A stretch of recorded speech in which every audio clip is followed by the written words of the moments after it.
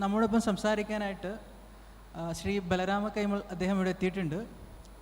കൈമൾജിയെക്കുറിച്ച് പറയുകയാണെങ്കിൽ കഴിഞ്ഞ 20 വർഷത്തോളമായി ഗവേഷണ മേഖലയിൽ സജീവമായി പ്രവർത്തിക്കുന്ന ഒരു വ്യക്തിയാണ്. മോളിക്കുലാർ ന്യൂറോബയോളജി ആൻഡ് സെൽ ബയോളജിയിൽ അദ്ദേഹത്തിന് PhD ലഭിച്ചിട്ടുണ്ട്. മാത്രമല്ല behavioural neuroscience and neurosurgery ഈ വിഷയങ്ങളിൽ പോസ്റ്റ് ഡോക്ടറൽ റിസർച്ചും അദ്ദേഹം ചെയ്തു വരുന്നു. ഇപ്പോൾ ചെന്നൈ സവിത മെഡിക്കൽ കോളേജിൽ ബയോ കെമിസ്ട്രി വിഭാഗത്തിൽ പ്രൊഫസറായി സേവനമനുഷ്ഠിക്കുന്നു. Neurobiology, nanotechnology, surgery എന്നീ മേഖലകളിൽ അദ്ദേഹം ഗവേഷണം തുടരുന്നുണ്ട്. അദ്ദേഹത്തിന് കീഴിൽ 6 പേർ PhD ചെയ്തു വരുന്നു. നിരവധി ഗവേഷണ പ്രബന്ധങ്ങൾ പ്രസിദ്ധീകരിച്ചിട്ടുള്ള അദ്ദേഹം 5 പേറ്റന്റ് ആപ്ലിക്കേഷൻസും ഫയൽ ചെയ്തിട്ടുണ്ട്. ഇതിനൊക്കെ പുറമെ എനിക്കൊരു ഗുരുസ്ഥാനീയൻ കൂടിയാണ് അദ്ദേഹം. അപ്പോൾ നമ്മൾ ഇന്ന് ചർച്ച ചെയ്യുന്ന വിഷയത്തിൽ architectural and scientific heritage of India ഈ വിഷയം ചർച്ച ചെയ്യുമ്പോൾ എനിക്ക് ആദ്യമായിട്ട് എൻ്റെ മനസ്സിലേക്ക് വരുന്നൊരു ചോദ്യം, ഭാരതം അതിൻ്റെ പ്രാചീന കാലങ്ങളിൽ വിദ്യാഭ്യാസത്തിനും ജീവിത സംസ്കാരത്തിനും ശാസ്ത്രീയമായ ഒരു സമീപനം ഉണ്ടായിരുന്നു. എന്താണ് കൈമൾജിയുടെ ഒരു അഭിപ്രായം ആ വിഷയത്തിൽ? എല്ലാവർക്കും നമസ്കാരം. ആദ്യമായിട്ട് എന്നെ ഇൻട്രൊഡ്യൂസ് ചെയ്തതിന് സുകന്യയ്ക്കൊരു നന്ദി പറയുന്നു. സുകന്യ ഹോസ്റ്റ് ചെയ്യുമ്പം ആളിനെ ആരും ഇൻട്രൊഡ്യൂസ് ചെയ്തിട്ടില്ല. അതുകൊണ്ട് ആളിനെക്കുറിച്ച് 2 വാക്ക് ഞാനും പറയാം, എന്നിട്ട് ആൻസർ ചെയ്യാം. നമ്മുടെ സോഷ്യൽ മീഡിയയിലെ ഏറ്റവും സെലിബ്രിറ്റി ആയിട്ടുള്ള ട്രാൻസ്ജെൻഡറാണ് സുകന്യ കൃഷ്ണ. ഇന്നിവിടെ എൻ്റെ മോഡറേറ്ററായിട്ട് വന്നിരിക്കുന്ന ആള് നല്ലൊരു പ്രതിഭയാണ്, നല്ലൊരു സോഫ്റ്റ്വെയർ ഡെവലപ്പറാണ്. ശരിക്കും പറഞ്ഞാൽ IT യിൽ പല വിദഗ്ധർക്കുള്ളതിനേക്കാളും വിദ്യാഭ്യാസവും വിജ്ഞാനവും ഔപചാരികമായിട്ട് ആ വിഷയങ്ങളിൽ ഒരു ഡിഗ്രി ഇല്ലാത്ത സുകന്യയ്ക്കുണ്ടെന്ന് മാത്രമല്ല, ഇന്ത്യയിലെ ഏതെങ്കിലും ഒരു IIT യിൽ വിദ്യാർത്ഥിനിയാവുന്ന ആദ്യത്തെ ട്രാൻസ്ജെൻഡർ ആയിരിക്കും സുകന്യ കൃഷ്ണ. അതൊരു ചെറിയ കാര്യമല്ല. അത്തരം ഒരു വ്യക്തി ഇവിടെ എന്നെ ഹോസ്റ്റ് ചെയ്യാൻ വരുമ്പോൾ ഞാൻ അങ്ങേയറ്റം സന്തോഷവാനുമാണ്, എനിക്ക് അഭിമാനമുണ്ട്. അതും കൂടി പറഞ്ഞുകൊണ്ട് നമുക്ക് വിഷയത്തിലേക്ക് കിടക്കാം. സുകന്യയ്ക്ക് ഒരു കൂടി നന്ദി പറയുന്നു. അപ്പോൾ ചോദ്യം ഇതാണ്, ഭാരതത്തിന് അതിൻ്റെ പ്രാചീന കാലങ്ങളിൽ വിദ്യാഭ്യാസം, ജീവിത സംസ്കാരം എന്നിവയോട് ഒരു ശാസ്ത്രീയമായ സമീപനം ഉണ്ടായിരുന്നോ എന്നുള്ളതാണ്. ഉണ്ടായിരുന്നു എന്നുള്ളതാണ് ഉത്തരം. ആ ഉത്തരം പറയുമ്പോൾ ഏതാനും വർഷങ്ങൾ മുമ്പ് നടന്നൊരു സംഭവം എനിക്ക് ഓർമ്മ വരുന്നു. 2005 ഒക്ടോബർ 15 കൊച്ചിയിൽ വെച്ച് സ്വദേശി ശാസ്ത്ര പ്രസ്ഥാനം നമ്മുടെ മുൻ രാഷ്ട്രപതിയായിരുന്ന APJ അബ്ദുൽ കലാമിൻ്റെ പിറന്നാൾ ആഘോഷങ്ങൾ സംഘടിപ്പിച്ചപ്പോൾ അതിൽ അധ്യക്ഷനായിരുന്ന അന്നത്തെ Cochin university vice chancellor doctor PK Abdul Azeez ഇന്ത്യയെക്കുറിച്ച് പറഞ്ഞൊരു വാചകമുണ്ട്. ഭാരതത്തിൻ്റെ യഥാർത്ഥ മതം എന്ന് പറയുന്നത് ഹിന്ദുമതമോ ഇസ്ലാമോ ക്രിസ്ത്യാനി ഒന്നുമല്ല, പകരം വിദ്യ നേടാനുള്ള അഗാധമായ അഭിവാഞ്ചയാണ്, വിദ്യ നേടാനുള്ള ദാഹമാണ്, പഠിക്കണം എന്നുള്ള ഇന്ത്യക്കാരൻ്റെ ഉത്കർഷയാണ്. ഇതാണ് ഇന്ത്യയുടെ യഥാർത്ഥ മതം എന്നാണ് അദ്ദേഹം പറഞ്ഞത്. നമുക്ക് 1000% അംഗീകരിക്കാവുന്നൊരു സത്യമാണിത്. ഇന്ത്യക്കാരൻ വിജ്ഞാന കുതുകിയാണ്, വിജ്ഞാനം വേണം എപ്പോഴും. അതുകൊണ്ട് തന്നെ ഇന്ത്യക്കാരൻ്റെ ഏറ്റവും വലിയ ഗുരു അത് ശിവൻ, ദക്ഷിണാമൂർത്തി സ്വരൂപത്തിൽ ശിവനെ ഗുരുവായിട്ട് ആരാധിക്കുന്ന നാടാണ് ഇന്ത്യ. ഒരു പരമഗുരുവിൽ നിന്ന് നമുക്ക് വിജ്ഞാനം ലഭിക്കുന്നു എന്ന ചിന്തയിൽ വിദ്യ തരുന്ന അധ്യാപകനെ ദൈവമായിട്ട് കാണുന്ന നാടാണ് ഇന്ത്യ. അപ്പോൾ ഇതിൻ്റെ അടിസ്ഥാനം എന്താണെന്ന് വെച്ചാൽ വിദ്യ നേടണം, പഠിപ്പുകൊണ്ട് മാത്രമേ രക്ഷപ്പെടുകയുള്ളൂ. ഇതായിരുന്നു ഭാരതത്തിന് എത്രയോ നൂറ്റാണ്ടുകൾ, എത്രയോ ആയിരത്താണ്ടുകൾ മുന്നേ തന്നെയുള്ള നമ്മുടെ സംസ്കാരം. അപ്പോൾ വിദ്യ നേടുമ്പോൾ വെറുതെ നേടിയാൽ മതിയോ? ആ വിദ്യയ്ക്ക് എന്തൊക്കെ അർത്ഥങ്ങളുണ്ട്, എന്തൊക്കെ അർത്ഥതലങ്ങളുണ്ട്? ആ വിദ്യ ശാസ്ത്രീയമായിരിക്കണം. ഭാരതം ശാസ്ത്രീയമായിട്ട് തന്നെ വിദ്യ അഭ്യസിച്ച നാടാണ്. ഇതിനെ സംബന്ധിച്ച് നിരവധി വാഗ്വാദങ്ങൾ നടന്നിട്ടുണ്ട്. പക്ഷേ എങ്കിൽ പോലും പറയാം, നമ്മളൊന്ന് പുറകോട്ട് നോക്കുക. ഇൻഡസ് വാലി സിവിലൈസേഷൻ നമുക്ക് മിക്കവാറും പേർക്ക് അറിയാവുന്നൊരു കാര്യമാണ്. ലോകത്തെ ആദ്യമായി ശാസ്ത്രീയമായി ഡിസൈൻ ചെയ്യപ്പെട്ട നഗര സംസ്കാരം ഉദിച്ചത് ഒരുപക്ഷെ 5000-ലധികം വർഷം മുമ്പ് ഇൻഡസ് വാലിയിലായിരിക്കും. അത് യഥാർത്ഥത്തിൽ തുടങ്ങിയത് 7000 വർഷം മുമ്പാണ്. എങ്കിലും 5000 വർഷം മുമ്പാണ് ആ സംസ്കാരം അതിൻ്റെ പരമകോടിയിലെത്തിയത്. അവിടെ എത്തിയപ്പോൾ അവരെന്തൊക്കെയാണ് അതിനകത്ത് ഡിസൈൻ ചെയ്തത്? ഒരു നഗരം എങ്ങനെ രൂപീകരിക്കപ്പെടണം, അവിടെ എങ്ങനെ വൃത്തിയാക്കി സൂക്ഷിക്കണം, എങ്ങനെയാണ് നഗരത്തിൽ ഡ്രെയിനേജസ് ഓടകളെല്ലാം സംവിധാനം ചെയ്യേണ്ടത്, 2-3 നിലയുള്ള വീടുകൾ അവിടെയുണ്ട്. ആ വീടുകളുടെ മുകൾ നിലയിൽ ടോയ്ലറ്റ് ഉണ്ടായിരുന്നു. അവിടുന്ന് വേസ്റ്റ് പോകാൻ പ്രത്യേകം ലൈനുകളുണ്ട്. നഗരത്തിന് പുറത്തേക്ക് ആ വേസ്റ്റ് മുഴുവൻ കൊണ്ടുപോകാൻ സംവിധാനമുണ്ട്. നഗരത്തിനുള്ളിലേക്ക് വായു പ്രവേശിക്കുന്ന, അതായത് കാറ്റ് കയറി വരുന്ന മാർഗം പോലും നഗരത്തിലെ ചപ്പ് ചവറുകളെ വേറൊരു സ്ഥലത്തേക്ക് കൊണ്ടുപോകും. ഇതുപോലെ ഒരു പ്രത്യേകതരം ടൗൺ ഡിസൈനിങ് ആയിരുന്നു. അതേ കാലത്തുണ്ടായിരുന്ന ഈജിപ്ഷ്യൻ സംസ്കാരത്തിലോ മെസപ്പൊട്ടേമിയൻ സംസ്കാരത്തിലോ വലിയ നഗരങ്ങളും വലിയ കെട്ടിടങ്ങളും ഉണ്ടായിരുന്നെങ്കിലും ഒരു നഗരത്തിൻ്റെ പ്ലാനിങ് എന്ന് പറയുന്നത് പൂർണ്ണമായും ഇന്നത്തെ നിലയ്ക്കുള്ള സ്റ്റാൻഡേർഡ്സിൽ ഉണ്ടായിരുന്ന ഒരു സ്ഥലം സിന്ധു നാഗരികതയാണ്. അതുകൊണ്ട് തന്നെ ഒരു പൂർണ്ണ നാഗരികതയായിരുന്നു. അവിടെ ഗ്രാനറികളുണ്ടായിരുന്നു. ആൾക്കാർക്ക് ക്ഷാമകാലങ്ങളിൽ ഭക്ഷണം കിട്ടാനുള്ള സംവിധാനം, അങ്ങനെ തുടങ്ങിയിട്ടെല്ലാം. ഇൻഡസ് വാലിയെക്കുറിച്ച് പറയുമ്പോൾ അതിൽ ഭരിച്ചിരുന്ന രാജാക്കന്മാരെക്കുറിച്ച് ആർക്കും അറിയാൻ മേല. രാജാക്കന്മാർ ഭരിച്ചിരുന്നോ എന്നാർക്കും അറിയില്ല. അവരുടെ മതസംസ്കാരങ്ങൾ എങ്ങനെയായിരുന്നുള്ള പൂർണ്ണമായ വിവരങ്ങളും നമുക്കില്ല. പക്ഷേ നഗരം എങ്ങനെ ഡിസൈൻ ചെയ്തു, അതിൻ്റെ എൻജിനീയറിംഗ് എന്താണ്, ഇത്തരം കാര്യങ്ങളെക്കുറിച്ചൊക്കെ അഗാധമായി പഠിക്കപ്പെട്ടിട്ടുണ്ട്. ഇതിൻ്റെ അർത്ഥം എന്താണെന്ന് ചോദിച്ചാൽ, ഗ്രാമജീവിതത്തിൽ നിന്ന് നഗരജീവിതത്തിലേക്ക് അവർ മാറി. ഈ മാറുന്ന സമയത്ത് ഏറ്റവും ശാസ്ത്രീയമായിട്ട് തന്നെ ഒരു നഗരം വിഭാവനം ചെയ്തു. അതിൻ്റെ ആദ്യത്തെ ഉദ്ദേശം ക്ലെൻലിനെസ് ആയിരുന്നു, വൃത്തി ഉണ്ടായിരിക്കണം. വൃത്തിയില്ലായ്മ കൊണ്ട് രോഗപീഠകൾ ഉണ്ടാവരുത്. ഇതൊരു ശാസ്ത്രീയതയാണ്. അപ്പോൾ ഒരു ചോദ്യമുണ്ട്, ചുമ്മാ ഇരുന്ന് കുറച്ച് പേർക്ക് ഒരു നഗരം ഉണ്ടാക്കാൻ പറ്റുമോ? ഒരിക്കലും സാധിക്കില്ല. അതിനുവേണ്ടി എത്രയോ അനുഭവ വിജ്ഞാനങ്ങൾ വേണം, അതിനുവേണ്ടി എത്രയോ തയ്യാറെടുപ്പുകൾ വേണം. അപ്പോൾ അങ്ങനെ നഗരം ഉണ്ടാക്കണമെങ്കിൽ അതുണ്ടാക്കിയവർ അതിനനുസൃതമായിട്ട് പഠിച്ച വിദ്യാലയങ്ങൾ അവിടെ ഉണ്ടായിരുന്നിരിക്കില്ലേ? നമ്മളൊരിക്കലും ചിന്തിച്ചിട്ടില്ല. അന്നത്തെ കാലത്ത് സ്കൂളുകൾ എന്തായിരുന്നു? ഗുരുകുലോദ്യാഭ്യാസമായിരിക്കും. ഒരു ഗുരുവിൻ്റെ അടുത്ത് മരച്ചോട്ടിൽ നിന്ന് പഠിക്കുന്നതായിരിക്കാം, അല്ലെങ്കിൽ അവരന്നുണ്ടാക്കിയ ആ വലിയ ബിൽഡിങ്സിനകത്തിരുന്ന് പഠിക്കുന്നതായിരിക്കും. പക്ഷെ അവർക്കത് ഉണ്ടായിരുന്നു, ശാസ്ത്രീയ സമീപനം ഉണ്ടായിരുന്നു. അതുകൊണ്ടാണ് അങ്ങനെ ഉണ്ടാക്കിയത്. ഇൻഡസ് വാലിയേക്കാളും പഴയൊരു സംസ്കാരം നമ്മുടെ നാട്ടിലുണ്ട്, മെഹർഗഡ് സംസ്കാരം എന്ന് പറയും. അത് ഇന്നത്തെ പാകിസ്ഥാനിൽ, ഇന്നത്തെ സിന്ധു നദിയുടെ അങ്ങേക്കരയിലാണ്, ബലൂചിസ്ഥാനിലാണ് ഈ മെഹർഗഡ് ഉള്ളത്. മെഹർഗഡിലുണ്ടായിരുന്നത് ചെളി കൊണ്ട് നിർമ്മിച്ച വീടുകളാണ്, ഒറ്റനില വീടുകൾ. പാടങ്ങളുണ്ടായിരുന്നു, ബാർലി ആയിരുന്നു അവർ കൃഷി ചെയ്തിരുന്നത്. അവിടെ നിന്ന് ചെമ്പ് കിട്ടിയിട്ടുണ്ട്. അതായത് ഇന്ത്യ 10,000 വർഷങ്ങൾ മുമ്പ് ലോഹയുഗത്തിലേക്ക് കടന്നു എന്നാണ് അതിൻ്റെ അർത്ഥം. അപ്പോൾ 10,000 വർഷം മുമ്പ് ലോഹ സംസ്കരണ വിദ്യ ഭാരതം കൈവരിച്ചിരുന്നു എന്നുള്ളതിന് പാകിസ്ഥാനിലെ മെഹർഗഡിൽ നിന്ന് കിട്ടിയ ദത്തങ്ങൾ നമുക്ക് ഉത്തരം തരുന്നുണ്ട്. ഇതെത്ര പ്രാചീനമാണ് എന്ന് ആലോചിക്കണം. ആ കാലഘട്ടത്തിൽ ഭാരതം മെറ്റലർജി സ്വായത്തമാക്കി. ശരി, എങ്ങനെയായിരിക്കും അവരൊരു പക്ഷേ ചെമ്പുണ്ടാക്കിയത്? മണ്ണിൽ നിന്ന് ചെമ്പ് വേർതിരിക്കുന്ന വിദ്യ അയിരെടുത്തിട്ട് ഇതാവാം, അല്ലെങ്കിൽ മണ്ണിരയെ സംസ്കരിച്ച് ചെമ്പ് വേർതിരിക്കാം. അങ്ങനൊരു വിദ്യ സിദ്ധവൈദ്യത്തിലുണ്ട്. ഭാരതത്തിൻ്റെ വളരെ പ്രാചീനമായിട്ടുള്ള വൈദ്യശാസ്ത്ര മേഖലയാണ് സിദ്ധവൈദ്യം. അതിനകത്ത് ചെമ്പ് സംസ്കരിച്ചെടുക്കുന്ന ഇങ്ങനൊരു വിദ്യയെക്കുറിച്ചും പറയുന്നുണ്ട്. അപ്പോൾ ഇതിനൊക്കെ വളരെ പണ്ട് തന്നെ നമ്മുടെ ആൾക്കാർ മെത്തേഡ്സ് ഉണ്ടാക്കിയിരുന്നു. ഇൻഡസ് വാലി വന്നപ്പോഴത്തേക്കും ചെമ്പ്, അതുപോലെ സ്വർണം, വെള്ളി, പിന്നെ ഈയം തുടങ്ങിയിട്ടുള്ള പലവിധ വസ്തുക്കൾ അവിടെ കണ്ടെടുക്കപ്പെട്ടിട്ടുണ്ട്. അതിൽ പ്രധാനപ്പെട്ട ഒന്ന് തൂക്കം, അതിൻ്റെ നിർണയമായിരുന്നു. ഏതാണ്ട് 1000-ലധികം വരുന്ന സൈന്ധവ നഗരങ്ങളിൽ, സൈന്ധവ നഗരങ്ങളായിട്ട് നമ്മൾ മിക്കവാറും പറയുക 2 എണ്ണമാണ്, മോഹൻജദാരോയും ഹാരപ്പായും. അത് മാത്രമല്ല, മൊത്തം 1000 സൈറ്റുകൾ കണ്ടെടുക്കപ്പെട്ടിട്ടുണ്ട്. ഇവിടെയെല്ലാം വളരെ കൃത്യമായിട്ടുള്ള അളവ് തൂക്ക സമ്പ്രദായങ്ങളുണ്ടായിരുന്നു. അളവ് തൂക്കത്തിലുള്ള കട്ടകൾ അവിടെ നിന്ന് കിട്ടിയിട്ടുണ്ട്, തുലാസുകൾ കിട്ടിയിട്ടുണ്ട്, ലോഹം കൊണ്ടുള്ള നിരവധി വസ്തുക്കളും നിർമ്മിതികളും കിട്ടിയിട്ടുണ്ട്. സ്വർണത്തിൻ്റെ ക്വാളിറ്റി അളക്കാനുള്ള വിദ്യകൾ അവർ നോക്കിയിരുന്നു എന്നാണ് പറയുന്നത്. അപ്പം 10,000 വർഷം മുമ്പ് മെഹർഗഡ് സംസ്കാരത്തിൽ ഒരു ലോഹ സംസ്കരണ വിദ്യ ആരംഭിച്ചിട്ട് 5000 വർഷം മുമ്പുള്ള ഇൻഡസ് വാലി ആയപ്പോഴത്തേക്കും അതൊരു പരമകുടിയിലെത്തി. ഇതിനുശേഷം ചില ജിയോളജിക്കൽ ഇവൻസിൻ്റെ ഭാഗമായിട്ട്, അതായത് 12,500 വർഷം മുമ്പ് ഹിമയുഗം അവസാനിക്കാൻ തുടങ്ങി. കഴിഞ്ഞ 5000 വർഷം മുമ്പ് ഹിമയുഗം പൂർണ്ണമായി അവസാനിച്ചു. അതോടുകൂടിയിട്ട് സിന്ധു നദിയുടെ ഗതി മാറി. അന്നത്തെ കാലത്ത് ഹിമാലയത്തിൽ നിന്ന് ഹിമാനികൾ ഉരുകിയുണ്ടായ വലിയ കുത്തൊഴുക്കിൽ സിന്ധു നദിയുടെ ഗതി മാറി. അതിനെ വേണമെങ്കിൽ വൈൽഡ് നൈൽ എന്ന് പറയുന്ന പോലെ വൈൽഡ് ഇൻഡസ് എന്ന് വിളിക്കപ്പെടാവുന്ന ഒരു പ്രതിഭാസം സംഭവിച്ചു. അതോടുകൂടി സിന്ധു നാഗരികതയുടെ പ്രദേശങ്ങൾ കംപ്ലീറ്റ് ഉണങ്ങിപ്പോയി.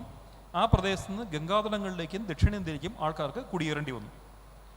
അപ്പോൾ സംഭവിച്ചത് എന്താണെന്ന് ചോദിച്ചാൽ, സിന്ധു നാഗരികത മരിക്കുകയല്ല ചെയ്തത്, പകരം അതിൻ്റെ നിവാസികൾ അവരുടെ വിദ്യയും വിജ്ഞാനവുമായിട്ട് മറ്റു സ്ഥലങ്ങളിലേക്ക് കുടിയേറുകയാണ് ചെയ്തത്. അതിൻ്റെ ഏറ്റവും വലിയൊരു എക്സാമ്പിൾ ഇപ്പോൾ പറഞ്ഞ ഈ കെട്ടിട നിർമ്മാണം എന്ന് പറഞ്ഞ ഒന്നിലേക്ക് വരികയാണെങ്കിൽ, മെഹർഗഡ് സംസ്കാരത്തിൽ ഒറ്റ നിലയുള്ള ചെളിവീടുകളാണെങ്കിൽ ഇൻഡസ് വാലിയിൽ 2-3 നിലകളുള്ള മൾട്ടി സ്റ്റോറീഡ് ബിൽഡിങ്സ് എന്നുള്ളത് 1200 വർഷം മുമ്പ് നളന്ദ സർവകലാശാലയിൽ എത്തുമ്പോൾ 9 നിലകളുള്ള ബിൽഡിങ്സിലേക്ക് മാറുന്നു. നളന്ദ സർവകലാശാലയിൽ 10,000-കണക്കിന് പുസ്തകങ്ങൾ സൂക്ഷിക്കപ്പെട്ടിട്ടുള്ള ഒരു ലൈബ്രറി ഉണ്ടായിരുന്നു. ആ ലൈബ്രറിയുടെ പേര് ബുദ്ധമത ഗ്രന്ഥങ്ങളിൽ നിന്ന് നമുക്ക് കിട്ടും. രത്നോദധി എന്നാണ് അതിൻ്റെ പേര്. രത്നങ്ങളുള്ള കടൽ, വിജ്ഞാനത്തിൻ്റെ രത്നങ്ങളായിട്ടുള്ള പുസ്തകങ്ങൾ സൂക്ഷിച്ച കടൽ എന്നാണ് ആ നളന്ദ സർവകലാശാലയിലെ 9 നിലയുള്ള ലൈബ്രറി ബിൽഡിങ്ങിനെ അന്നത്തെ ആൾക്കാർ വിളിച്ചത്. അപ്പോൾ ആലോചിച്ച് നോക്കൂ, 10,000 വർഷം മുമ്പ് ഒറ്റ നില വീട്ടിൽ നിന്ന് പിന്നീട് 3 നില, പിന്നെ 9 നിലകളിലേക്ക് വന്നു. ഒരു ലൈബ്രറി ബിൽഡിങ്ങിന് അന്നത്തെ കാലത്ത് 9 നിലയുണ്ടോ എന്ന് ചോദിച്ചാൽ ഒരുപക്ഷെ നമ്മൾ അത്ഭുതപ്പെടുമായിരിക്കും, അത്രയൊക്കെ ഉണ്ടാവുമെന്ന്. 1200 വർഷം മുമ്പാണ്, അല്ല 800 വർഷം മുമ്പാണ്, AD 1200-ലാണ് നളന്ദ സർവകലാശാല തകർക്കപ്പെടുന്നത്. അതിനും 200 വർഷം മുമ്പ് ഉണ്ടാക്കപ്പെട്ട തഞ്ചാവൂരെ ബൃഹദീശ്വര ക്ഷേത്രത്തിന് അതിൻ്റെ ശ്രീകോവിൽ അഥവാ വിമാനം എന്ന് പറയുന്നത് 10-ൽ കൂടുതൽ നിലകളുള്ളതാണ്. 9 നിലയല്ല, അത് കൂടുതലുണ്ട്. തമിഴ്നാട്ടിലെ നിരവധി ക്ഷേത്രങ്ങളിൽ 9 നിലയ്ക്ക് മുകളിലുള്ള ഗോപുരങ്ങൾ കാണാനാകും. അതായത് മൾട്ടി സ്റ്റോറി ബിൽഡിങ്സ് ഉണ്ടാക്കുന്ന ഒരു കല അന്ന് ഉത്തരേന്ത്യ മാത്രമല്ല ദക്ഷിണേന്ത്യയിൽ അതിൽ കൂടുതൽ വ്യാപകമായിരുന്നു. ശരിക്ക് ഒരുപക്ഷെ നളന്ദ സർവകലാശാല ഉണ്ടാക്കുന്നതിന് മുമ്പ് തന്നെ ദക്ഷിണേന്ത്യയിൽ ഉണ്ടാക്കി കാണും. അത് ഒരടിസ്ഥാന ഗ്രന്ഥവും കൂടി അതിനുണ്ട്. മയമതം എന്നു പേരുള്ള സംസ്കൃതത്തിൽ രചിക്കപ്പെട്ടൊരു പുസ്തകം എങ്ങനെയാണ് 7-9 നിലകളുള്ള ബിൽഡിങ്സ് ഉണ്ടാക്കുന്നത് എന്ന് വ്യക്തമായിട്ട് പറയുന്നുണ്ട്. ആ ബിൽഡിങ്സ് ഉണ്ടാക്കിയത് നോക്കുകയാണെങ്കിൽ ഇന്ന് നിലനിൽക്കുന്ന കരിങ്കല്ല് കൊണ്ടുണ്ടാക്കിയ ആ വലിയ കെട്ടിടങ്ങൾ എത്രമാത്രം ശാസ്ത്രീയമായിട്ടാണ് നിർമ്മിക്കപ്പെട്ടിരിക്കുക. ഒന്ന്, അത് ഇടിഞ്ഞ് പൊളിഞ്ഞ് വീഴാത്ത തരത്തിൽ അതിൻ്റെ അടിത്തറ വേണം, അസ്ഥിവാരം വേണം. മുകളിലേക്ക് കെട്ടിപ്പോകുമ്പോൾ വലിയ കാറ്റുകൊണ്ടോ അല്ലെങ്കിൽ ഭൂചലനങ്ങൾ കൊണ്ടോ വീണു പോകാത്ത തരത്തിലുള്ള ഒരു എഞ്ചിനീയറിംഗ് വേണം. അതുകൊണ്ട് ഏതാണ്ട് പിരമിഡിന് സമാനമായിട്ടുള്ള വിധത്തിൽ താഴെ ബേസിന് ഏറ്റവും കൂടുതൽ വീതിയുണ്ട്, മുകളിലേക്ക് വരുന്നതോറും കുറഞ്ഞു കുറഞ്ഞു വരും. ഈ രീതിയിലുള്ളൊരു ബിൽഡിംഗ് ആയിട്ടാണ് അത് കെട്ടിപ്പൊക്കിയത്. ഇതിന് ഏതാണ്ട് സമാനമൊക്കെ ആയിരുന്നു ഇവിടെ നളന്ദ സർവകലാശാലയിലെ ലൈബ്രറി ബിൽഡിങ്ങും. അപ്പോൾ ചുരുക്കി പറഞ്ഞാൽ അന്നത്തെ കാലഘട്ടം അത് ക്ഷേത്രങ്ങൾക്ക് വേണ്ടി മാത്രമല്ല വലിയ കെട്ടിടങ്ങൾ ഉണ്ടാക്കിയത്, വിജ്ഞാനം നൽകുന്ന സർവകലാശാലകൾക്ക് വേണ്ടിയിട്ടും നമ്മൾ അത്തരം വലിയ ബിൽഡിങ്സ് ഉണ്ടാക്കിയിരുന്നു. അവിടെ പുസ്തകങ്ങൾ സൂക്ഷിക്കപ്പെട്ടിരുന്നു. വിവിധ ദേശങ്ങളിൽ നിന്ന്, ചൈനയിൽ നിന്ന്, മംഗോളിയയിൽ നിന്ന്, ജപ്പാനിൽ നിന്ന്, കൊറിയയിൽ നിന്ന്, മറ്റ് ദക്ഷിണേഷ്യൻ രാഷ്ട്രങ്ങളിൽ നിന്ന് എല്ലാം വിദ്യാർത്ഥികൾ അവിടെ വന്ന് പഠിച്ചിരുന്നു. ആലോചിച്ച് നോക്കുക, അവിടെയൊക്കെ ഒരു നിലയുള്ള കൂടുതൽ ബിൽഡിങ് കാണാൻ ബുദ്ധിമുട്ടാണ്. ഞാൻ കൊറിയയിലൊക്കെ വർഷങ്ങൾ താമസിച്ചിട്ടുണ്ട്. അവിടുത്തെ കൊട്ടാരങ്ങൾക്കൊക്കെ 1 നിലയുള്ളൂ. കൊട്ടാരത്തിൻ്റെ പുറത്തുള്ള ഗോപുരങ്ങൾ ഉണ്ടാക്കുമ്പോൾ മാത്രം 2-3 നിലയുണ്ടാവും. അവരൊക്കെ എത്ര അത്ഭുതത്തോടെയായിരിക്കും ഭാരതത്തിൽ വന്നിട്ട് ഇത്തരം വലിയ ബിൽഡിങ്സ് കണ്ടിട്ടുണ്ടാവുക. ആ എഞ്ചിനീയറിംഗ് അന്ന് അവരും പഠിച്ചിട്ടുണ്ടാവണം. ഇത്തരത്തിൽ ഇന്ന് നമുക്ക് അചിന്ത്യമെന്ന് തോന്നുന്ന പലതും അന്ന് അവർ ചെയ്തിട്ടുണ്ട്. ഇനി ഈ നളന്ദ സർവകലാശാലയെക്കുറിച്ച് പറയുകയാണെങ്കിൽ വേറൊന്നുകൂടെ ആലോചിക്കണം. അതിൻ്റെ പഴക്കം എന്ന് പറയുന്നത് എത്രയെന്ന് കൃത്യമായിട്ട് കണക്കാക്കിയിട്ടില്ല. എങ്കിലും ബ്രിട്ടീഷ് ലൈബ്രറി കൊടുത്തിരിക്കുന്ന വെബ്സൈറ്റിൽ, അവരുടെ വെബ്സൈറ്റിൽ ഒരു കാര്യം പറയുന്നുണ്ട്. ബുദ്ധൻ സന്ദർശിച്ച സ്ഥലമാണ് നളന്ദ. ബുദ്ധശിഷ്യനായിട്ടുള്ള ആളുടെ പേര് മറന്നുപോയി. ബുദ്ധൻ്റെ ഒരു പ്രധാന ശിഷ്യനാണ്. അദ്ദേഹത്തിൻ്റെ ശാരീപുത്രൻ എന്നാണ് പേര്. സരിപുത്ത എന്ന് പാലി വിളിക്കുന്ന ശാരീപുത്രൻ്റെ ആലയമായിരുന്നു അല്ലെങ്കിൽ വിഹാരമായിരുന്നു നളന്ദ എന്നാണ് പരാമർശിക്കുന്നത്. അതായത് നളന്ദ സർവകലാശാലയുടെ സ്ഥാപകൻ എന്ന് വിളിക്കേണ്ടത് ബുദ്ധശിഷ്യനായിട്ടുള്ള ശാരീപുത്രനെയാണ്. അദ്ദേഹം ജീവിച്ചിരുന്നത് 2600 വർഷം മുമ്പ്. ഇനി ഒന്നാലോചിക്കുക, നളന്ദ ഇന്ന് നിലനിന്നിരുന്നെങ്കിൽ ലോകത്തിലെ ഏറ്റവും പഴയ സർവകലാശാലയായിട്ട് നമ്മുടെ മുന്നിൽ നളന്ദ ഉണ്ടായേനെ. ലോകത്തെ ഏറ്റവും പഴയ സർവകലാശാല ഇന്ത്യയിലുണ്ടായിരുന്നേനെ. വെറും 800 വർഷം മുമ്പ് തകർക്കപ്പെട്ടു. 800 വർഷം മുമ്പ് നളന്ദ തകർക്കുമ്പോൾ ഇന്ത്യയിലും അതുപോലെ തന്നെ യൂറോപ്പിലും നിരവധി സർവകലാശാലകൾ ഉണ്ടായിരുന്നു. യൂറോപ്പിലുള്ള പല സർവകലാശാല ഇന്ന് നിലനിൽക്കുന്നുണ്ട്. വളരെ പഴയ സർവകലാശാലകളാണ്, പലതും തന്നെയുണ്ട്. 1000 വർഷം പഴക്കമുള്ള പലതുമുണ്ട്. ആ യൂറോപ്യൻ സർവകലാശാലകളെ പോലെ തന്നെ ഇതും ഈ നാട്ടിൽ ഉണ്ടാവേണ്ടതായിരുന്നു. പക്ഷേ അത് ചില കാരണങ്ങളാൽ, ചില ശക്തികളുടെ ആക്രമണങ്ങൾ, വൈദേശിക ശക്തികളുടെ ആക്രമണങ്ങൾ ടർക്കിഷ് സുൽത്താൻമാരുടെ ആക്രമണത്തിൽ. അത് തകർന്നുപോയി. തകർന്നില്ലായിരുന്നുവെങ്കിൽ ലോകം മുഴുവൻ പറഞ്ഞേനെ. മാത്തമാറ്റിക്സിന് ഏറ്റവും വലിയ സംഭാവന നൽകിയത് ഭാരതമാണല്ലോ. സീറോ കണ്ടുപിടിച്ചത് ഭാരതമാണ്. അതുപോലെ സർവകലാശാലകൾ കണ്ടെത്തിയത് ഭാരതമാണ് എന്ന് ഈ ലോകം പറയുമായിരുന്നു. ഇനിയൊന്ന് ആലോചിക്കുക, ആ സർവകലാശാല എന്തൊക്കെയാണ് പഠിപ്പിച്ചിരുന്നത്? ബുദ്ധിസ്റ്റുകളായിരുന്നു അവിടെ ഉണ്ടായിരുന്നതുകൊണ്ട് നമുക്ക് പറയാം ബുദ്ധമത തത്വങ്ങൾ പഠിപ്പിക്കുന്നുണ്ടായിരുന്നു, സംശയമില്ല, നമ്മളതിനെ എതിർക്കുന്നുമില്ല. പക്ഷേ അവിടെ പഠിപ്പിച്ചിരുന്നതിൽ മറ്റു പലതുമുണ്ട്. ചികിത്സയുണ്ട്, മെറ്റലർജി ഉണ്ട്, എഞ്ചിനീയറിംഗ് ഉണ്ട്, തുടങ്ങി നിരവധി സാധനങ്ങളെക്കുറിച്ച് അവിടെ പറയുന്നുണ്ട്. അതായത് അന്നത്തെ ജീവിതത്തിന് ആവശ്യമുള്ള ശാസ്ത്രീയമായിട്ടുള്ളതെല്ലാം തന്നെ പഠിപ്പിച്ചിരുന്ന ഒരു സ്ഥലമാണ്. ഇങ്ങനെ പറയുമ്പോൾ നമ്മളിനി മെറ്റലർജിയെക്കുറിച്ച് ഒന്നും കൂടി പറയണം. ഇന്ത്യൻ മെറ്റലർജി ലോകം മുഴുവൻ പ്രശസ്തമായിരുന്നത് ഇന്ത്യയുടെ മെറ്റലർജിയാണ്, ലോഹശാസ്ത്രം. കാരണം അതില്ലാണ്ട് ജീവിതം സാധ്യമല്ല. കറിക്കരിയണമെങ്കിൽ, മരം വെട്ടണമെങ്കിൽ, ഒരു കത്തിയോ മഴുവോ എന്തെങ്കിലും ഉണ്ടാക്കണമെങ്കിൽ നമുക്ക് ലോഹങ്ങൾ അയിരിൽ നിന്ന് സംസ്കരിച്ച് ഒരു പ്രത്യേക കൂട്ടുള്ള ലോഹം ഉണ്ടാക്കണം. അതിന് ഉറപ്പ് വേണം. ഇങ്ങനെ ഉറപ്പേറിയ ഒരു ലോഹം കൊണ്ട് വേണം നമുക്ക് ആയുധങ്ങൾ ഉണ്ടാക്കാനായിട്ട്. യുദ്ധങ്ങൾ ഉണ്ടാകുന്നതുകൊണ്ട് ആയുധങ്ങൾ ആവശ്യമായിരുന്നു. ഇത്തരത്തിൽ ഏറ്റവും മികച്ച സ്റ്റീൽ ഉണ്ടാക്കിയിരുന്ന അക്കാലത്ത് ഇന്ത്യയിലാണ്. ആ സ്റ്റീലിൽ യൂറോപ്പിൽ ഏറ്റവും ഫേമസ് ആയിരുന്ന സ്റ്റീലാണ് ഡമാസ്കസ് സ്റ്റീൽ എന്ന് പറയുന്നത്. ഇറാഖിലെ ഡമാസ്കസിൽ നിന്ന് യൂറോപ്പിലേക്ക് പോയിരുന്ന ഉരുക്ക്, ഇതിനാണ് ഡമാസ്കസ് സ്റ്റീൽ എന്ന് പറയുന്നത്. അലക്സാണ്ടർ മധ്യപൂർവേഷ്യൻ രാജ്യങ്ങൾ ആക്രമിച്ചതിൻ്റെ ഒരു പ്രധാന കാരണം ഡമാസ്കസ് സ്റ്റീലിൻ്റെ രഹസ്യം മനസ്സിലാക്കുക എന്നുള്ളതായിരുന്നു. ഏറ്റവും ഉറപ്പുള്ള തുരുമ്പിക്കാത്ത വാളുകൾ ഉണ്ടാക്കുന്ന ഡമാസ്കസ് സ്റ്റീൽ എന്നതിൻ്റെ ടെക്നോളജി എങ്ങനെയെന്ന് മനസ്സിലാക്കാമെന്ന്. ഡമാസ്കസ് ഒക്കെ കീഴടക്കിയപ്പോഴാണ് ആളിന് മനസ്സിലാവുന്നത് അവിടെ ടെക്നോളജി ഇല്ല, അത് വേറെടുന്നാണ് വരുന്നത്. ഡമാസ്കസ് സ്റ്റീലിനെ കുറിച്ചും അറിഞ്ഞപ്പോഴും അതുപോലെ പേർഷ്യൻ സാമ്രാജ്യത്തിൻ്റെ വരുമാനം ഏറ്റവും കൂടുതൽ എവിടെ നിന്നാണ് എന്ന് പറഞ്ഞപ്പോഴാണ് ഇന്ത്യയെക്കുറിച്ച് അലക്സാണ്ടർ കേൾക്കുന്നത്. കാരണം അന്നത്തെ പേർഷ്യൻ സാമ്രാജ്യത്തിൻ്റെ റവന്യൂവിൻ്റെ 2/3 സിന്ധു നാഗരികതയുടെ ഭാഗത്തുനിന്നായിരുന്നു. സിന്ധു മേഖല ഇന്നത്തെ പാകിസ്ഥാനിൽ നിന്നായിരുന്നു, അത് പേർഷ്യയുടെ ഭാഗമായിരുന്നു. അപ്പോൾ ഏറ്റവും കൂടുതൽ സമ്പത്ത് വരുന്നത് വളരെ കിഴക്കുള്ളൊരു പ്രത്യേക മേഖലയിൽ നിന്നാണെന്ന് അലക്സാണ്ടർ മനസ്സിലാക്കി. അതുപോലെ തന്നെ സ്റ്റീലിൻ്റെ ടെക്നോളജി അദ്ദേഹം കീഴടക്കിയ ഡമാസ്കസിലല്ല, അത് പുറത്തൊരു നാട്ടിൽ നിന്ന് വരുന്നതാണ്. അങ്ങനെ അദ്ദേഹം ഇന്ത്യ ആക്രമിച്ചു. പക്ഷേ എന്നിട്ട് ഡമാസ്കസ് സ്റ്റീലിൻ്റെ പ്രത്യേകത കണ്ടെത്താൻ അലക്സാണ്ടർക്ക് പറ്റിയില്ല. അതിനെന്താ കാരണം എന്ന് ചോദിച്ചാൽ ഡമാസ്കസിലേക്ക് സ്റ്റീൽ പോരുന്നത് കേരളത്തിൽ നിന്നായിരുന്നു. അദ്ദേഹം കേരളം എന്ന് കേട്ടുമില്ല, കേരളം ഒരിക്കലും കണ്ടെത്താനും പറ്റിയിട്ടില്ല. ഇന്ത്യൻ രാജാക്കന്മാരെ അതിജീവിച്ച് ദക്ഷിണേന്ത്യയിലേക്ക് വരാൻ ഒരിക്കലും അലക്സാണ്ടർക്ക് പറ്റിയില്ല, ഇടയിൽ വെച്ച് പരാജയപ്പെട്ടു. ഉത്തരേന്ത്യൻ ഗണരാജ്യങ്ങളെ പരാജയപ്പെടുത്താൻ ഒരിക്കലും അലക്സാണ്ടർക്ക് സാധിച്ചില്ല. അതുകൊണ്ട് കേരളത്തിൽ നിന്ന് വളരെ അകലെയാണ് നിൽക്കുന്നത്. പക്ഷെ കേരളത്തിൽ നിന്നായിരുന്നു, ദക്ഷിണേന്ത്യയിൽ നിന്ന് ഏറ്റവും കൂടുതൽ ഇരുമ്പുരുക്ക് വിദ്യകൾ സ്വായത്തമായിരുന്ന നാട് ദക്ഷിണേന്ത്യയാണ്. കേരളത്തിലെ പല സ്ഥലനാമങ്ങളും ആ ടെക്നോളജിയായിട്ട് ബന്ധപ്പെട്ടതാണ്. ഉദാഹരണത്തിന് ഐരൂർ എന്നൊരു സ്ഥലമുണ്ട്, കൊല്ലം ജില്ലയിലാന്ന് തോന്നുന്നു. ഐരൂർ എന്ന് വെച്ചാൽ ഐരിൻ്റെ ഊരുന്ന് തന്നെയാണ് അർത്ഥം. ഇങ്ങനെ ഐര് ചേർത്തിട്ടുള്ള പല സ്ഥലങ്ങളും കേരളത്തിൽ കാണാം. അതിൻ്റെ അർത്ഥം എന്താണെന്ന് ചോദിച്ചാൽ അവിടെ ഇരുമ്പുരുക്ക് വിദ്യകളുണ്ടായിരുന്നു എന്നുള്ളതാണ്. ഏതാനും വർഷങ്ങൾ മുമ്പ് DC ബുക്സ് പ്രസിദ്ധീകരിച്ച കേരള ചരിത്രത്തിലെ നാട്ടുവഴികൾ എന്നുള്ള പുസ്തകത്തിൽ പ്രാചീനമായ കേരളത്തിൻ്റെ ഇരുമ്പ് സംസ്കരണ വിദ്യയെ ഏതാനും ഗവേഷകർ പഠിച്ച് പുനഃസൃഷ്ടിക്കാൻ ശ്രമിച്ചതിൻ്റെ ഒരു പ്രബന്ധം പ്രസിദ്ധീകരിച്ചിട്ടുണ്ട്. മലയാളത്തിലുള്ള പ്രബന്ധമാണ്. ആ പ്രബന്ധപ്രകാരം അവർ പണ്ടത്തെ രീതിക്കുള്ള ഒരു ഉലയുണ്ടാക്കുകയും അതിനകത്ത് അയിര് നിക്ഷേപിക്കുകയും അതിൽ നിന്ന് തീർത്തും ശുദ്ധമായ ഇരുമ്പ് 1 കിലോയോളം ലഭിക്കുകയും ചെയ്തു. പക്ഷേ 300 കിലോ അയിരിട്ട് 1 കിലോ കിട്ടിയുള്ളൂ. കാരണം പ്രാചീന രീതിക്കുള്ള എക്സാക്റ്റ് സമ്പ്രദായം സൃഷ്ടിക്കാൻ പറ്റിയില്ല. പക്ഷേ ഈ സമ്പ്രദായം എന്നുവരെ നിലനിന്നിരുന്നു എന്ന് ചോദിച്ചാൽ നമുക്ക് പറയാം 1945 വരെ ഈ പ്രാചീന രീതിയിൽ ഇരുമ്പുരുക്കി അയിരിൽ നിന്ന് ഇരുമ്പ് സംസ്കരിക്കുന്ന വിദ്യ കേരളത്തിലുണ്ടായിരുന്നു. അതിൻ്റെ തെളിവ് 2ാം ലോക മഹായുദ്ധമാണ്. 2ാം ലോക മഹായുദ്ധകാലത്ത് ലോകത്തിലെ ലോഹങ്ങൾ മുഴുവൻ യുദ്ധത്തിലേക്ക് ഉപയോഗിച്ചപ്പോൾ ബ്രിട്ടീഷുകാരുടെ കമ്പനികളിലുണ്ടാക്കുന്ന അയിരും അതിൽ നിന്ന് ഉൽപ്പന്നവും തികയാണ്ട് വന്നു. അങ്ങനെ അന്ന് ബ്രിട്ടീഷ് ഭരണത്തിൻ്റെ കീഴിലുണ്ടായിരുന്ന മലബാറിൽ ബ്രിട്ടീഷുകാർ പഴയ ആ മൂശാരിമാരെ കൊണ്ട് വീണ്ടും ഈ ഉലകൾ നിർമ്മിപ്പിച്ച് ഇരുമ്പയിര് സംസ്കരിച്ച് ഇരുമ്പുണ്ടാക്കി. എന്നിട്ട് അത് ബ്രിട്ടനിലേക്ക് കൊണ്ടുപോയി ആയുധങ്ങൾ ഉണ്ടാക്കാൻ വേണ്ടിയിട്ട്. ഇത് ചരിത്രത്തിൽ എഴുതി വെച്ചിട്ടുള്ള കാര്യമാണ്. നമ്മുടെ ഹിസ്റ്ററിയിൽ നമ്മൾ പഠിക്കേണ്ട ഒന്നാണ് ഇങ്ങനൊന്നും ഉണ്ടായിരുന്നു എന്നുള്ളത്. ഇതിൻ്റെ വലിയ കേന്ദ്രങ്ങളായിരുന്നു കേരളത്തിൽ പലയിടത്തും, പ്രത്യേകിച്ച് ഷൊർണൂർ ഉൾപ്പെടെയുള്ള സ്ഥലങ്ങൾ.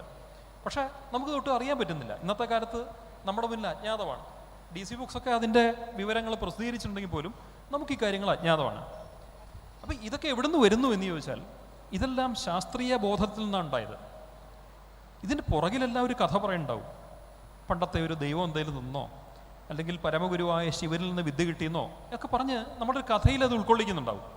അത്തരം കഥകളുടെ ഉദ്ദേശം എന്താണെന്ന് ചോദിച്ചാൽ, വിദ്യ പരിപാവനമായിരിക്കണം, വിദ്യ ഒരിക്കലും ദുരുപയോഗം ചെയ്യാൻ പാടില്ല എന്നൊക്കെ കൊണ്ടാണ് നമ്മളിതിനെ ദൈവികമായിട്ടുള്ള കഥകളിലേക്ക് കൂട്ടിക്കിട്ടുന്നത്. അതൊരു തെറ്റൊന്നുമല്ല, അത് ശരി തന്നെയാണ്. കാരണം ഇന്ത്യ എങ്ങനെയാണ് ഇവിടുത്തെ വന്യജീവികളെയും ഇവിടുത്തെ പരിസ്ഥിതിയും സംരക്ഷിച്ചത് നമ്മൾ ഓർക്കുക. നമ്മൾ ഓരോ മൃഗവും ഓരോ പക്ഷിയും ഓരോ ദേവൻ്റെ വാഹനങ്ങളാണെന്ന് സങ്കല്പിച്ച് അതിനെ പരിപാവനമാണ്, ഇതിനെ കൊല്ലരുതെന്നാക്കി. അതോടുകൂടി പ്രകൃതി സംരക്ഷിക്കപ്പെട്ടു. നിങ്ങളൊന്ന് ആലോചിക്കണം, യൂറോപ്യൻസിനെ പോലെ ഇവിടുത്തെ 130 കോടി വരുന്ന ഇന്ത്യക്കാരിൽ ബഹുഭൂരിപക്ഷവും നോൺ വെജിറ്റേറിയൻ കഴിക്കുന്നവരായിരുന്നെങ്കിൽ ഇന്ത്യയിലെ വന്യജീവി സമ്പത്തിൽ ഒന്നുപോലും ബാക്കിയുണ്ടാവില്ലായിരുന്നു. എല്ലാം വേട്ടയാടി പണ്ട് തീർക്കുമായിരുന്നു. ഓരോന്നിനെ നമ്മൾ പരിപാവനമാക്കി വിശ്വാസത്തിൽ കൂടെ കുറേ വെജിറ്റേറിയനിസം കൊണ്ടുവന്നുകൊണ്ടാണ് ഒരു പരിധിവരെ അതെല്ലാം നിലനിൽക്കുന്നത്. അമിതമായിട്ട് പ്രകൃതിയെ ചൂഷണം ചെയ്യാണ്ടിരുന്നതും വിശ്വാസങ്ങളും കൂടെ കൂട്ടിച്ചേർത്തിട്ടാണ്. ഇല്ലയെന്ന് പറയാൻ പറ്റില്ല. പണ്ട് കാവും കുളവും പരിരക്ഷിക്കണം എന്ന് പറഞ്ഞ് ശാസ്ത്ര സാഹിത്യ പരിഷത്ത് ഒരു ക്യാമ്പയിൻ നടത്തുന്നുണ്ടായിരുന്നു. എൻ്റെയൊക്കെ കൊച്ചുനാളിൽ ഞാനത് കണ്ടിട്ടുണ്ട്. യുറീക്ക പുസ്തകത്തിൽ 1980കളിൽ ഞാനിത് വായിച്ചിട്ടുണ്ട്. അവരത് ദൈവികമാണെന്നും പറയുന്നില്ല, പക്ഷേ ശാസ്ത്രീയമാണെന്ന് പറയുന്നുണ്ട്. കാവും കുളവും ശാസ്ത്ര സാഹിത്യ പരിഷത്ത് എത്രയോ വർഷങ്ങൾ നടത്തിയൊരു ക്യാമ്പയിനാണ്. അതായത് മതത്തെ ശാസ്ത്രീയമായിട്ട് ഉപയോഗിക്കുകയാണ് ചെയ്തത്, മതവിശ്വാസത്തെ. ജനങ്ങളോട് ശാസ്ത്രം പറഞ്ഞ് എല്ലാവർക്കും പിടികിട്ടിയതുമില്ല. അതുകൊണ്ട് അവരതിനകത്ത് കുറച്ച് മതം ചേർത്ത് അതിനെ അവതരിപ്പിച്ചു. അതോടുകൂടി ജനങ്ങൾ പേടിച്ചിട്ടൊരു കുഴപ്പമുണ്ടാക്കണ്ടായി. ഏറ്റവും നല്ല ഉദാഹരണമാണ് പെരുമ്പാവൂരുള്ള ഇരിങ്ങോൾക്കാവ്. കേരളത്തിലെ ഏറ്റവും വലിയ കാവാണ് ഇരിങ്ങോൾക്കാവ്. ഏതാണ്ട് 60 ഏക്കറോളം വനം. അത് നിലനിൽക്കാൻ കാരണം അവിടെയുള്ള ജനങ്ങളുടെ വിശ്വാസമാണ്. ആ വനത്തിൽ ഒടിഞ്ഞു വീഴുന്നൊരു ചുള്ളിക്കമ്പ് വീട്ടിൽ അടുപ്പ് കത്തിക്കാൻ വേണ്ടി കൊണ്ടുപോയാൽ ആ വീട് കത്തിപ്പോവും, തീ പിടിച്ചു പോകുന്നൊരു വിശ്വാസം ആ ചുറ്റുമുള്ള ആൾക്കാർക്കുണ്ട്. അതുകൊണ്ട് അവിടെ നിന്നുള്ള മരം അല്ലെങ്കിൽ ചുള്ളിക്കമ്പ് പോലും ഒരു മനുഷ്യൻ എടുക്കൂല. വിശ്വാസത്തിൻ്റെ പുറത്ത് സംരക്ഷിക്കപ്പെട്ടിരിക്കുകയാണ്. അപ്പോൾ കാവുകളും കുളങ്ങളും ഇവിടുത്തെ പ്രകൃതിയും വനങ്ങളും ജീവികളും പക്ഷികളും എല്ലാം സംരക്ഷിക്കപ്പെട്ടൊരു വിദ്യ ഉണ്ടായിരുന്നു. അത് മനഃശാസ്ത്രത്തിൻ്റെ ഒരു കളിയാണ്. അതായത് മനുഷ്യ മനഃശാസ്ത്രത്തെ ഇങ്ങനെ ഉപയോഗിക്കാം എന്ന് പണ്ടുള്ളവർക്ക് മനസ്സിലായി, അവരങ്ങനെ ഉപയോഗിച്ചു. പക്ഷേ ഓരോന്നും കണ്ടുപിടിച്ചവർ അങ്ങേയറ്റത്തെ ശാസ്ത്രീയ ബോധത്തിൽ കൂടെ തന്നെയാണ് അത് മുന്നോട്ട് കൊണ്ടുപോയത്. അല്ലെങ്കിൽ നിങ്ങൾക്കൊരു ഇൻവെൻഷൻ ഉണ്ടാക്കാൻ പറ്റില്ല. ഉദാഹരണത്തിന് ഇന്ത്യയിലുള്ളത്രയും ശില്പങ്ങൾ, ദാരുശില്പങ്ങളാകട്ടെ ശിലാശില്പങ്ങളാകട്ടെ വേറൊരിടത്തും കാണാൻ സാധ്യതയില്ല. അതിൽ അപ്ലൈ ചെയ്തിരിക്കുന്ന ഭാവനകൾ വേറൊരിടത്തും കാണില്ല. എന്തിൻ്റെ ഉൽപ്പന്നമാണ് ഈ ശില്പവിദ്യ എന്ന് ചോദിച്ചാൽ ആവിഷ്കാര സ്വാതന്ത്ര്യത്തിൻ്റെയാണ്. ലോകത്ത് ഏറ്റവും കൂടുതൽ ആവിഷ്കാര സ്വാതന്ത്ര്യം ഉണ്ടായിരുന്ന നാടാണ് ഇന്ത്യ. ശില്പികളുടെ ആവിഷ്കാര സ്വാതന്ത്ര്യം. അവർക്ക് ഇഷ്ടമുള്ള എത്രയോ രീതികളിൽ അവർ ശില്പങ്ങൾ ഉണ്ടാക്കി. അവർ ദേവതാശില്പങ്ങൾ മാത്രമല്ല, രതിശില്പങ്ങളും ഉണ്ടാക്കി. സൂചകങ്ങളായിട്ടുള്ള നിരവധി ശില്പങ്ങൾ ഉണ്ടാക്കി. ഈ ശില്പങ്ങളെല്ലാം ഓരോ കാലത്തിലും ഓരോ തരത്തിലുള്ള പ്രത്യേകതകൾ, സിമ്പലുകളുള്ളതാണ്. അതായത് ശില്പവിദ്യ ശരിക്കും പഠിച്ച ഒരാൾക്ക് ഏത് കാലഘട്ടത്തിൽ ഏത് രാജവംശത്തിൻ്റെ കാലത്തെയാണ് ശില്പം എന്ന് പറയാൻ പറ്റും. നമ്മൾ ദൂരെ നോക്കുമ്പോൾ എല്ലാ ശിലകളും ഒരുപോലിരിക്കും. പക്ഷെ അങ്ങനല്ല. അതിന് ശില്പവിദ്യ ശരിക്കും അതിനെക്കുറിച്ച് ഗവേഷണം ചെയ്തവർക്ക് പറയാൻ പറ്റും. ഇന്ന ശില്പം കണ്ട അത് ഇന്ന കാലഘട്ടത്തിലാണ്. കാരണം ഓരോ കാലഘട്ടത്തിന് അതിൻ്റേതായിട്ടുള്ള സൈൻ അതിലുണ്ട്. അതിൽ ഒരു മുദ്രയുണ്ട്, കാലത്തിൻ്റെ മുദ്രയുണ്ട് വളരെ കൃത്യമായിട്ട്. പക്ഷെ ഇതെങ്ങനെ ഉണ്ടായി എന്ന് ചോദിച്ചാൽ ശില്പികൾക്ക് കൊടുത്ത സ്വാതന്ത്ര്യത്തിൽ നിന്നാണ്. അവർക്ക് ധാരാളം സ്വാതന്ത്ര്യങ്ങൾ കൊടുത്തു. അതിലെന്തൊക്കെയുണ്ട്? അവർക്ക് അതിനകത്ത് എന്തൊക്കെ അവർക്ക് ഇഷ്ടമുള്ള പുതിയ കാര്യങ്ങൾ കണ്ടുപിടിക്കാമോ അതിനുള്ള ഗവേഷണ സ്വാതന്ത്ര്യമുണ്ട്. അങ്ങനെയാണ് പല പല പച്ചമരുന്ന് കൂട്ടുകൾ ഉപയോഗിച്ചിട്ട് ലോഹശില്പങ്ങൾ ഉണ്ടാക്കാമെന്നും ലോഹ സംസ്കരണം ചെയ്തെടുക്കാമെന്നും ശിലാശില്പങ്ങളെപ്പോലും കൊത്തിയെടുക്കാൻ പാകത്തിന് ചില ഇടങ്ങളിൽ മൃദുവാക്കാൻ പാകത്തിലുള്ള ചില മരുന്ന് കൂട്ടുകൾ ഉപയോഗിക്കാമെന്നും ഉണ്ടാക്കിയ ശില്പങ്ങൾക്ക് മിഴിവ് വർദ്ധിപ്പിക്കാനായിട്ട് എള്ളു ഉപയോഗിച്ചിട്ടുള്ള ചില എണ്ണക്കൂട്ടുകൾ ഉണ്ടാക്കി അതിൽ തേച്ചു കൊടുക്കാമെന്നും അങ്ങനെ ശില്പങ്ങളുടെ മിഴിവ് കാലങ്ങളും നിലനിൽക്കുന്നു. ഇതെല്ലാം ഇവർ സ്വയം ചെയ്തെടുത്തതാണ്. അല്ലാതെ ഭരിക്കുന്ന രാജാവ് നീ ഇന്ന പോലെ ചെയ്തതാവും എന്ന് പറയല്ല. സാധാരണക്കാരൻ, ഒരു ക്രാഫ്റ്റ് മാൻ, ഒരു ആശാരി, ഒരു കലാകാരൻ, ഇവരൊന്നും സമൂഹത്തിൻ്റെ വരേണ്യവർഗത്തിൽപ്പെടുന്ന ആൾക്കാരായിരിക്കില്ല. അവർ സമൂഹത്തിൻ്റെ പുറം അതിരുകളിൽ ജീവിച്ചായിരിക്കും. പക്ഷെ അവർക്ക് കിട്ടിയ സ്വാതന്ത്ര്യം വലുതായിരുന്നു. ആ സ്വാതന്ത്ര്യം കൊണ്ട് അന്നത്തെ കാലഘട്ടത്തിൽ ഏറ്റവും ആദരിക്കപ്പെട്ട ആൾക്കാരായിട്ട് അവർ മാറി. അതുകൊണ്ട് ശില്പി സമൂഹത്തെ മൊത്തത്തിൽ അവരുടെ കുലപ്പേരായിട്ട് പറയുക ആചാര്യ എന്നാണ്. നമുക്കറിയാം ആചാര്യ എന്ന് വെച്ചാൽ ആചാര്യനാണ്. പക്ഷേ ഏറ്റവും കൂടുതൽ സർവ്വം ഉള്ളവർക്കാണ്, ആശാരിമാർക്കാണ്, മൂശാരിമാർക്കാണ്, തട്ടാന്മാർക്കാണ്, കൊല്ലന്മാർക്കാണ്. ഇവർക്കാണ് ആചാര്യ. ഈ ലോകത്ത് ശരിക്കും ഇന്ത്യയിൽ ആ ഒരു സർവ്വമുള്ള ഒറ്റ കൂട്ടരേ ഉള്ളൂ. അത് ശില്പി സമൂഹമാണ്, വേറെ ആർക്കുമല്ല. അപ്പം സവർണരിൽ സവർണരായിട്ട് കണക്കാക്കേണ്ട ഒരു സർവ്വം അവർക്കുള്ളത് ആചാര്യൻ. നമ്മൾ വേറെ ആരും ആചാര്യൻ എന്ന് വിളിക്കുന്നില്ല, ഒരു ജാതിപ്പേരായിട്ട്. ആചാര്യനുണ്ടെങ്കിൽ ഒറ്റ കൂട്ടർക്ക് മാത്രമേ ഉള്ളൂ. അതെന്തുകൊണ്ടാണെന്ന് ചോദിച്ചാൽ അന്നത്തെ ശില്പി സമൂഹത്തെ നമ്മൾ ഏറ്റവും അധികം ആദരിച്ചിരുന്നു, അവരെ ആചാര്യന്മാരായിട്ട് കണ്ടിരുന്നു എന്നുള്ളതുകൊണ്ടാണ്. ഇത് ഇതുപോലെ തന്നെ വേറൊരു കൂട്ടർ, നമ്മൾ മുടി വെട്ടുന്നവർക്ക് മലയാളത്തിൽ പേരുണ്ട്, അമ്പട്ടൻ എന്ന് പറയും. മോഹൻലാലിൻ്റെ സിനിമ കാരണം അല്പം പരിഹാസ്യമായിട്ട് മാറിയൊരു പേരാണ്. പക്ഷേ സംസ്കൃതത്തിൽ അംബിഷു എന്ന പദത്തിൽ നിന്നാണ് അമ്പട്ടൻ ഉണ്ടായത്. അംബിഷു എന്ന് വെച്ചാൽ വൈദ്യനാണ്. എങ്ങനത്തെ വൈദ്യൻ? ശസ്ത്രക്രിയയ്ക്ക് അധികാരം ഉണ്ടായിരുന്ന വൈദ്യൻ. ശസ്ത്രക്രിയ എന്നവരെ അങ്ങനെ വിളിച്ചിരുന്നത്, മൂസതുമാരും അംബിഷുമാരും. ഇതിൽ അംബിഷുവാണ് അമ്പട്ടനായത്. അതായത് ഇന്ന് മുടി വെട്ടിയിരുന്നവരുടെ മുൻകാല തലമുറകൾ വൈദ്യവൃത്തി ചെയ്തിരുന്നു, അവർ ഓപ്പറേഷൻ ചെയ്തിരുന്നു. ഇതതിൻ്റെ മീനിങ്. മൂസതുമാർക്ക് പലപ്പോഴും ആഢ്യത്വം കുറവെന്ന് പറയും. എന്തുകൊണ്ട്? ശസ്ത്രക്രിയ ചെയ്യുന്നവനായതിനാൽ ആഢ്യത്വം കുറവെന്നാണ് പ്രാചീനമായിട്ടുള്ള സംസ്കാരത്തിൽ പറയുന്നത്. അപ്പോൾ പറയേണ്ടത് എന്താണെന്ന് ചോദിച്ചാൽ, ശസ്ത്രക്രിയ ഇതുണ്ടായിരുന്നോ? ബ്രിട്ടീഷുകാർ ഇന്ത്യയിൽ രേഖപ്പെടുത്തിയതനുസരിച്ച് 19-ാം നൂറ്റാണ്ട് വരെ ഇന്ത്യയിൽ സർജറി പ്രാക്ടീസ് ചെയ്യപ്പെട്ടിട്ടുണ്ട്. ഇതെല്ലാം ശാസ്ത്രീയ സമീപനത്തിൻ്റെ ഉൽപ്പന്നങ്ങളാണ്. എനിക്കിതിൽ ഒന്ന് രണ്ട് സംശയങ്ങൾ സാറ് തന്നെ മുമ്പ് പറഞ്ഞ് കേട്ടിട്ടുണ്ട്. ഒന്ന്, നമ്മുടെ അറബിക് മെഡിസിൻസും കേരളവുമായിട്ടുണ്ടായിരുന്ന ബന്ധങ്ങളെക്കുറിച്ച് സാറ് മുൻപ് പറഞ്ഞ് ഞാൻ കേട്ടിട്ടുണ്ട്. മറ്റൊരു ചോദ്യം, ഇപ്പോൾ നമ്മൾ വാസ്തു കലയെക്കുറിച്ച് നമ്മൾ പറഞ്ഞു. ഇപ്പോൾ നമുക്ക് എല്ലോറയിൽ കൈലാസ ടെമ്പിൾ മുകളിൽ നിന്ന് താഴേക്ക് കാർവ് ചെയ്തിരിക്കുന്ന ഒരു പ്രക്രിയയിലാണ് നിർമ്മിച്ചിട്ടുള്ളത്. ഇന്നും ആ കാലത്ത് ഉപയോഗിച്ചിരിക്കുന്ന ടെക്നോളജി എന്താണെന്ന് കണ്ടെത്താൻ നമുക്ക് കഴിഞ്ഞിട്ടില്ല. ഇത്തരം കാര്യങ്ങളൊക്കെ നമ്മുടെ പ്രാചീനകാല ഭാരതത്തിൽ നിലനിന്നിരുന്നു. അപ്പോൾ സാറിന് ഇതിനോടൊക്കെയുള്ള കാഴ്ചപ്പാട് എന്താണ്? സാറ് മുമ്പ് പറഞ്ഞിട്ടുള്ള പോലെ നമ്മുടെ അറബിക് മെഡിസിൻസും കേരളവുമായിട്ടുണ്ടായിരുന്ന ബന്ധവും, അതുപോലെ തന്നെ ഹോസ്റ്റസ് മലബാറിക്കസ് എങ്ങനെ ഉണ്ടായി എന്നും ഒന്ന് വിശദീകരിക്കാമോ? അറബിക് മെഡിസിനും കേരളം തമ്മിലുള്ള ബന്ധത്തിൻ്റെ ഏറ്റവും ഉത്തമമായ റഫറൻസാണ് 1678 ഡച്ചുകാർ ഹോളണ്ടിൽ പ്രസിദ്ധീകരിച്ച കേരളത്തിലെ സസ്യങ്ങളെക്കുറിച്ചുള്ള പുസ്തകമായ ഹോർത്തൂസ് മലബാറിക്കസ്. അതുണ്ടായതിന് പുറകിലൊരു പശ്ചാത്തലമുണ്ട്, ഒരു കഥയുണ്ട്. ആ കഥ വിശദീകരിച്ചിരിക്കുന്നത് തിരുവനന്തപുരംകാരനായിട്ടുള്ള മലയൻകീഴ് രാധാകൃഷ്ണൻ മാതൃഭൂമിയിൽ എഴുതിയിട്ടുള്ള ലേഖനത്തിൽ അത് വ്യക്തമാക്കുന്നുണ്ട്. അതിന് പ്രകാരം ഡച്ച് ഗവർണറായിരുന്ന വാൻ റീഡ് ഡച്ചുകാർ അനുഭവിച്ചൊരു പ്രശ്നത്തെ പരിഹരിക്കാൻ വേണ്ടിയാണ് ഹോർത്തൂസ് മലബാറിക്കസ് നിർമ്മിക്കുന്നത്. അതായത് ഒരു ട്രോപ്പിക്കൽ രാജ്യമായ ഇന്ത്യയിൽ ഡച്ചുകാർ വന്നു കഴിഞ്ഞപ്പോൾ അവർക്ക് ധാരാളം ഇൻഫെക്ഷൻസിനെ നേരിടേണ്ടി വന്നു, പലവിധ രോഗപീഠകൾ. ഇതിനുള്ള മരുന്നുകൾ ഹോളണ്ടിൽ നിന്ന് എത്തിക്കണം എന്ന് വെച്ചാൽ എളുപ്പമല്ല. ഇവിടുന്ന് കപ്പൽ അവിടെ ചെന്ന് വിവരങ്ങൾ പറഞ്ഞ് മരുന്നൊക്കെ മേടിച്ച് ഇവിടെ എത്തുമ്പോഴത്തേക്കും 6 മാസം 1 കൊല്ലം എടുക്കും. അതുകൊണ്ട് ആൾട്ടർനേറ്റീവായിട്ട് എന്തെങ്കിലും മെഡിസിൻ കേരളത്തിൽ ലഭ്യമാണോ എന്നാണ് അന്നത്തെ ഡച്ചുകാർ ചിന്തിച്ചത്. ഇതിനുവേണ്ടി ഡച്ച് ഗവർണർ വാൻ റീഡ് ഒരു കമ്മീഷൻ ഉണ്ടാക്കി.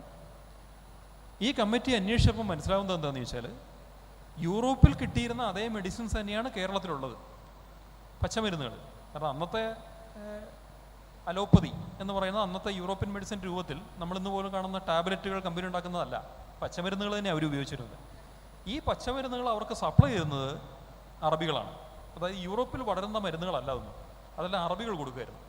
ഇതുകൊണ്ട് അറബിക് മെഡിസിൻസ് എന്നുള്ള പേരിലാണ് ഈ മരുന്നുകൾ യൂറോപ്പിൽ അറിയപ്പെട്ടുകൊണ്ടിരുന്നത്. പക്ഷേ കേരളത്തിലെ മരുന്നുകൾ പരിശോധിച്ചപ്പോഴാണ് ഡച്ചുകാർക്ക് കാര്യം പിടികിട്ടുന്നത്, അറബികൾ പറ്റിക്കുമായിരുന്നു. കേരളത്തിൽ നിന്നുള്ള പച്ചമരുന്നുകളെ അറബിയിൽ കൊണ്ടുപോയി അവിടുന്ന് യൂറോപ്പിൽ ഇരട്ടി വിലയ്ക്ക് വിറ്റ് അറബിക് മെഡിസിൻ എന്നുള്ള പേരിൽ അവർ ധനം സമ്പാദിക്കുമായിരുന്നു. അതോടുകൂടി എന്തൊക്കെയാണ് കേരളത്തിലെ പച്ചമരുന്നുകൾ എന്നറിയാൻ വേണ്ടിയിട്ട് വാൻ റീഡ് ഇവിടെ ഒരു അന്വേഷണം നടത്തി.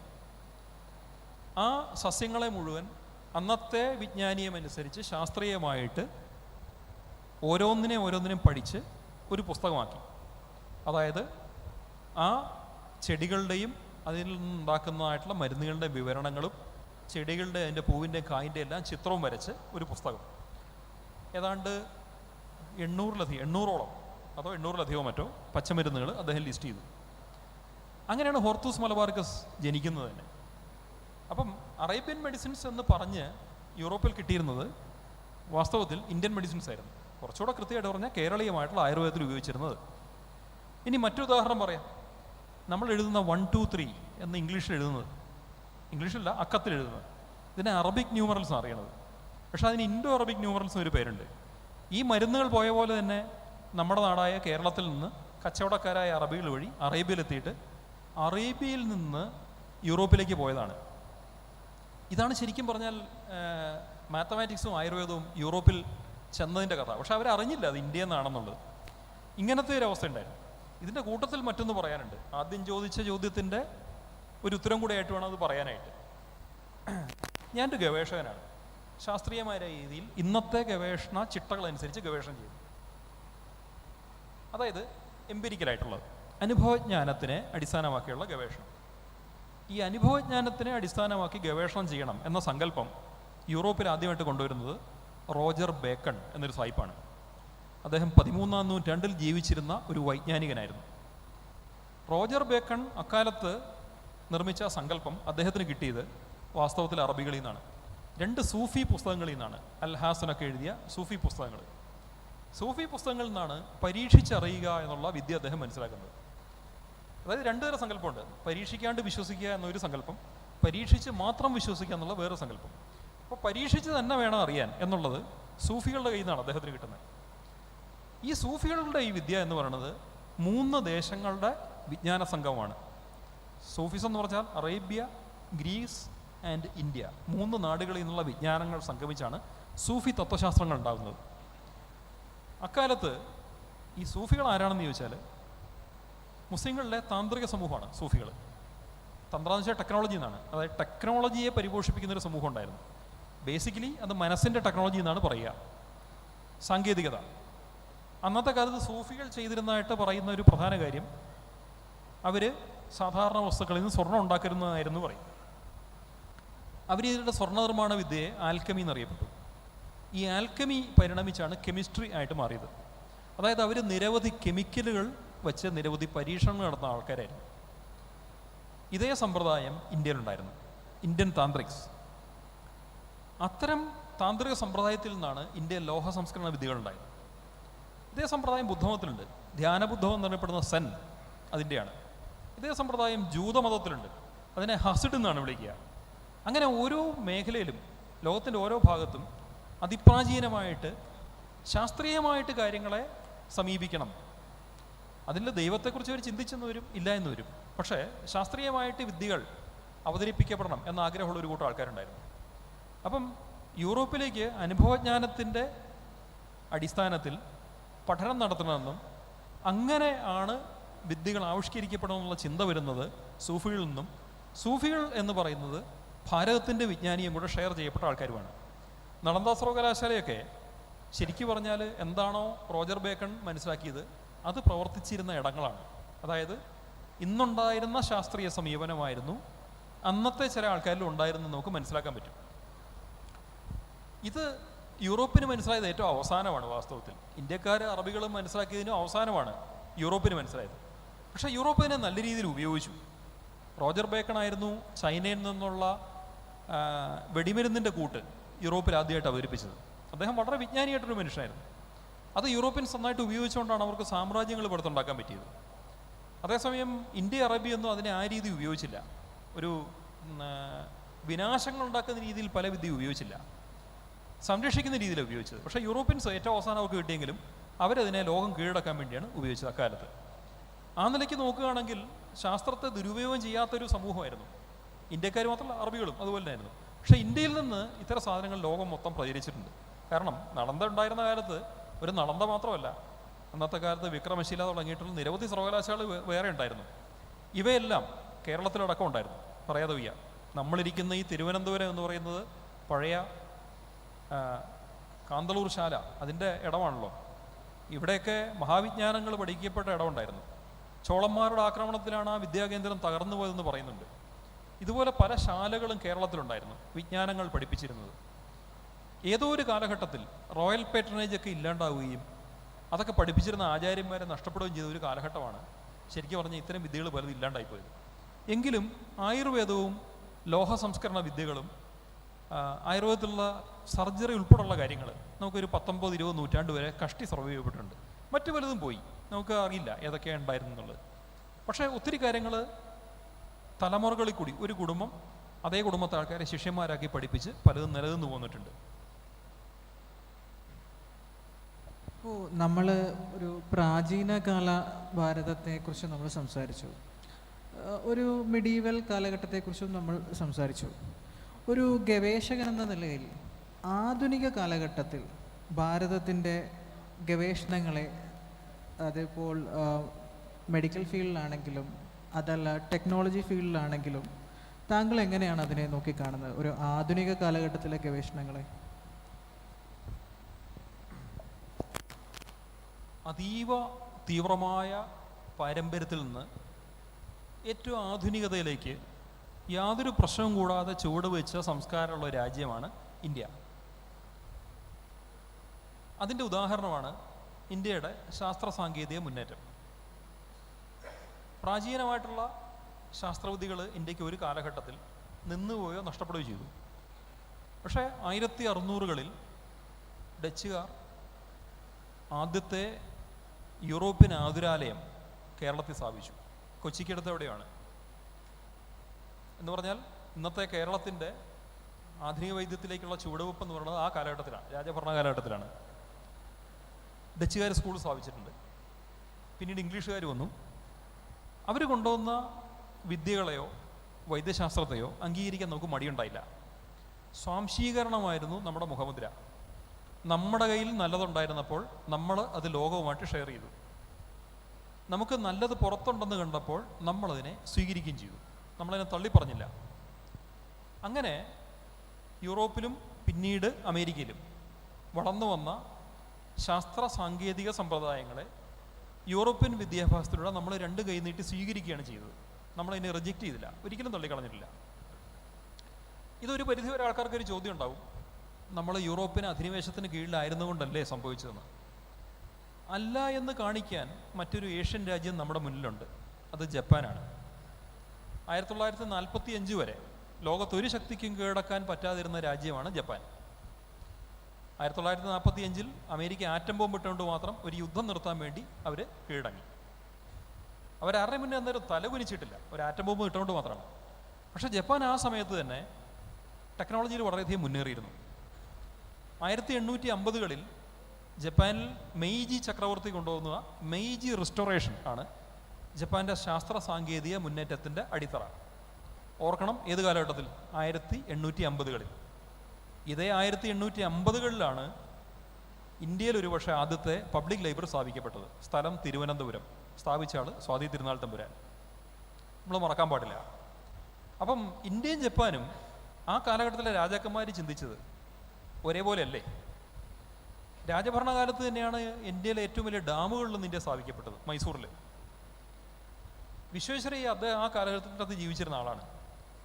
അപ്പോൾ ബ്രിട്ടീഷ് ആധിപത്യത്തിൻ്റെ കീഴിലിരുന്നായിട്ടായാലും അല്ലെങ്കിലും ഏഷ്യൻ രാജ്യങ്ങൾ പാശ്ചാത്യമായ വിജ്ഞാനീയം സ്വീകരിക്കാൻ മടി കാണിച്ചിട്ടില്ല. അത് ഈ നാടിൻ്റെ സംസ്കാരമാണ്. നല്ല വിദ്യയുണ്ട്, നമ്മൾ സ്വീകരിക്കും എന്നുള്ളതാണ്. ഇത് വളരെ തുറന്ന ശാസ്ത്രീയമായ ഒരു മനസ്സിൻ്റെ പ്രതീകമാണ്. ഇങ്ങനെയാണ് ചിന്തിക്കുന്നുള്ളത്, ഇങ്ങനെ സ്വീകരിക്കുന്നുള്ളത്. നമ്മളങ്ങനെ സ്വീകരിച്ചു. അതിൻ്റെ ഫലം ഒന്നുണ്ടായി. ശാസ്ത്രത്തെ ഉൾക്കൊള്ളാൻ നമ്മൾ ഒട്ടും പുറകിലല്ല എന്ന് തെളിയിക്കുന്ന സംഭവങ്ങളാണ് പിന്നെ ഉണ്ടാകുന്നത്. അതുകൊണ്ടാണല്ലോ CV രാമന് നോബൽ പ്രൈസ് കിട്ടിയത്. നോബൽ പ്രൈസ് കിട്ടിയവരെക്കാളും മഹാന്മാരായിട്ട് കേരളത്തിൽ പോലും 3 മലയാളികളെങ്കിലും നോബൽ പ്രൈസ് കിട്ടാണ്ട് പോയ ആൾക്കാരുണ്ട്. ഒന്ന്, 2 തവണ നോബൽ പ്രൈസിന് നോമിനേറ്റ് ചെയ്യപ്പെട്ടും കിട്ടാണ്ട് പോയ doctor ECG Sudarshanan, Ennackal Chandy George Sudarshan എന്ന് പറയുന്ന കോട്ടയംകാരൻ. 2, ബയോഫിസിക്സിൽ ലോകത്തിലെ ഏറ്റവും മഹാന്മാരായ ശാസ്ത്രജ്ഞന്മാരിൽ ഒരാളായ ഡോക്ടർ GN രാമേന്ദ്രൻ, കൊച്ചി സ്വദേശിയാണ്. 3, അദ്ദേഹത്തിനൊപ്പം പ്രവർത്തിച്ചിരുന്ന ചേർത്തലക്കാരനായിട്ടുള്ള ഗോപിനാഥൻ കർത്ത. ഈ 3 പേർക്ക് നോബൽ പ്രൈസ് കിട്ടേണ്ടതായിരുന്നു. പല കാരണങ്ങൾ കൊണ്ട് കിട്ടിയില്ല. GN രാമേന്ദ്രനൊക്കെ നോബൽ പ്രൈസ് കിട്ടാതിരിക്കാൻ മാത്രം പൊളിറ്റിക്സ് ഉണ്ടായിരുന്നു.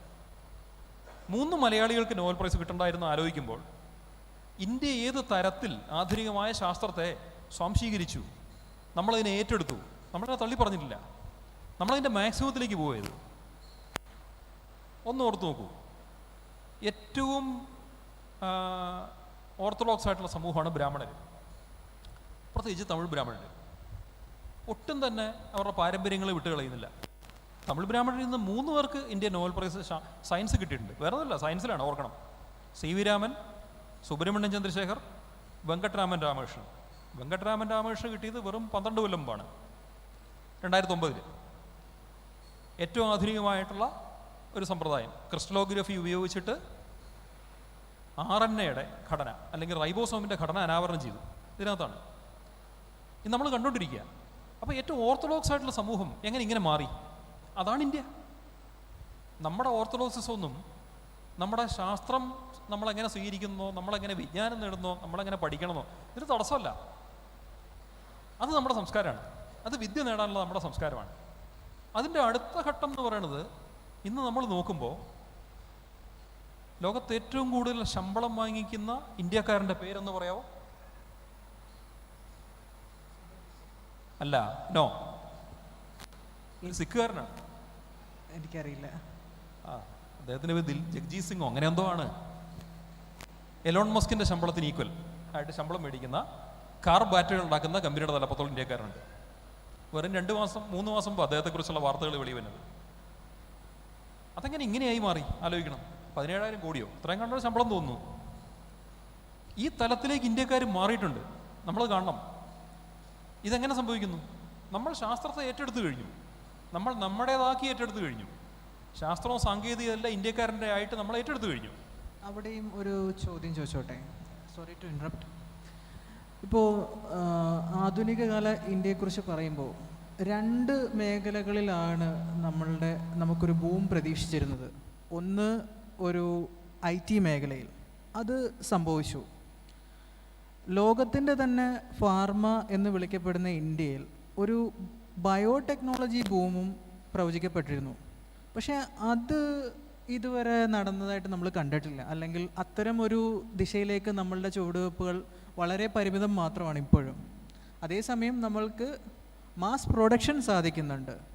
പക്ഷേ ഒരു റിസർച്ച് ആൻഡ് ഡെവലപ്മെൻറ്റ് എന്നുള്ള രീതിയിൽ പുതിയ മരുന്നുകൾ കണ്ടെത്തുന്നതിലും, അല്ലെങ്കിൽ ഇപ്പോൾ നമ്മുടെ ജനറ്റിക് ഡിസീസസ്, ഇന്നും ആയിരക്കണക്കിന് ജനറ്റിക് ഡിസീസസ് ഭാരതത്തിൽ കണ്ടുപിടിക്കപ്പെടാതെ തുടരുന്നുണ്ട്, അല്ലെങ്കിൽ മരുന്നുകളില്ലാതെ തുടരുന്നുണ്ട്. അത്തരം മേഖലകളിലേക്ക് ഒരു റിസർച്ച് അല്ലെങ്കിൽ ഡെവലപ്മെൻറ്റ്, അല്ലെങ്കിൽ അത് ഒരു മരുന്ന് ഡെവലപ്പ് ചെയ്യുന്നതിലേക്കൊന്നും നമ്മളുടെ ചുവടുവെപ്പുകൾ ഉണ്ടാവുന്നില്ല. അപ്പോൾ എന്തുകൊണ്ടാണ് ഒരേ സമയം കൽപ്പിക്കപ്പെട്ടിരുന്ന 2 ഭൂമികളിൽ ഒന്ന് മാത്രം നമ്മൾക്ക് കയ്യെത്തി പിടിക്കാൻ പറ്റിയപ്പോൾ മറ്റേത് നമുക്ക് വളരെ അപ്രാപ്യമായിട്ട് ഇപ്പോഴും നിലനിൽക്കുന്നത്? സാറിൻ്റെ ഒരു അഭിപ്രായം? 2000 ആണ്ടിൽ, ആ വർഷമാണ് ഞാൻ PhD ആരംഭിക്കുന്നത്. ആ സമയത്തുള്ള അന്നത്തെ വിദ്യാഭ്യാസം നമ്മൾ നേടേണ്ടത് എന്തൊക്കെയാണെന്ന് വെച്ചാൽ IT ആൻഡ് BT എന്ന് പൊതുവിൽ പറയുമായിരുന്നു. ഇൻഫർമേഷൻ ടെക്നോളജി ആൻഡ് ബയോടെക്നോളജി, ഇത് രണ്ടുമാണ് ഭാവിയിൽ ബൂം ചെയ്യാൻ പോകുന്നത് എന്നൊരു പൊതുസങ്കല്പം ഉണ്ടായിരുന്നു. ഇതിൽ അചിന്ത്യമായ തരത്തിൽ IT ഡെവലപ്പായി, വൻതോതിൽ കയറിപ്പോയി. ബയോടെക്നോളജി അല്ലെങ്കിൽ ഫാർമ മേഖല അങ്ങനെ കയറിയില്ല. ഇതിന് കാരണം സാഹചര്യപരമാണ്. അതിന് വളരെയധികം റീസൺ ഉണ്ട്. IT മേഖല നിങ്ങൾക്ക് ഒരാൾക്ക് വേണ്ടുന്ന ബുദ്ധിയും വേണ്ടുന്ന വിജ്ഞാനവും ഉണ്ടെങ്കിൽ നിങ്ങൾക്ക് ഒരൊറ്റ കമ്പ്യൂട്ടർ മാത്രം മതി കോടിക്കണക്കിന് രൂപയ്ക്ക് സെല്ല് ചെയ്യാവുന്നൊരു പ്രൊഡക്റ്റ് ഉണ്ടാക്കാനായിട്ട്. നിങ്ങളുടെ ഭാവന ഉണ്ടായിരുന്നാൽ മതി. ഭാവന അങ്ങേയറ്റം വൈൽഡായിരിക്കാം, കാട് കയറിയ ഭാവനയായിരിക്കാം.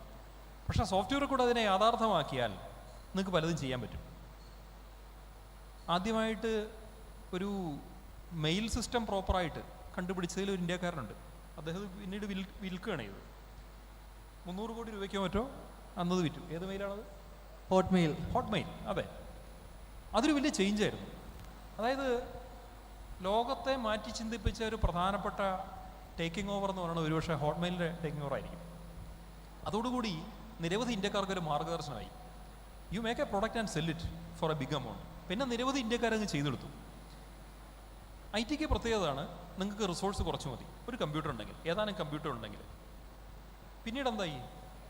ഇന്ത്യയിലെ ആദ്യത്തെ സ്റ്റാർട്ടപ്പ് സംസ്കാരം തുടങ്ങിയത് തിരുവനന്തപുരത്താണ്, നമ്മുടെ ടെക്നോ പാർക്കിൽ. അവിടെ ടെക്നോളജി ബിസിനസ് ഇൻക്യുബേഷൻ TBI എന്നൊരു പ്രസ്ഥാനം തുടങ്ങി. ഏതാണ്ട് 500-ലധികം സ്റ്റാർട്ടപ്പുകൾ അവിടെ നിന്ന് സക്സസ് ആയിട്ട് അവിടെ നിന്ന് മുന്നോട്ട് പോയിട്ടുണ്ട്. പക്ഷേ ഇത് വളരെ എളുപ്പമാണ് ഐ ടിയിൽ. ഐ ടി കാരണം എന്താണെന്ന് വെച്ചാൽ മൂലധനം കുറച്ച് മതി. ഇന്ന് ഒരു വർഷം ഒരു 50,000 രൂപ മറ്റോ ഫീസ് അടയ്ക്കുന്ന ഒരു എൻജിനീയറിംഗ് വിദ്യാർത്ഥി, അയാളുടെ അടുത്തേക്കുന്ന ഡിഗ്രിയും അയാളുടെ ഭാവനയും അയാളുടെ പഠനവും ഇത് മൂന്നും ചേർത്ത് അനേകായിരം കോടികളുടെ പ്രൊഡക്റ്റുകൾ ഉണ്ടാക്കാൻ പറ്റും. ഈ സാഹചര്യമല്ല ബയോടെക്നോളജിയിലുള്ളത്. നല്ലൊരു ബയോടെക്നോളജി ലാബ് ഉണ്ടാക്കണമെങ്കിൽ 50 ലക്ഷം രൂപ തൊട്ട് 1 കോടി രൂപ വരെ മിനിമം മുടക്ക് വരും. അപ്പോൾ നിങ്ങൾക്ക് നല്ല ഭാവനകളുണ്ടെങ്കിലും അത്ര എളുപ്പമല്ല. എത്ര ഭാവനയുണ്ടെങ്കിലും അതിന് നിങ്ങൾ കടന്നു പോകേണ്ട കുറച്ച് കടമ്പകളുണ്ട്. നിങ്ങളൊരു ഗവേഷകനാവണം, നിങ്ങൾക്ക് ആ ഗവേഷണം ചെയ്യാൻ പറ്റിയ നല്ല ലാബ് വേണം, ആ ലാബിൽ തന്നെ ചെയ്യണം. ഇങ്ങനെയുള്ള കുറേ കാര്യങ്ങളിൽ കൂടി കടന്നു പോയാലേ ഒരുപക്ഷെ നിങ്ങൾക്ക് ആ സ്വപ്നം സാക്ഷാത്കരിക്കാൻ പറ്റുള്ളൂ. അതുമാത്രമല്ല, അവിടെ മിസ്റ്റേക്സ് വന്നാൽ നിങ്ങൾ ഇട്ടിട്ട് പോയിന്ന് വരും. ചെറിയ ഉദാഹരണം പറഞ്ഞാൽ, ഡോളി എന്നൊരു ആടിനെ ക്ലോൺ ചെയ്തെടുത്ത സംഭവം ഓർമ്മയുണ്ടാവും 10-20 കൊല്ലം മുമ്പ് അല്ലേ? ആദ്യമായിട്ട് ക്ലോണിങ് വിജയിച്ചത് ഒരു ആടിലായിരുന്നു. ഡോളി എന്നതിന് പേരിട്ടത്. 280 തവണ പരീക്ഷിച്ച ശേഷമാണ് ഡോളിയുടെ ഭ്രൂണം വിഭജിക്കാൻ തുടങ്ങിയത്. 1-2 അല്ല, 280 തവണ. 280ാമത്തെ തവണയെങ്കിലും അത് വിജയിക്കുന്ന ഒരു ഉറച്ച ആത്മവിശ്വാസം ആ ഗവേഷകർക്ക് ഉണ്ടായിരുന്നുകൊണ്ടാണ് സംഭവിച്ചത്. ഒരു 10 തവണ ശ്രമിച്ച് നമ്മളൊക്കെ ചിലപ്പോൾ ഇട്ടിട്ട് പോയി വരും. പക്ഷേ 280 തവണ നോക്കിയതിന് ശേഷമാണ്.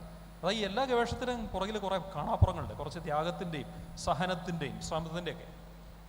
അതിനൊപ്പം ആ പേസിൽ നിൽക്കാൻ പറ്റിയില്ലെങ്കിൽ ഇത് കൈവിട്ടു പോകും. ഇതൊരു പ്രശ്നമാണ്. സോഫ്റ്റ്വെയറിൽ ഒരുപക്ഷെ നിങ്ങൾക്ക് എളുപ്പമാണ്. ഇനിയിപ്പോൾ ആർട്ടിഫിഷ്യൽ ഇൻ്റലിജൻസ് കൂടെ വരുമ്പോൾ നിങ്ങളുടെ തലയിലിട്ട് നിങ്ങൾ എക്സർസൈസ് ചെയ്യേണ്ട സാധനം ഒരുപക്ഷെ സോഫ്റ്റ്വെയർ സ്വന്തമായിട്ട് ചെയ്തോളും. ഒരു സോഫ്റ്റ്വെയറിനെ വേറെ സോഫ്റ്റ്വെയർ വേണേൽ കറക്റ്റ് ചെയ്തോളും. നാളെ എങ്ങനെ സംഭവിക്കുമായിരിക്കും? പുതിയൊരു പ്രൊഡക്റ്റ് ഉണ്ടാക്കാൻ വേണമെങ്കിൽ നിങ്ങളുടെ കമ്പ്യൂട്ടറോട് പറഞ്ഞാൽ ഉണ്ടാക്കുമായിരിക്കും. ഇതൊക്കെ ചെയ്യാം. ഇനി അത് പറ്റിയില്ല എങ്കിൽ പോലും സോഫ്റ്റ്വെയറിൽ നിങ്ങൾക്ക് ഓപ്ഷൻസ് ഉണ്ട് ഒത്തിരി മാറ്റി മാറ്റി നോക്കാനായിട്ട്. നിങ്ങൾക്ക് ആ പ്രൊഡക്റ്റിന് ചേഞ്ച് അന്നേരം തന്നെ കാണാം. ഇതുപോലെയല്ല കോശങ്ങളും കെമിക്കൽസും ഉപയോഗിച്ചിട്ടുള്ള ഗവേഷണങ്ങൾ എന്ന് പറയുന്നത്. പക്ഷെ അതിന് ഇനിയൊരു മാറ്റം ഉണ്ടാവും. ഒന്ന്, ഒരു 50 വർഷം മുമ്പാണെങ്കിൽ ഇന്നുള്ള 90% സാങ്കേതികതകളും അന്നില്ല. ഒരു 30 വർഷം മുമ്പാണെങ്കിൽ ഇന്നുള്ള കമ്പ്യൂട്ടർ മോഡലിംഗ് സംവിധാനം അന്നില്ല. പുതിയ കാലഘട്ടത്തിൻ്റെ മെഡിക്കൽ ഗവേഷണം എന്ന് പറയുന്നത് കമ്പ്യൂട്ടർ സാങ്കേതികതയുടെയും ഇലക്ട്രോണിക് സാങ്കേതികതയുടെയും കൂടെ ചേർന്നുള്ള ഉൽപ്പന്നമാണ്. ചെറിയ ഉദാഹരണം പറഞ്ഞാൽ, ഇപ്പോൾ ജീൻ സീക്വൻസിങ് തുടങ്ങി. ലോകം മുഴുവൻ ജീൻ സീക്വൻസ് നടക്കുന്നുണ്ട്. അതിനെക്കുറിച്ചുള്ള ആധികാരിക പഠനങ്ങൾ നടന്നിരിക്കുന്നത് 2000 ആണ്ടിന് ശേഷമാണ്. ഇതെങ്ങനെ സംഭവിച്ചു എന്ന് ചോദിച്ചാൽ, ഒന്ന്, സീക്വൻസർ മെഷീൻ കണ്ടുപിടിക്കപ്പെട്ടു. അത് കണ്ടുപിടിക്കാണ്ട് സാധ്യമല്ലായിരുന്നു. സാങ്കേഴ്സ് സീക്വൻസിങ് ആണ് ആദ്യമായിട്ട് വന്നത്. ഇതിന് ശേഷം ഈ സീക്വൻസിങ്, അതായത് ലക്ഷക്കണക്കിന് ഡേറ്റയാണ് വരുന്നത്. ഇതിനെ അനലൈസ് ചെയ്യണമെങ്കിൽ നമുക്കൊരു പേപ്പർ എഴുതിയിട്ട് പറ്റില്ല. കിലോമീറ്ററോളം നീളം പേപ്പർ എഴുതി പോകേണ്ടി വരും, നടക്കില്ല. അപ്പോൾ കമ്പ്യൂട്ടർ സോഫ്റ്റ്വെയർ അതിന് വേണം. ഇതിന് വേണ്ടിയിട്ട് മാത്തമാറ്റിക്കൽ മോഡലിംഗ് കമ്പ്യൂട്ടർ അപ്ലൈ ചെയ്യണം. അപ്പോൾ gene sequencer machine, computer software and mathematical modelling, ഇത് മൂന്നും ചേർന്നത് ഈ 21ാം നൂറ്റാണ്ടിലായിരുന്നു. അപ്പോഴാണ് വളരെ എളുപ്പത്തിൽ നമുക്ക് ജീൻ സീക്വൻസിങ് അതിൻ്റെ അനാലിസിസ് സാധ്യമായത്. അപ്പോഴും ഓർത്ത് നോക്കണം, ഇത്രയും കാലം വേണ്ടി വന്നു, അതിന് ഇത്രയും മെഷീൻ വേണ്ടി വരും. ഇപ്പോൾ എനിക്ക് തന്നെ ജീൻ സീക്വൻസിങ് ഞാനൊരു പഠനം നടത്തണമെങ്കിൽ സ്വന്തമായിട്ട് ചെയ്യണമെങ്കിൽ അതിൻ്റെ മെഷീൻ 1.5 കോടി രൂപ വരെയുണ്ട്. എളുപ്പമല്ല മേടിക്കുക എന്ന് വെച്ചാൽ. 1 കോടിക്ക് അടുത്തെങ്കിലും മുടക്കണം. അത് മുടക്കിയേക്കുന്ന ലാബ് എനിക്ക് ട്രെയിനിങ് തരണം, അല്ലെങ്കിൽ എൻ്റെ ലാബിൽ അത് വാങ്ങണം. ഇങ്ങനെയൊക്കെയാണെങ്കിൽ മാത്രമേ നടക്കുകയുള്ളൂ. അപ്പോൾ ഇവിടെ പ്രശ്നം ശരിക്കും പറഞ്ഞാൽ പണത്തിൻ്റെ അഭാവമാണ്, മുടക്കേണ്ട മുതലിൻ്റെ അഭാവമാണ്. ഐ ടിയിൽ അത്രയും മുതൽ മുടക്കണ്ട. എല്ലായിടത്തും മുതൽ മുടക്കിയേ പറ്റുള്ളൂ. പക്ഷേ ഐ ടിയിൽ മുടക്കേണ്ട എമൗണ്ട് കുറവാണ്. ബയോടെക്നോളജിയിൽ അല്ലെങ്കിൽ വൈദ്യശാസ്ത്രത്തിൽ ഇപ്പോഴത്തെ എനിക്ക് അങ്ങനെയല്ല. എന്നാൽ കമ്പ്യൂട്ടർ ഉപയോഗിച്ചിട്ടൊരു പുതിയ വിപ്ലവം ഇനി വരാനിരിക്കുകയാണ്. അത് മോളിക്കുലാർ ഡോക്കിങ്ങിൻ്റെ മേഖലയിലാണ്. അതായത് നിങ്ങളുടെ ശരീരത്തിൽ കുഴപ്പമുണ്ടാക്കുന്ന ഒരു പ്രോട്ടീൻ ഉണ്ടെന്നിരിക്കട്ടെ. ഈ പ്രോട്ടീനെ ബ്ലോക്ക് ചെയ്താൽ നിങ്ങളുടെ അസുഖം മാറുമെങ്കിൽ ആ പ്രോട്ടീൻ്റെ ഘടന കമ്പ്യൂട്ടറിൽ കൊടുത്തിട്ട് അതിനെ ബ്ലോക്ക് ചെയ്യുന്ന ഒരു മോളിക്യൂളിനെ, ഒരു തന്മാത്രയെ നിങ്ങൾക്ക് തന്നെ കമ്പ്യൂട്ടറിൽ സൃഷ്ടിക്കാം. അതിനുള്ള സോഫ്റ്റ്വെയറുകൾ ഇപ്പോൾ ആയി കഴിഞ്ഞു. ഇതിന് ഡോക്കിംഗ് സോഫ്റ്റ്വെയർസ് എന്ന് പറയും. ഈ സോഫ്റ്റ്വെയറുകൾ ഉപയോഗിച്ചിട്ട് നാളെ ഈ ബയോ സയൻസിൽ റിസർച്ച് ചെയ്യുന്ന ശാസ്ത്രജ്ഞന്മാരും ഡോക്ടർമാരും വളരെ ഈസി ആയിട്ട് പുതിയ മരുന്നുകൾ സൃഷ്ടിക്കും. അതിന് പുതിയ ഭൂമിൻ്റെ കാലം വരാൻ പോവുക. വാസ്തവത്തിൽ അവിടെ ഐ ടി ആണ് BTയെ സപ്പോർട്ട് ചെയ്യുന്നത്. അതില്ലാന്ന് പറയാൻ പറ്റത്തില്ല. ഇൻഫർമേഷൻ ടെക്നോളജി ബയോടെക്നോളജിയെ സഹായിക്കാൻ പോവുകയാണ്, സഹായിച്ചു തുടങ്ങി. പുതിയ കാല PhD കൾ, പുതിയ കാല ഗവേഷണങ്ങളെല്ലാം അത്തരം മേഖലകളിലാണ് ഇപ്പോൾ വന്നുകൊണ്ടിരിക്കുന്നത്. അതിൻ്റെ ഒരു കാലം ആരംഭിച്ചു കഴിഞ്ഞു. അപ്പോൾ ഇത്രയും കാലം പറ്റാണ്ടിരുന്നതെന്ന് വെച്ചാൽ, ഒന്ന്, അതിനുള്ള സാങ്കേതികതകളുടെ കുറവ് നമുക്കുണ്ടായിരുന്നു. രണ്ട്, ആ സാങ്കേതികതയ്ക്ക് ഒത്തിരി പണം മുടക്കാനുണ്ട്. പക്ഷേ നിങ്ങൾക്കൊരു കമ്പ്യൂട്ടർ ഉണ്ടെങ്കിൽ തന്നെ പുതിയ മരുന്ന് കണ്ടുപിടിക്കാമെന്നുള്ള പുതുയുഗം ഇപ്പോൾ ആരംഭിച്ചിട്ടുണ്ട്, കഴിഞ്ഞൊരു 4-5 വർഷമായിട്ട്. ഇല്ല, അതിലും മുന്നേ. ഇതിനെ ബയോ ഇൻഫോർമാറ്റിക്സ് എന്നാണ് പറയുക. അപ്പോൾ BT+BI ബയോ ഇൻഫോർമാറ്റിക്സ് ചേർന്നിട്ടാണ് അത് BT+IT തന്നെയാണ് ബയോ ഇൻഫോർമാറ്റിക്സ് എന്ന് പറയുന്നത്. ഇങ്ങനൊരു കാലമാണ് മുന്നിൽ വരുന്നത്. അതിനി മുന്നോട്ട് കയറും. അതില്ലാത്ത കാലത്ത് പണമില്ലാത്ത ഗവേഷണം നിസ്സഹായനാണ്. അവിടെ സർക്കാർ എന്താ ചെയ്യേണ്ടതെന്ന് ചോദിച്ചാൽ, സർക്കാരിനുള്ള സാഹചര്യം കൂടുതൽ ഒരുക്കുക എന്നുള്ളതായിരുന്നു വേണ്ടിയിരുന്നത്. അതൊരു പക്ഷേ മുൻകാലങ്ങളിലെ പോളിസികൾ വന്നിട്ടില്ല. അല്ലെങ്കിൽ സർക്കാർ അതിന് വേണ്ടിയിട്ട് പ്രൈവറ്റ് മേഖലയിലെ കമ്പനികളെ കൂടുതൽ പ്രോത്സാഹിപ്പിക്കണം. നിങ്ങൾ മുടക്കൂ എന്ന് പറഞ്ഞു. എന്തായാലും ഇന്ത്യയുടെ ഡിപ്പാർട്ട്മെൻറ്റ് ഓഫ് ബയോടെക്നോളജി ഇപ്പോൾ ആ രീതിക്കാണ് ചിന്തിക്കുന്നത്. Department of science and technology ആ രീതിക്കാണ് ചിന്തിക്കുന്നത്. അതിൻ്റെ മാറ്റങ്ങൾ ഉണ്ടായി തുടങ്ങി. നിരവധി പുതിയ സംരംഭകർ ബയോടെക്നോളജി മേഖലയിൽ ഇപ്പോൾ വന്നു തുടങ്ങിയിട്ടുണ്ട്. അതൊരു വലിയൊരു കാര്യമാണ്. നമ്മളിപ്പോൾ ഡിസ്കസ് ചെയ്യുന്ന ടോപ്പിക്കിൽ നമ്മൾ architectural and scientific heritage of India എന്നുള്ള വിഷയത്തിൽ ഒരു പ്രാചീനമായിട്ടുണ്ടായിരുന്ന കാഴ്ചപ്പാടുകളും അല്ലെങ്കിൽ ടെക്നോളജികളും ഓൾമോസ്റ്റ് റീസെൻ്റ്ലി ഇവോൾവ് ആയിട്ടുള്ള ടെക്നോളജികളും നമ്മൾ സംസാരിച്ചു. ഇപ്പം IT യെക്കുറിച്ചും സാറ് പറഞ്ഞു, BT യെക്കുറിച്ചും പറയുണ്ടായി. അപ്പോൾ ഒരു IT ബാക്ക്ഗ്രൗണ്ടിൽ നിന്ന് വരുന്ന ഒരു വ്യക്തി എന്നുള്ള നിലയിൽ ഞാൻ ഇന്നോളം ലോകത്ത് കണ്ടിട്ടില്ലാത്തൊരു പ്രതിഭാസം കഴിഞ്ഞ വർഷം കണ്ടിരുന്നു. അതായത് ഒരു വർഷം 50 യൂണിക്കോണുകൾ ഒരു രാജ്യത്തു നിന്ന് ആദ്യമായി ഉണ്ടായി. അത് ഭാരതത്തിൽ നിന്നാണ്. അതുപോലെ തന്നെ ലോകത്തിലെ തന്നെ ഏറ്റവും യങ്ങസ്റ്റ് നേഷനായി ഭാരതം മാറിയിട്ടുണ്ട്. അതായത് ഭാരതത്തിൻ്റെ പോപ്പുലേഷൻ ലോകത്തിലെ തന്നെ ഏറ്റവും യങ്ങസ്റ്റാണ്. ഈ സാഹചര്യങ്ങളെല്ലാം നിലനിൽക്കുകയും നമ്മൾക്ക് IT യിൽ ഒരുപാട് കാര്യങ്ങൾ പുതുതായിട്ട് ചെയ്യാൻ സാധിക്കുന്ന ഒരു സാഹചര്യം നിലനിൽക്കുകയും സ്റ്റാർട്ടപ്പുകളെ കൂടുതൽ സ്വീകാര്യതയോടെ ലോകം കാണുകയും ചെയ്യുന്ന ഈ ഒരു കാലഘട്ടത്തിൽ നമുക്ക് ഗ്രോത്തിനുള്ള ഓപ്ഷൻസ് ഒരുപാട് അനന്തമായിട്ട് കിടക്കുന്നുണ്ട്. അപ്പോൾ സാറിൻ്റെ ഒരു കാഴ്ചപ്പാടിൽ നമ്മളിപ്പോൾ ഒരു ഹെറിറ്റേജിനെ കുറിച്ചും കറൻറ്റ് സിറ്റുവേഷനെ കുറിച്ചും പറഞ്ഞതുപോലെ തന്നെ എന്തായിരിക്കും അതിൻ്റെ ഒരു ഭാവി? ഇപ്പം നമ്മൾ 2 കാലഘട്ടത്തെക്കുറിച്ച് പറയുമ്പോൾ ഇതും കൂടി പറഞ്ഞില്ലെങ്കിൽ അതിനൊരു അപൂർണതയായിരിക്കും എന്ന് തോന്നുന്നു. ഭാരതം അതിൻ്റെ സുവർണ കാലഘട്ടത്തിലേക്ക് പ്രവേശിക്കാൻ പോകുന്നു എന്നാണ് എൻ്റെ അഭിപ്രായം. ഗുപ്ത കാലഘട്ടത്തെക്കുറിച്ച് പറയുമ്പോൾ നമ്മൾ സുവർണ കാലഘട്ടം എന്ന് പറയും. ഞാൻ പറഞ്ഞു ഇനിയാണ് സുവർണ കാലഘട്ടം വരാൻ പോകുന്നത്. അത് സുകന്യ സൂചിപ്പിച്ച പോയിന്റ് തന്നെയാണ് അതിൻ്റെ അടിസ്ഥാനം. ലോകത്ത് ഏറ്റവും കൂടുതൽ യങ്സ്റ്റേഴ്സ് ഉള്ള രാജ്യമാണ് ഇന്ത്യ. ഏറ്റവും കൂടുതൽ ചെറുപ്പക്കാർ. അത്ര വലിയൊരു സമ്പത്ത് ലോകത്ത് വേറെടുത്തുമില്ല. ഇന്ത്യയും ചൈനയും തമ്മിലുള്ള ഡിഫറൻസ് എന്താണെന്ന് ചോദിച്ചാൽ, ചൈന വൃദ്ധന്മാരുടെ രാജ്യമായിക്കൊണ്ടിരിക്കുകയാണ്. ചൈന വർഷങ്ങൾക്ക് മുമ്പുണ്ടാക്കിയ ഒറ്റക്കുട്ടി നയം എന്ന് പറഞ്ഞത് ചൈനയ്ക്ക് തിരിച്ചടിക്കാൻ പോകുന്നു. ഒരു വീട്ടിൽ 2 പേരൻസിന് ഒരു കുഞ്ഞ്, ആ കുഞ്ഞിന് 2 പേരൻസിനെ സംരക്ഷിക്കേണ്ടി വരും. അപ്പം സ്വന്തം ഉപജീവനം, അവൻ വഴിയുള്ള രാഷ്ട്ര നിർമ്മാണം, ഇതുകൂടാതെ പേരൻസിൻ്റെ ചുമതല ഒറ്റ ആളിൽ വരും. അതും പോരാഞ്ഞിട്ട് അവരുടെ രാഷ്ട്രത്തിൻ്റെ ജനസംഖ്യ പകുതിയിലേക്ക് ചുരുങ്ങും. അതുമാത്രമല്ല, ചെറുപ്പക്കാരുടെ എണ്ണത്തിൻ്റെ ഇരട്ടിയായിരിക്കും ഒരു പ്രത്യേക ഘട്ടത്തിൽ ചൈനയിൽ വൃദ്ധരുടെ സംഖ്യ എന്ന് പറയുന്നത്. ഇന്ത്യ അങ്ങനെയല്ല. ധാരാളം യങ്സ്റ്റേഴ്സ് ഉണ്ട്. പുതുതലമുറ വളർന്നു വരുന്നുണ്ട്. ഈ പുതുതലമുറ ഈ പുതിയ കാലഘട്ടത്തിൻ്റെ ശാസ്ത്രത്തിൻ്റെയും സാങ്കേതികതയുടെയും കമ്പ്യൂട്ടർ സയൻസിൻ്റെയും എല്ലാം ഒരു പുതിയ കാലഘട്ടത്തിൽ പുതിയ ഉദാഹരണങ്ങൾ, പുതിയ മോഡൽ കണ്ടുകൊണ്ടാണ് വളർന്നു വരുന്നത്. അവരിത് ഏറ്റെടുക്കുകയാണ്. നമുക്ക് ആകെയുള്ള പരാധീനത ഇന്ത്യയിലെ ഓരോ ഗ്രാമത്തിലും കുഞ്ഞിന് വേണ്ടുന്ന യഥാർത്ഥ വിദ്യാഭ്യാസം കൊടുക്കാൻ പറ്റിയിട്ടില്ല എന്നുള്ളത് മാത്രമാണ്. നിരവധി അവികസിതമായിട്ടുള്ള ഗ്രാമങ്ങൾ ഇന്ത്യയിലുണ്ട്. പക്ഷേ ഒരു തുടക്കം എന്നുള്ള നിലയ്ക്ക് നമ്മളെല്ലാ ഗ്രാമത്തിലും കറണ്ട് എത്തിച്ചു കഴിഞ്ഞു, ഇലക്ട്രിസിറ്റി എത്തിച്ചു. അതൊരു വലിയ തുടക്കമാണ്. ഇന്ന് എല്ലാ ഗ്രാമങ്ങളിലും സ്മാർട്ട് ഫോണുകളുണ്ട്. ഓൺലൈനായിട്ടുള്ള എഡ്യൂക്കേഷൻ, അതിന് വേണ്ടിയിട്ട് ചാനലുണ്ടായിട്ടുണ്ട്. ഒരു സ്കൂളില്ലെങ്കിൽ പോലും നാളെ ഒരു കുട്ടിക്ക് പഠിക്കാൻ പറ്റുമോ എന്ന് ചോദിച്ചാൽ അതിനുള്ള സാഹചര്യം ഉണ്ടായി വരികയാണ്. അപ്പോൾ ഇന്ത്യയുടെ യങ്സ്റ്റേഴ്സിന് ഏറ്റവും അനുഗുണമായിട്ടുള്ള പുതിയൊരു കാലഘട്ടം, അതിലേക്ക് നമ്മൾ കടക്കുകയാണ്. ഈ കാലഘട്ടത്തിൽ അവിടെ നിന്നുകൊണ്ട് ഇന്ത്യ ഇനി സ്വായത്തമാകാൻ പോകുന്നത് എങ്ങോട്ടാണെന്ന് ചോദിച്ചാൽ, പ്രധാനമായിട്ട് എല്ലാവരെയും ഫാസിനേറ്റ് ചെയ്യുന്നത്, ആകർഷിക്കുന്നത് മിക്കവാറും IT മേഖല തന്നെയായിരിക്കും. അതിന് പല മെച്ചങ്ങളുണ്ട്. എളുപ്പമാണ്, ചിലവ് കുറവാണ്, നിങ്ങളുടെ ഭാവനകളെ നിങ്ങൾക്കൊരു പ്രൊഡക്റ്റ് ആക്കാൻ എളുപ്പമാണ്. ഈ ഒരു തലത്തിലേക്ക് മാറും. മലയാളികൾ വിദ്യാഭ്യാസം മുന്നിലാണെങ്കിലും വാസ്തവത്തിൽ സോഫ്റ്റ്വെയറിൽ ഏറ്റവും മികച്ച എഞ്ചിനീയേഴ്സ് ഉള്ളത് ആന്ധ്രയിൽ നിന്നായിരിക്കും. നമുക്ക് സ്വാഭാവികമായിട്ട് കാണാവുന്ന വരിക. തമിഴ്നാട്ടിൽ നോക്കിയിട്ടുണ്ട്, പക്ഷേ ആന്ധ്രയാണ് ഏറ്റവും കൂടുതൽ. ഇത് വടക്കേ ഇന്ത്യയുടെ ഉൾഗ്രാമങ്ങളും കൂടി ദക്ഷിണേന്ത്യയെ പോലെ കൂടുതൽ വിദ്യാഭ്യാസം അതിലേക്ക് പോവുകയാണെങ്കിൽ വലിയൊരു ഭൂമിയിലേക്കായിരിക്കും ഇന്ത്യ പോണത്. അതിലേക്ക് വന്നുകൊണ്ടിരിക്കുകയാണ്. ഇപ്പോഴത്തെ ഗവൺമെൻറ് അത്തരം നയത്തിലേക്ക് പോകുന്നുണ്ട്. ഇനി നിരവധി മേഖലകളിൽ നമുക്ക് പുതിയ കണ്ടുപിടുത്തങ്ങൾ നടത്താനുണ്ട്. ഇതിനു വേണ്ടിയിട്ട് ഭാവനകളെ തുറന്നിടാൻ അനുവദിക്കുക ഇന്ത്യക്കാരന്. അത്തരം നയങ്ങളുമുണ്ട്. ശരിക്കും പറഞ്ഞാൽ പല ഗവൺമെൻറ് പ്രോജക്റ്റുകളിലും പുതിയ പദ്ധതികൾ പ്രൊജക്റ്റ് ഇൻവൈറ്റ് ചെയ്യുന്നത് പുതിയ പുതിയ കാര്യങ്ങൾ നടപ്പാവാനാണ്. അതിൽ തന്നെ പണ്ടത്തെ പോലെ ഒരു അടിസ്ഥാന ഗവേഷണമല്ല, മറിച്ച് ഒരു പ്രൊഡക്റ്റ് ഉണ്ടാക്കുന്ന ഗവേഷണത്തിന് കൂടുതൽ ധനസഹായം കൊടുക്കുന്ന രീതിയിലേക്ക് ഇന്ത്യൻ ശാസ്ത്ര സാങ്കേതികയുടെ തോട്ട് പ്രോസസ്സ് മാറിയിട്ടുണ്ട്. ഭരണകർത്താക്കളുടെ പോളിസി മാറിയിട്ടുണ്ട്. അങ്ങനെ വരുമ്പോൾ ധാരാളം പുതിയ പുതിയ സാധനങ്ങൾ ഉണ്ടാവും. ഇപ്പം എന്നോടൊരു ഉദാഹരണം ചോദിക്കണം, ആർക്കിടെക്ചറിൽ എന്തായിരിക്കണം ഇനി അടുത്തായിട്ട് വേണ്ടതെന്ന് ചോദിച്ചാൽ ഒരു സിമ്പിൾ സംഭവം. ഇതൊക്കെ ഈ ബിൽഡിംഗ് എല്ലാം കോൺക്രീറ്റ് ആയിരിക്കും. 100 വർഷമായിട്ട് ഒരു മാറ്റമില്ലാത്ത ടെക്നോളജിയായി കോൺക്രീറ്റ് ഉപയോഗിക്കുക എന്നുള്ളത്. നമുക്കതിൻ്റെ ആൾട്ടർനേറ്റീവ് ഉണ്ടോ എന്നൊരു ചോദ്യം വേണ്ടി വരുന്നു. ലോകത്തെ ഏറ്റവും മികച്ച ആർക്കിടെക്ചറൽ ടെക്നോളജിയാണ് കോൺക്രീറ്റിൻ്റെ. അത് ഒന്നോടെ ലോകത്തിൻ്റെ മുഖമുദ്ര മാറിപ്പോയി. പക്ഷേ ആർക്കിടെക്ചറൽ സയൻറ്റിസ്റ്റുകൾക്ക് ഒരു ചോദ്യമുണ്ട്, അവർക്ക് ഇതുവരെ കണ്ടുപിടിക്കാൻ പറ്റിയിട്ടില്ല. കുറച്ചുകൂടെ മികച്ച ഒന്ന് നമുക്ക് കണ്ടുപിടിക്കാൻ പറ്റുമോ? ആ ഒരു ചോദ്യം, ഇതുപോലത്തെ ചോദ്യങ്ങൾ നമ്മുടെ കുട്ടികളുടെ മനസ്സിലേക്ക് ഇട്ട് കൊടുക്കാനുണ്ട്. അവർ ഉത്തരങ്ങൾ പറയട്ടെ, അവർ നിരവധി ഉത്തരങ്ങളുമായിട്ട് മുന്നിൽ വരട്ടെ.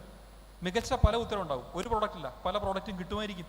ആ സമയത്ത് മെച്ചപ്പെട്ട പലതും കിട്ടുമായിരിക്കും. എന്തിലും കിട്ടും. ഇത് ഓരോ മാറ്റവും വന്നുകൊണ്ടിരിക്കുക. ഇതുപോലെ തന്നെയാണ് അടുത്തതായിട്ട് ബൂമിംഗ് ആയിട്ട് കയറി വരുന്ന ഏതാനും ഏരിയകൾ എന്ന് പറയുന്നത്. ഒന്ന്, ഇലക്ട്രിക് കാറുകളുടെ നിർമ്മാണം. നിങ്ങളുടെ വീട്ടിലെ കുട്ടികൾക്ക് ഭാവിയിൽ എന്ത് പഠിക്കണം എന്ന് ചോദിച്ചാൽ ഇലക്ട്രിക് കാറുകളും അതിൻ്റെ ബാറ്ററി, അതിൻ്റെ പുതിയ ടെക്നോളജി, ഇതുമായിട്ട് ബന്ധപ്പെട്ട നിരവധി പഠനങ്ങൾക്കും നിരവധി ബിസിനസ്സുകൾക്കും സാധ്യത തുറന്നിരിക്കുകയാണ്.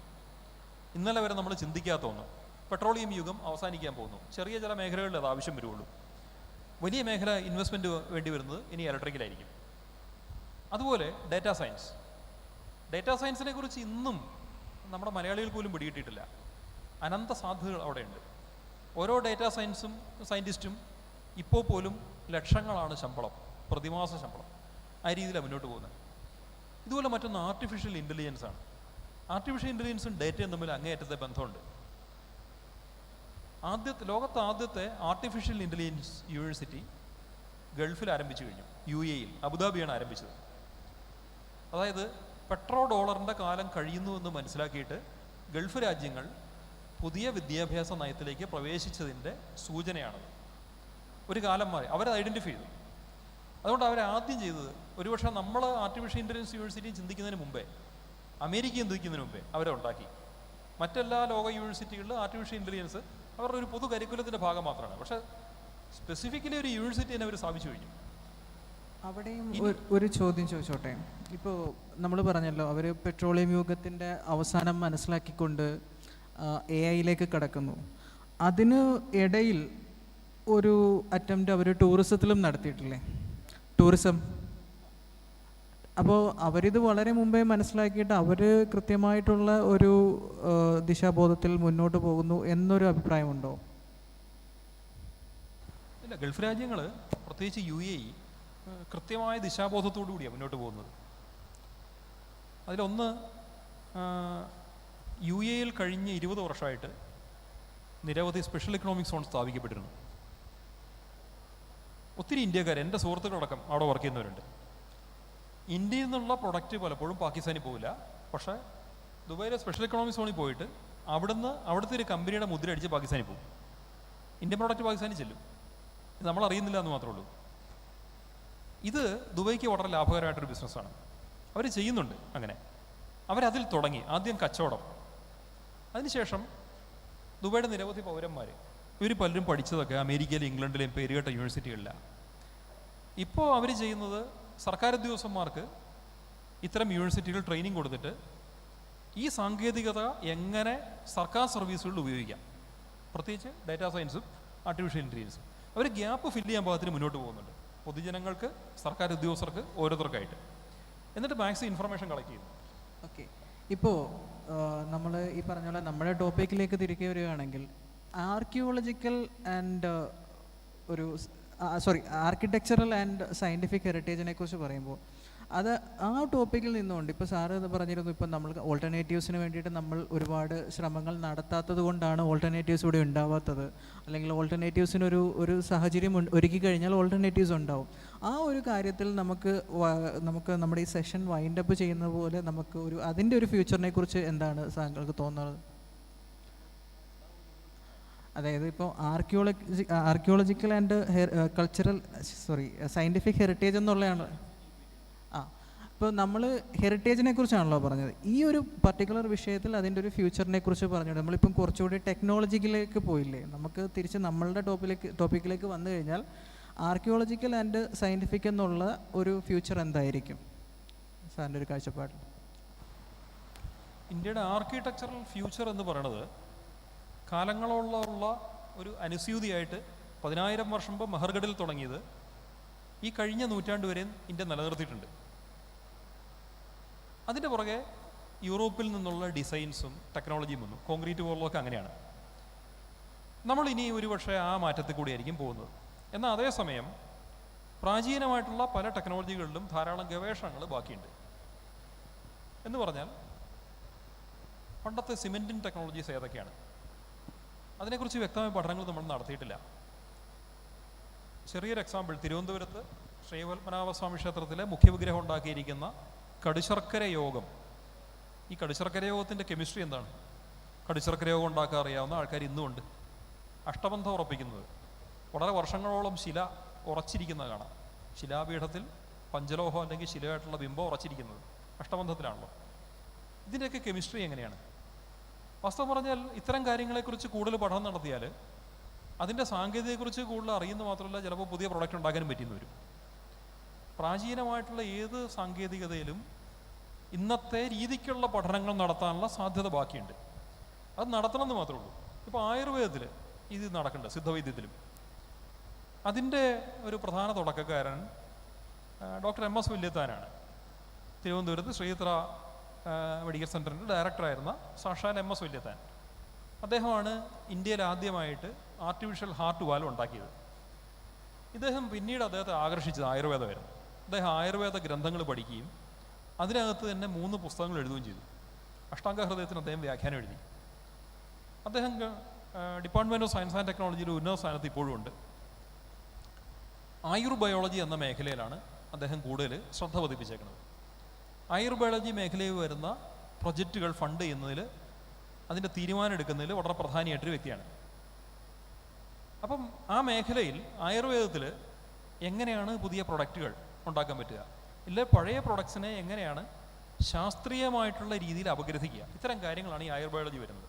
മറ്റൊന്നും കൂടിയുണ്ട്, നമ്മുടെ ജീൻ സീക്വൻസിങ്, ഇതും അതുപോലെ തന്നെ ആയുർവേദവും പ്രത്യേകിച്ച് ത്രിദോഷങ്ങളും ജനിതവുമായിട്ടുള്ള ബന്ധം, ഇത്തരം കാര്യങ്ങളിലൊക്കെയുള്ള പഠനങ്ങൾ ഒത്തിരി സപ്പോർട്ട് ചെയ്യുന്നുണ്ട്.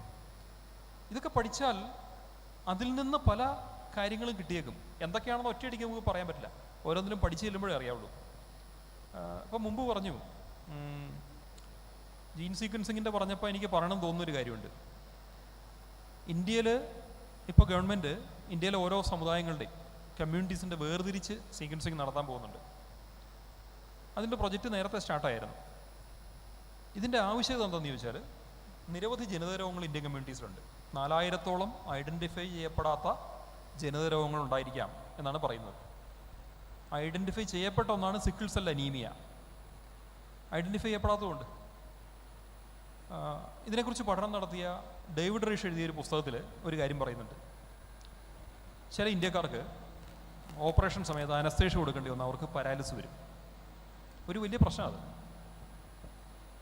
ഇത് മുഖ്യ പ്രമേയമായിട്ടൊരു സിനിമ നിങ്ങൾ കണ്ടിട്ടുണ്ടാവും, മോഹൻലാലിൻ്റെ നിർണയം എന്നോ മറ്റോ പേരിലൊരു സിനിമയുണ്ട്. അതിനകത്തൊരു സ്പോർട്സ്മാനെ അനസ്തേഷ്യ കൊടുത്ത് പുള്ളി പാരാലൈസ്ഡ് ആവുന്നു, ആശുപത്രി നഷ്ടപരിഹാരം കൊടുക്കുന്നില്ല, ഇത് മെഡിക്കൽ നെഗ്ലിജൻസ് ആണ് എന്ന് പറഞ്ഞ് ഒരു ഡോക്ടർ അതിനെതിരെ യുദ്ധം ചെയ്യുന്നു. പക്ഷേ ഡേവിഡ് റീഷിൻ്റെ പുസ്തകം വായിച്ചാൽ, അതായത് ജീൻ സീക്വൻസിങ്ങിൻ്റെ തലതൊട്ടപ്പനാണ് അദ്ദേഹം. അദ്ദേഹം പറയുന്നത് അത് ചില കമ്മ്യൂണിറ്റീസിലുള്ള ഒരു ജനിതക പ്രശ്നം കൊണ്ടാണ് സംഭവിക്കുന്നത്. ഇന്ത്യയിൽ അതുള്ളത് വൈശ്യ കമ്മ്യൂണിറ്റിപ്പെട്ട ആൾക്കാർക്കാണ്. അദ്ദേഹം വ്യക്തമായിട്ട് പറയുന്നുണ്ട്. അങ്ങനെയെങ്കിൽ മുമ്പുണ്ടായിരുന്നൊരു കോൺസെപ്റ്റ് അത് മാറി, മെഡിക്കൽ നെഗ്ലിജൻസ് അല്ല, പകരം ഇറ്റ്സ് എ ജനറ്റിക് പ്രോബ്ലം. അപ്പം നമ്മുടെ ഇന്നത്തെ പ്രശ്നങ്ങളിൽ എന്തൊക്കെയാണ് ജനിതക പ്രശ്നങ്ങൾ, ഇത് നമ്മൾ മനസ്സിലാക്കണ്ടേ. ഇത് മനസ്സിലാക്കിയാൽ ഇന്നത്തെ ഏതൊക്കെയോ രോഗങ്ങൾ ചികിത്സിക്കേണ്ട ഏതൊക്കെയോ സിദ്ധാന്തങ്ങൾ മാറിപ്പോവും, കോൺസെപ്റ്റുകൾ മാറിപ്പോവും, മെത്തഡോളജി മാറിപ്പോവും, മരുന്നുകൾ മാറും, സമീപനം മാറും. ഒരു ശരിയായ സമീപനത്തിലേക്ക് വരേണ്ടത് ആവശ്യമാണ്. ഒരു സംശയം, സോറി ടു ഇൻറ്ററപ്റ്റ്. ഇപ്പം നമ്മൾ സാറിപ്പോൾ സിക്കിൾ സെൽ അനീമിയെക്കുറിച്ച് പറഞ്ഞിരുന്നല്ലോ. അത് ഒരു ലാസ്റ്റ് ക്വസ്റ്റ്യൻ എന്നുള്ള രീതിയിലാണ്, ഇതോടെ കഴിഞ്ഞ് നമുക്ക് വൈൻഡപ്പ് ചെയ്യാം. അപ്പോൾ ഈ സിക്കിൾ സെൽ അനീമിയ ഒരു ജനറ്റിക് ഡിസോർഡറായി വരാനുണ്ടായ ഒരു സാഹചര്യം, ആക്ച്വലി അത് ഒരു പ്രിവെൻറ്റീവ് മെത്തേഡായിട്ട് ഡെവലപ്പായ ഒരു ജീനായിരുന്നല്ലോ. അത് എങ്ങനെയാണ് പിന്നീട് ഒരു പ്രോബ്ലമായി മാറിയത്? അതിനെക്കുറിച്ചൊന്ന് വിശദമായിട്ട് സംസാരിക്കാമോ? സിക്കിൾ സെൽ അനീമിയ മനുഷ്യരിൽ ഒരു മ്യൂട്ടേഷൻ വഴി ഉണ്ടാകുന്നതാണ്. ഒരു സിംഗിൾ പോയിൻ്റ് മ്യൂട്ടേഷൻ, ഒരൊറ്റ അമിനോ ആസിഡ് ഉണ്ടാകുന്ന മ്യൂട്ടേഷൻ. ഇത് വാസ്തവത്തിൽ നമ്മളെ ഒരു രോഗത്തിൽ നിന്ന് രക്ഷിക്കാൻ വേണ്ടി നമ്മുടെ ശരീരം സൃഷ്ടിച്ച ഒരു പ്രതിരോധമായിരുന്നു. അതായത് മലമ്പനിയിൽ നിന്ന് രക്ഷിക്കാനായിട്ട്. മലേറിയ ഉള്ള മേഖലകളിൽ ജീവിച്ച ആദിവാസികളിലാണ് ഈ ജീൻ്റെ ആദ്യമായിട്ട് പ്രത്യക്ഷപ്പെടുന്നത്. ഇത് ഏതാണ്ട് 50,000 വർഷത്തോളം ആ രോഗത്തിന് പഴക്കമുണ്ടാവാം. അങ്ങനെ ഈ മലേറിയക്കെതിരെ ഈ ജീൻ എന്ന് പറയുമ്പോൾ ഒരു ജീനിൻ്റെ 2 അല്ലിയിലുള്ളതിൽ ഒരെണ്ണത്തിലായിരിക്കും ഉണ്ടാവുക. പക്ഷേ ഇങ്ങനത്തെ അല്ലിയിലുള്ള 2 വ്യക്തികൾ, ഒരാണും പെണ്ണും തമ്മിൽ വിവാഹം ചെയ്താൽ അല്ലെങ്കിൽ ഇണ ചേർന്നാൽ ഉണ്ടാകുന്ന സന്തതിയിൽ ഈ 2 അല്ലിയിൽ ഒരുമിച്ച് വന്നിട്ടുണ്ടെങ്കിൽ അത് മലേറിയ തടുക്കുന്ന ഒരു പ്രതിരോധം എന്നുള്ളതിന് മാറിയിട്ട് മാരകമായ സിക്കിൾ സെൽ അനീമിയായിട്ട് മാറും. അതുള്ള ആൾക്കാർക്ക് വളരെ ചെറുപ്പത്തിലെയോ പിൽക്കാലത്തോ എളുപ്പം മരണം സംഭവിക്കാം. വലിയൊരു പ്രശ്നമാണ്. കേരളത്തിൽ അട്ടപ്പാടി, വയനാട് തുടങ്ങിയിട്ടുള്ള മേഖലകളിൽ ആദിവാസികൾ ഇതുണ്ട്. വയനാട്ടിൽ ഉള്ള മെഡിക്കൽ റിപ്പോർട്ട് അനുസരിച്ച് ആദിവാസി സമൂഹത്തിന് വെളിയിലുള്ള ആൾക്കാരിലും സിക്കിൾ സെൽ അനീമിയ കാണാൻ, ഒറീസയിലുള്ള ആൾക്കാർക്കുണ്ട് ആദിവാസി സമൂഹങ്ങളിൽ. ചുരുക്കത്തിൽ ഇതുണ്ടായിരിക്കുന്നത് എങ്ങനെയെന്ന് ചോദിച്ചാൽ, രോഗമല്ലാണ്ടിരുന്നത് പ്രതിരോധം എന്ന് പറഞ്ഞ് വന്നതാണെങ്കിൽ ഒരേ പ്രതിരോധമുള്ള 2 വ്യക്തികൾ തമ്മിൽ വിവാഹം ചെയ്യുമ്പോൾ രോഗമായിട്ട് മാറി. അവിടെ ഒരു ഇന്ത്യൻ സംസ്കാരത്തിലുണ്ടായൊരു ചെറിയ കുഴപ്പത്തിൻ്റെ ഭാഗമാണ്. അതായത് ഇന്ത്യയിലെ ജാതികൾ എന്ന് പറയുന്നത് ജാതീയതയുടെ ഒരു കുഴപ്പമെന്ന് വേണം പറയാം. ജാതിയുടെ ഒരു പ്രത്യേകത, ജാതിയായിട്ട് നിർവചിക്കപ്പെടുന്നത് ഒരു കമ്മ്യൂണിറ്റിക്കകത്തുള്ള ഇൻബ്രീഡിംഗ് ആണ്. ആ കമ്മ്യൂണിറ്റിയിലെ മെമ്പേഴ്സ് മാത്രം അങ്ങോട്ടും ഇങ്ങോട്ടും വിവാഹം ചെയ്യും. അപ്പോൾ വളരെ ആൾക്കാർ എണ്ണക്കുറവുള്ള കമ്മ്യൂണിറ്റികളാണെങ്കിൽ അവർക്ക് തമ്മിൽ വിവാഹം ചെയ്യാൻ കുറച്ച് വ്യക്തികൾ ഉണ്ടാവുള്ളൂ. അവർക്കൊന്നും അറിയില്ല ഇങ്ങനത്തെ ഒരു ജീൻ്റെ സാന്നിധ്യം അവിടെ ഉണ്ടോ എന്നുള്ളത്. അപ്പോൾ ഈ ജീൻ്റെ മ്യൂട്ടേഷൻ്റെ സാന്നിധ്യമുള്ള 2 വ്യക്തികൾ തമ്മിൽ വിവാഹം ചെയ്യാൻ എളുപ്പമാണ്, രോഗം ഉണ്ടാവാൻ എളുപ്പമാണ്. ആദിവാസി സമൂഹങ്ങളിൽ നിങ്ങൾക്കറിയാലോ, എണ്ണം വളരെ കുറവായിരിക്കും. ചില ആദിവാസി സമൂഹങ്ങളിൽ വല്ല 200-300 ആൾക്കാരൊക്കെ ഉണ്ടാവുള്ളൂ. ഇത്തരം രോഗം ഉണ്ടെങ്കിൽ ആ രോഗത്തിൻ്റെ ആ ജീനിൻ്റെ മ്യൂട്ടേഷൻ്റെ ആവൃത്തി അവർ വർദ്ധിക്കുകയും അങ്ങനെ ഈ രോഗമായിട്ട് പരിണമിക്കുകയും ചെയ്യും. അതിനുള്ള ഏറ്റവും നല്ല പ്രതിവിധി എന്ന് പറയുന്നത് ആ കമ്മ്യൂണിറ്റിയുടെ വെളിയിൽ നിന്ന് വിവാഹം ചെയ്യുക എന്നുള്ളതാണ്. അതൊന്ന്. അല്ലെങ്കിൽ ജീൻ സീക്വൻസിങ്ങോ അതിൻ്റെ പഠനങ്ങളോ നടത്തിയിട്ട് ചെറുപ്പത്തിൽ തന്നെ അവർക്ക് ഇൻഫർമേഷൻ കൊടുക്കുക, ഇന്നയാൾക്ക് ഇന്ന അല്ലിയിലുണ്ട്, അതില്ലാത്ത ഒരാളെ അതേ സമൂഹത്തിൽ വിവാഹം ചെയ്താലും മതി, അത് മാറ്റാൻ പറ്റും. അടുത്ത തലമുറ ഉണ്ടാവില്ല. അങ്ങനെയാണ്, ഇങ്ങനെ ഉണ്ടായ ഒന്നാണ്. പക്ഷേ ജാതി വ്യവസ്ഥ വന്നപ്പോൾ എണ്ണം കുറവുള്ള കമ്മ്യൂണിറ്റീസിൽ ജനരോഗങ്ങൾ ഉണ്ടാവാൻ സാധ്യത വളരെ കൂടുതലായി. ഇത് തന്നെയാണ് രക്തബന്ധ വിവാഹം നടക്കുമ്പോഴും സംഭവിക്കുക. വാസ്തവത്തിൽ ഇത്തരം മ്യൂട്ടേഷൻസ് ഒരുമിച്ച് കൂടി ജനിതക പ്രശ്നം ഉണ്ടാകാൻ സാധ്യത കൂടുതലുണ്ട്. പക്ഷേ ഇത് ഇന്ത്യയുടെ മാത്രം പ്രത്യേകത അല്ല. ഈ ജാതീയമായ ഇൻബ്രീഡിംഗ് എന്ന് പറയുന്നത് ലോകത്തെല്ലാ സമൂഹങ്ങളിലും ഉണ്ട്. അറേബ്യൻ ഗോത്രങ്ങളുണ്ട്, അഫ്ഗാൻ ഗോത്രങ്ങളുണ്ട്, യൂറോപ്പിലുണ്ട്. അങ്ങനെ ജാതീയമായ ഇല്ല സാമുദായികമായ ഇൻബ്രീഡിംഗ് വഴി ഏറ്റവും കൂടുതൽ ജനിതകരോഗമുള്ളത് വാസ്തവത്തിൽ ജൂതന്മാരിലാണ്. ലോകത്തെ ഏറ്റവും മോശമായ ജനിതകമുള്ളത് അവർക്കാണ്, പറയാതെ വയ്യ. ജൂത സമൂഹത്തിലാണ് ഏറ്റവും കൂടുതൽ മാരകമായ 2-3 ജനിതകരോഗങ്ങളുള്ള ആൾക്കാർ. അവർ വളരെ ധാരാളം പേരുണ്ട്. ഇതിനെക്കുറിച്ചും ഡേവിഡ് റൈഷ് അദ്ദേഹത്തിൻ്റെ പുസ്തകത്തിൽ പറയുന്നുണ്ട്. കാരണം പ്രശ്നം ഇതാണ്, അവർക്ക് വിവാഹം കഴിക്കാൻ അവരുടെ സമൂഹത്തിന് അധികം ആൾക്കാരില്ല. അപ്പോൾ ആ ഇൻബ്രീഡിങ് കുഴപ്പമുണ്ടാക്കും. ഇതാണ് അത്. ആ സമൂഹത്തിന് വെളിയിൽ നിന്ന് വിവാഹം കഴിക്കാമെന്ന് വെച്ചാൽ സിമ്പിളായിട്ട് പരിഹരിക്കാവുന്നൊരു വിഷയം മാത്രമേ ഉള്ളൂ. പക്ഷെ അത്ര എളുപ്പമല്ല. കാരണം there are lot of social taboos, അങ്ങനെയുള്ള വിഷയങ്ങളുണ്ട്. ഒരുപാട് ചർച്ചകൾക്ക് വഴിയൊരുക്കുന്ന ഒരു ടോപ്പിക്കാണത്.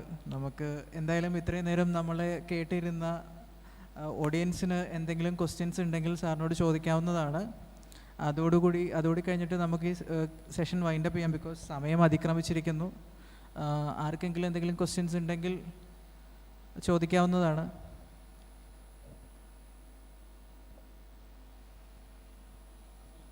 മൈക്കൊന്ന് കൊടുക്കാമോ?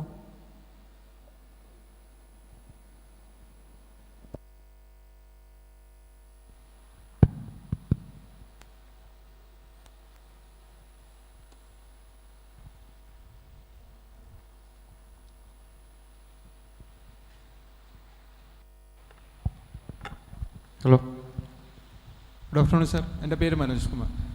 First of all thanks for a great session. എൻ്റെ ചോദ്യം എന്ന് പറയുന്നത്, ഈ ഇടയ്ക്ക് ഞാനൊരു ബുക്ക് വായിച്ചായിരുന്നു. അപ്പോൾ അതിൽ ഈ ആർട്ടിഫിഷ്യൽ ഇൻ്റലിജൻസിനെ പറ്റിയൊക്കെ ഒരുപാട് കാര്യങ്ങൾ പറഞ്ഞിട്ടുണ്ടായിരുന്നു. അതിലൊരു നമ്മുടെ കൺസ്ട്രക്ഷനുമായി ബന്ധപ്പെട്ട് 3D ടെക്നോളജി യൂസ് ചെയ്യുന്നതിനെ പറ്റി പറഞ്ഞിട്ടുണ്ടായിരുന്നു. അപ്പോൾ വ്യക്തമായിട്ടൊരു അറിവ് എനിക്കില്ല. അപ്പോൾ സാറിന് എന്തെങ്കിലും ഒരു ഐഡിയ ഷെയർ ചെയ്യുന്ന ഉപകാരമായിരുന്നു.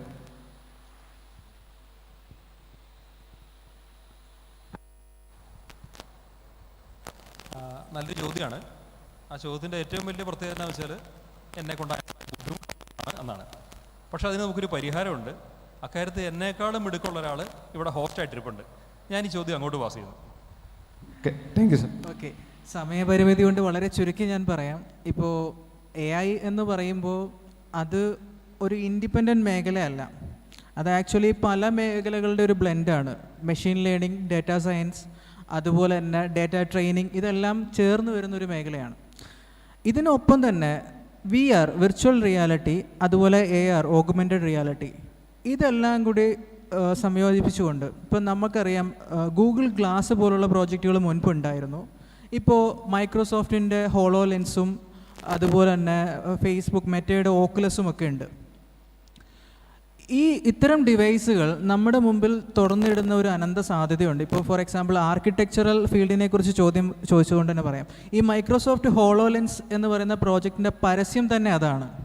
അതായത് ഒരു ആർക്കിടെക്റ്റായിട്ടുള്ളൊരു വ്യക്തി അദ്ദേഹത്തിൻ്റെ ഒരു പ്ലോട്ടിൽ വന്നിട്ട് ഈ ഗ്ലാസ് വെക്കുമ്പോൾ അദ്ദേഹത്തിൻ്റെ മുന്നിൽ അദ്ദേഹത്തിൻ്റെ പ്ലാൻ 3D രൂപത്തിൽ വരികയാണ്. അദ്ദേഹത്തിന് അത് ചുറ്റും നടന്നു കാണാൻ പറ്റുന്നു. അതായത് ഇങ്ങനെ ഒരു പ്ലാൻ പ്രാവർത്തികമാക്കി കഴിഞ്ഞാൽ എവിടെയാണ് എന്താണ് പ്ലേസ് ആവാൻ പോകുന്നതെന്ന് ഓഗ്മെൻറ്റഡ് റിയാലിറ്റി വഴി അദ്ദേഹത്തിന് മനസ്സിലാവുന്നു. ഇത്തരത്തിൽ അനന്തമായിട്ടുള്ള സാധ്യതകളെ ബ്ലെൻഡ് ചെയ്യാൻ നമുക്ക് ഇന്ന് സാധിക്കും. അതായത് AR ആയാലും VR ആണെങ്കിലും AI ആണെങ്കിലും ML ആണെങ്കിലും അതുപോലെ തന്നെ ഡേറ്റാ സയൻസും ഡേറ്റ ട്രെയിനിങ്ങും ആണെങ്കിലും. ഇപ്പം നമുക്കറിയാം, നമ്മൾ പല ചോദ്യങ്ങളും ഇപ്പം ഗൂഗിളിനോട് ചോദിക്കുമ്പോഴോ അല്ലെങ്കിൽ അലക്സയോട് ചോദിക്കുമ്പോഴോ നമ്മുടെ ചോദ്യം എന്താണെന്ന് മനസ്സിലാക്കി അതിന് ഉത്തരം തരാൻ പറ്റുന്നുണ്ട്. നമ്മൾ ഏതൊക്കെ രീതിയിൽ തിരിച്ചും മറിച്ചും ചോദിച്ചാലും അതൊരു ഉത്തരം കറക്റ്റായിട്ട് പറയാൻ അറിയാൻ പറ്റുന്നുണ്ട്. ഇതിൻ്റെ ബേസിക് സ്ട്രക്ചർ എന്ന് വെച്ച് കഴിഞ്ഞാൽ നമ്മളുടെ ഡേറ്റയെ പല പല സ്കീമകളും ഡേറ്റ ടൈപ്പുകളുമായിട്ട് ട്രെയിൻ ചെയ്ത് വെച്ചിട്ടുണ്ട്. ഇപ്പം ഒരു വ്യക്തിയെ സംബന്ധിക്കുന്ന ഒരു സ്കീമ എന്ന് പറയുമ്പോൾ ഒരു പേഴ്സൺ സ്കീമ, ഒരു സ്ഥലത്തെ സംബന്ധിക്കുന്നതാകുമ്പോൾ ഒരു പ്ലേസ്, ഒരു ഇവൻറ്റ്, അതുപോലെ തന്നെ ഒരു മൂവി, എന്തും നമുക്കിന്ന് ഡേറ്റ സെറ്റായിട്ട് ട്രെയിനിങ്ങിന് അവൈലബിൾ ആണ്. അപ്പോൾ ഇത്തരത്തിലുള്ള സാധ്യതകൾ ആർക്കിടെക്ചറിലും ഉപയോഗിച്ചിട്ടാണ് അവർ ഇത്തരം സോഫ്റ്റ്വെയറുകൾ അല്ലെങ്കിൽ വിർച്വൽ റിയാലിറ്റി അല്ലെങ്കിൽ ഓഗ്മെൻറ്റഡ് റിയാലിറ്റി പ്രോഗ്രാംസ് ഉണ്ടാക്കുന്നത്. അതിൻ്റെ സാധ്യതകൾ നമ്മൾ ചിന്തിക്കുന്നതാണ് അതിൻ്റെ സാധ്യത. നമുക്ക് എത്രത്തോളം ചിന്തിക്കാൻ പറ്റുന്നോ അത്രത്തോളം അനന്തമാണ് അതിൻ്റെ സാധ്യത. ഇപ്പം നമ്മൾ ഇന്ന് ഒരു കാര്യം ചിന്തിച്ചു കഴിഞ്ഞാൽ നമ്മൾക്കത് പ്രോഗ്രാമിലൂടെ കൊണ്ടുവരാൻ പറ്റുന്ന എല്ലാ സാഹചര്യങ്ങളും ഉണ്ട്. അതാണ് അവർ അതിൽ ഇംപ്ലിമെൻറ്റ് ചെയ്തിരിക്കുന്നത്.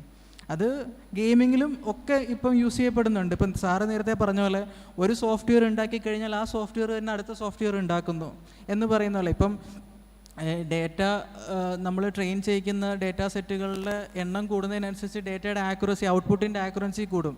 ഇപ്പോൾ ഫോർ എക്സാമ്പിൾ ഒരു സിമ്പിളർ എക്സാമ്പിൾ പറയുകയാണെങ്കിൽ this person does not exist എന്ന് പറഞ്ഞൊരു വെബ്സൈറ്റ് ഉണ്ട്. അതിൽ നമ്മൾ ഓരോ തവണ കയറുമ്പോഴും ഓരോ മനുഷ്യരുടെ ഫോട്ടോ കാണിക്കും. പക്ഷേ അങ്ങനെ ഒരു മനുഷ്യർ ലോകത്തിലില്ല. നമ്മൾ പറയുന്ന പാരാമീറ്റേഴ്സ് വെച്ചിട്ട് ഒരു മനുഷ്യൻ്റെ രൂപം ഉണ്ടാക്കാനും 3D മോഡൽ ചെയ്യാനും അതിന് ഇന്ന് സോഫ്റ്റ്വെയറുകൾക്ക് സാധിക്കുന്നു. ഒരു കാലത്ത് മുടി വരയ്ക്കാൻ പോലും പറ്റാത്ത സാഹചര്യത്തിൽ ഇന്ന് സോഫ്റ്റ്വെയറുകൾ വളരെ ആക്യുറേറ്റ് ആയിട്ട് മുടി വരെ റെൻഡർ ചെയ്യുന്ന ലെവലിലേക്ക് വന്നു. ഇത് ഒരിക്കലും നമ്മൾ പ്രോഗ്രാം ചെയ്തോ വരച്ചോ ഉണ്ടാക്കിയതല്ല, സോഫ്റ്റ്വെയർ തനിയെ പഠിച്ചതാണ്. ഇതുപോലെ എന്ത് നമ്മൾ പഠിപ്പിക്കുന്നോ, നല്ലത് പഠിപ്പിക്കുകയാണെങ്കിൽ സോഫ്റ്റ്വെയർ നല്ല ഔട്ട്പുട്ട് തരും, മോശം പഠിപ്പിക്കുകയാണെങ്കിൽ അതിന് മോശം ഔട്ട്പുട്ട് ആയിരിക്കും. നമ്മളൊരു എന്തിനൻ സിനിമയിൽ കാണുന്ന പോലെ ഒരു റെഡ് ചിപ്പ് എന്ന് പറയുന്ന ചിപ്പ് നമ്മൾ വികസിപ്പിക്കാതെ ഒരു ബ്ലൂ ചിപ്പിൽ നമ്മൾ നല്ലത് ട്രെയിൻ ചെയ്യിപ്പിക്കുകയാണെങ്കിൽ നമുക്ക് നല്ല ഔട്ട്പുട്ടുകൾ കിട്ടും. അത് ആർക്കിടെക്ചറിലാണെങ്കിലും ഏത് ഫീൽഡിലാണെങ്കിലും. ഇപ്പം സാറ് പറഞ്ഞ പോലെ ജീൻ സീക്വൻസിലും അതിൻ്റെ സാധ്യതകൾ ഇപ്പോൾ പലരും പരിശോധിച്ച് വരുന്നുണ്ട്, അല്ലെങ്കിൽ അതിൻ്റെ എക്സ്പ്ലോർ ചെയ്ത് വരുന്നുണ്ട്. നമുക്ക് നല്ലതിനു വേണ്ടി പ്രതീക്ഷിക്കാം. ഹോപ്പ് എൻ്റെ ഉത്തരം.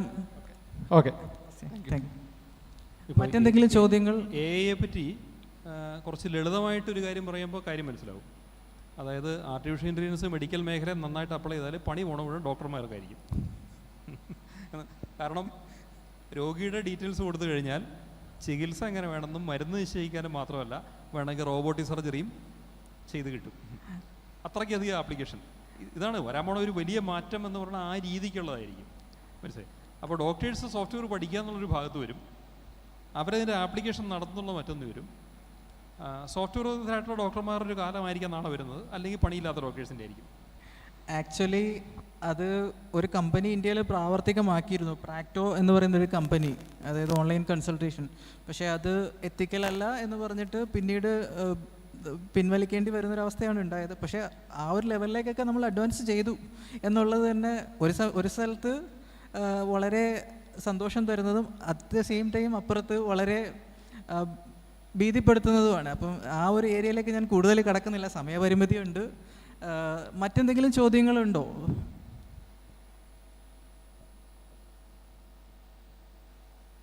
ചോദ്യങ്ങൾ ആർക്കെങ്കിലും ഉണ്ടെങ്കിൽ ഒന്ന് കൈ ഉയർത്തിയാൽ നന്നായിരുന്നു.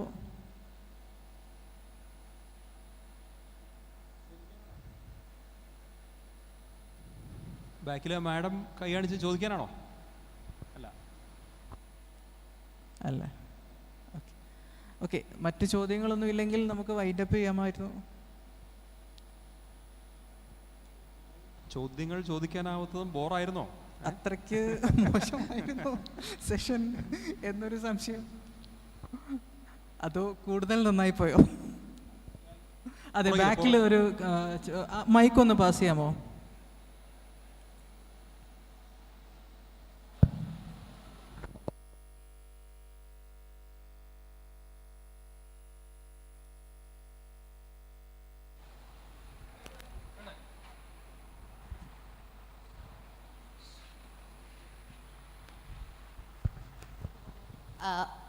എൻ്റെ പേര് അനിത. സാർ ഇപ്പോൾ ഈ ഗ്രീൻ സിമെൻറ്റിനെ കുറിച്ച് പറഞ്ഞിരുന്നല്ലോ, കടുക് ശർക്കര യോഗത്തെക്കുറിച്ചും.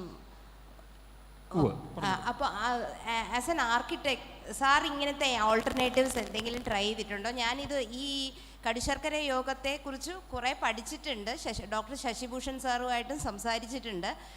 കെമിസ്ട്രിയാണ് എൻ്റെ വിഷയം, അതുകൊണ്ടാണ് ഈ താല്പര്യം. അപ്പോൾ ഇതിൽ കൂടുതൽ ഞാൻ ഒന്ന് റിസർച്ച് ചെയ്യാനും ഒക്കെ ശ്രമിക്കുന്നുണ്ട് ഇപ്പോൾ. അപ്പോൾ പലരും ഡിസ്കറേജ് ചെയ്യുകയാണ്, ബിക്കോസ് ഇതിൽ ഉപയോഗിക്കുന്ന സാധനങ്ങൾ കിട്ടാൻ വളരെ ബുദ്ധിമുട്ടാണ് എന്നുള്ള ഒരു ആർഗ്യുമെൻ്റാണ് തരുന്നത്. അപ്പോൾ ആസ് എൻ ആർക്കിടെക്ട് സാർ ഇതുപോലുള്ള ഓൾട്ടർനേറ്റീവ്സ് ട്രൈ ചെയ്തിട്ടുണ്ടോ? ഉണ്ടെങ്കിൽ സാറിൻ്റെ എക്സ്പീരിയൻസ് എന്താണ്? അതിൻ്റെ ആദ്യത്തെ ഉത്തരം ഞാൻ ആർക്കിടെക്റ്റ് അല്ല എന്നുള്ളതാണ്. ഞാൻ എന്നെ ഇൻട്രൊഡ്യൂസ് ചെയ്തപ്പോൾ അദ്ദേഹം പറഞ്ഞിരുന്നു. സോറി, ഞാൻ ഇൻട്രൊഡക്ഷൻ കേട്ടില്ല. It's okay. ഞാൻ മെഡിക്കൽ മേഖലയാണ് ഗവേഷണം ചെയ്തത്. ബയോകെമിസ്ട്രിയാണ് സബ്ജക്റ്റ്. കൂടുതലും ന്യൂറോ സയൻസ് അല്ലെങ്കിൽ ന്യൂറോബയോളജി തുടങ്ങിയിട്ടുള്ള മേഖലകളിലാണ്. പിന്നെ ഭാരതത്തിൻ്റെ വിജ്ഞാനത്തെപ്പറ്റി നമുക്ക് എപ്പോഴും തന്നെ as A Hindu and politically വളരെയധികം കൗതുകമുള്ള വ്യക്തിയാണ് ഞാൻ. സ്വാഭാവികമായിട്ടും നമ്മുടെ കൊച്ചുനാൾ തൊട്ട് എപ്പോഴും പഠിച്ചുകൊണ്ടിരിക്കുന്നതും പഠിക്കാൻ ആഗ്രഹിക്കുന്നതായിട്ടുള്ള കാര്യമാണ്. ഇന്ത്യയുടെ ആർക്കിടെക്ചർ എന്ന് പറയുന്നത് ഇന്ത്യയുടെ ചരിത്രത്തിൻ്റെ ഭാഗമാണ്. അത് റീസൺ ഒന്ന്. രണ്ട്, എൻ്റെ കുടുംബത്തിൻ്റെ ഒരു പാരമ്പര്യത്തിൽ വാസ്തുവിദ്യ വരുന്നുണ്ട്. അപ്പോൾ അതുകൊണ്ടാണ് പലതരം ഇത്തരം കൂട്ടുകളെക്കുറിച്ച് എനിക്കറിയാവുന്നത്. അത് ഞാൻ ഉപയോഗിക്കുന്നു എന്നുള്ള അർത്ഥത്തിലല്ല, പകരം എൻ്റെ കുടുംബത്തിൽ നിന്ന് തന്നെ ഞാൻ പലതും കേട്ട് പഠിച്ചിട്ടുണ്ട്. ഇത്തരം കടുശർക്കര യോഗങ്ങളും അതുപോലുള്ളതും അതിൻ്റെയൊക്കെ കൂട്ടുകൾ അറിയാവുന്ന ആൾക്കാർ ഇന്നും എൻ്റെ കുടുംബത്തുണ്ട്. പാരമ്പര്യമായിട്ട് ഇത്തരം വിദ്യകൾ ചെയ്യുന്ന പല ആൾക്കാരും ഉണ്ട്. ഈവൻ അടുത്ത കാലത്ത് പോലും കണ്ണൂർ ഒരു ക്ഷേത്രം, അത് നമ്മുടെ പ്രശസ്തമായ ഷൂട്ടിംഗ് നടക്കുന്ന ഷൊർണൂരെ മനയുണ്ടല്ലോ, അതുണ്ടാക്കിയ ശൈലിയിലുണ്ടാക്കിയ അമ്പലത്തെപ്പറ്റി, അതായത് 2 കല്ലുകൾ ചേർത്ത് വയ്ക്കാൻ സിമൻറ്റ് ഉപയോഗിക്കുന്നില്ല എന്നുള്ളത്. ആ ടൈപ്പുള്ള സമ്പ്രദായങ്ങളെപ്പറ്റി ഇന്ന് ലൈവാണ്, അതെല്ലാം ഉണ്ട്. ഇതിനെക്കുറിച്ച് ആരെങ്കിലും അന്വേഷിച്ച് പോയിട്ട് വാസ്തവത്തിലൊരു മിനിമം ഒരു പ്രബന്ധമെങ്കിലും പ്രസിദ്ധീകരിക്കേണ്ടതാണ്. അതായത് ഇന്ത്യൻ വാസ്തുവിദ്യയിൽ ഉപയോഗിക്കപ്പെടുന്ന അറിയപ്പെടാത്ത സാങ്കേതികതകൾ. അപ്പോൾ ഞാൻ ഒരിടയ്ക്ക് പറഞ്ഞു, DC ബുക്സ് ഇറക്കിയൊരു പുസ്തകത്തിൽ പഴയ ഇരുമ്പയിര് നിർമ്മിക്കുന്ന സമ്പ്രദായത്തെപ്പറ്റി ചിലരെ ഇറങ്ങി കണ്ടുപിടിച്ച് മലയാളത്തിൽ പ്രബന്ധം ഉണ്ടാക്കി. ഇത്തരൊരു ഉത്സാഹം വാസ്തവത്തിൽ ചരിത്രം പഠിക്കുന്ന ആൾക്കാരിൽ നിന്ന് ആവശ്യമാണ്. അതൊരു കൂട്ടർ. മെക്കാനിക്കൽ പഠിക്കുന്ന വിദ്യാർത്ഥികളിൽ നിന്ന് ആവശ്യമാണ്. ഷിപ്പ് ടെക്നോളജി പഠിക്കുന്നവരിൽ നിന്ന് ആവശ്യമാണ്. എൻ്റെ അറിവിൽ കൊച്ചി യൂണിവേഴ്സിറ്റിയിലെ ഷിപ്പ് ടെക്നോളജിയിൽ ഒരേ ഒരാൾ മാത്രമേ ബേപ്പൂര് പോയി മാപ്പിള ഖലാസികളുടെ അടുത്തുനിന്ന് പണ്ടത്തെ കപ്പൽ നിർമ്മിക്കുന്ന വിദ്യ ഒരു പ്രൊജക്റ്റായിട്ട് ചെയ്തിട്ടുള്ളൂ. ചെയ്തൊരു പയ്യനെ എനിക്ക് അറിയാം, അതുകൊണ്ടാണ് പറയണേ. ഒരേ ഒരാൾ മാത്രം, വേറെ ആരും അങ്ങനെ പോയിട്ടില്ല. പക്ഷെ ഇങ്ങനെ പോകേണ്ടതുണ്ട്. അത് ചരിത്രം പഠിക്കുന്നവർക്കാണ് കൂടുതൽ എളുപ്പം. കാരണം ഇപ്പോൾ എഞ്ചിനീയറിങ്ങിലാണെങ്കിൽ ഒരുപക്ഷെ അവരുടെ ഡിപ്പാർട്ട്മെൻറ്റിൽ നിന്നോ പ്രൊഫസേഴ്സോ സമ്മതിച്ചില്ല എന്ന് വരും ഇങ്ങനത്തെ പഴയതിൻ്റെ പുറകെ പോകാനായിട്ട്. ചരിത്രത്തിൻ്റെ ഓപ്ഷൻ ഉണ്ട്. അത്തരം ഓപ്ഷൻ കാരണമാണ് വളരെ വർഷങ്ങൾക്ക് മുമ്പ് കാലിഫോർണിയ സർവകലാശാലയിൽ നിന്ന് ഒരു സായിപ്പ് വന്ന് പാഞ്ഞാളിൽ അതിരാത്രത്തിന് സോമയാഗം നടത്താൻ അദ്ദേഹം ഫണ്ട് ചെയ്തതും അങ്ങനെ വർഷങ്ങളോളം നടക്കാതിരുന്ന ഒരു യാഗ സംസ്കാരം പുനർജനിച്ചത് അങ്ങനെയാണ്. അത് ഇൻഡോളജിയൊക്കെ പഠിക്കാൻ വന്ന ഒരാളിൻ്റെ ഒരു പ്രത്യേകതയാണ്. അപ്പോൾ ചരിത്രം പഠിക്കുന്നവർക്ക് പലതും പുനരുജ്ജീവിപ്പിക്കാൻ പറ്റും. ആവശ്യം എന്താണെന്ന് ചോദിച്ചാൽ അത്തരം ടോപ്പിക്ക് തിരഞ്ഞെടുക്കുക, അതിൻ്റെ പുറകെ പോവുക എന്നുള്ളതാണ്. ഇനി ഹിസ്റ്ററി പ്രൊഫസേഴ്സ് ആണെങ്കിൽ കുറച്ചുകൂടെ എളുപ്പമുണ്ട്. ഒരു ഗൈഡിൻ്റെ കീഴിൽ ചെയ്യേണ്ട ആവശ്യമില്ല. സ്വയം ആ ടോപ്പിക് തിരഞ്ഞെടുത്തിട്ട് അതിനകത്ത് പുസ്തകങ്ങൾ ഇറക്കുകയോ പ്രബന്ധങ്ങൾ ഇറക്കുകയോ എന്ത് ചെയ്യാം. ആദ്യം ആവശ്യം അതാണ്. അങ്ങനത്തെ ഒരു സമൂഹം സൃഷ്ടിക്കപ്പെടണം. പിന്നെ ഇത്തരം വിജ്ഞാനങ്ങളുള്ള നിരവധി കുടുംബങ്ങളുണ്ട്. ഇവരുടെ ഒന്നും ലിസ്റ്റില്ല. മിക്കവാറും ആശാരി സമൂഹത്തിൽപ്പെട്ട ആൾക്കാരുടെ കയ്യിലായിരിക്കും. അവരെ കണ്ടുപിടിക്കുക, അവരെ ലിസ്റ്റ് ചെയ്യുക, അവരുടെ വിവരങ്ങൾ വെബ്സൈറ്റിൽ കൊടുക്കുക, അവർക്ക് എന്തൊക്കെ വിജ്ഞാനങ്ങൾ അറിയാൻ പറ്റുമെന്നുള്ളത് പറയുക. താല്പര്യമുള്ള വിദ്യാർത്ഥികൾക്ക് അവരുടെ അടുത്ത് പോയി പഠിക്കാൻ പറ്റുമെങ്കിൽ, അവരുടെ അനുമതി ഉണ്ടെങ്കിൽ അക്കാര്യം കൊടുക്കുക. ഇങ്ങനെയൊക്കെയാണ് തിരിച്ചു കൊണ്ടുവരാൻ പറ്റുക. അൾട്ടിമേറ്റ്ലി ഇതെല്ലാം മോഡേൺ സയൻസ് അനുസരിച്ച് എങ്ങനെയാണ് ഇതിൻ്റെയൊക്കെ പ്രവർത്തനം.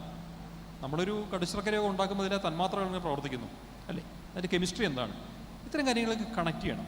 അങ്ങനെ കണക്ട് ചെയ്യാൻ നോക്കുമ്പോൾ ഒരു യൂണിവേഴ്സിറ്റിയുടെ ഡിപ്പാർട്ട്മെൻറ്റ് ഓഫ് കെമിസ്ട്രി സഹകരിച്ചെന്ന് വരും. അങ്ങനെ ആക്കിയെടുക്കാൻ പറ്റണം. അങ്ങനെ വരുമ്പോൾ ഒരു ഹിസ്റ്ററി വിദ്യാർത്ഥിനിക്കോ പ്രൊഫസർക്കോ കെമിസ്ട്രിയിലും കൂടെ ചേർത്താണ് റിസർച്ച് ചെയ്യാൻ പറ്റുന്നത്. നിങ്ങൾക്ക് പലതും കണക്ട് ചെയ്യാൻ പറ്റും. ഇൻ്റർ ഡിസിപ്ലിനറി ആയിട്ട് പലതും ചെയ്യാൻ പറ്റും. അങ്ങനത്തെ ഒരു സമീപനം നമ്മൾ സ്വീകരിക്കാത്തതുകൊണ്ടാണ്. അതേസമയം സ്വീകരിച്ചിരിക്കുന്നത് ഇന്ത്യയിലെ മിക്ക ബയോളജി സയൻറ്റിസ്റ്റുകളും ഈവൻ മെഡിക്കൽ സയൻറ്റിസ്റ്റുകളും അവർ ഏതെങ്കിലും ഘട്ടത്തിൽ ആയുർവേദമോ സിദ്ധവൈദ്യമോ ഒക്കെ ആയിട്ട് കണക്ട് ചെയ്ത് റിസർച്ച് ചെയ്യുന്നുണ്ട്. കുറവുള്ളത് യുനാനിയിലാണ്. യുനാനിയിൽ ധാരാളം കെമിസ്ട്രി ഉണ്ട്. പക്ഷേ ഏറ്റവും കൂടുതൽ മരുന്നും അതിനകത്താണ്. 1,20,000-ഓളം മരുന്നുകൾ യുനാനിയിൽ തന്നെയുണ്ട്. ഇതിനെക്കുറിച്ചൊക്കെ പഠിക്കാനാണ് നിരവധിയുണ്ട്, ആരും ചെയ്യുന്നില്ല. എന്നാൽ ആയുർവേദത്തിൻ്റെ ശ്രദ്ധയിലും കുറച്ചും കൂടി നടക്കുന്നുണ്ട്. ആയുർവേദത്തിലാണ് ഏറ്റവും കൂടുതൽ നടക്കുന്നത്.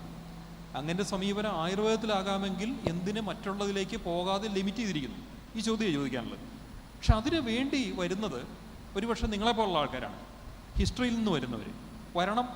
വന്നതിനകത്തേക്ക് നിങ്ങൾ കോൺട്രിബ്യൂട്ട് ചെയ്യണം. അപ്പം മറ്റു പലർക്കും പ്രചോദനമാകും.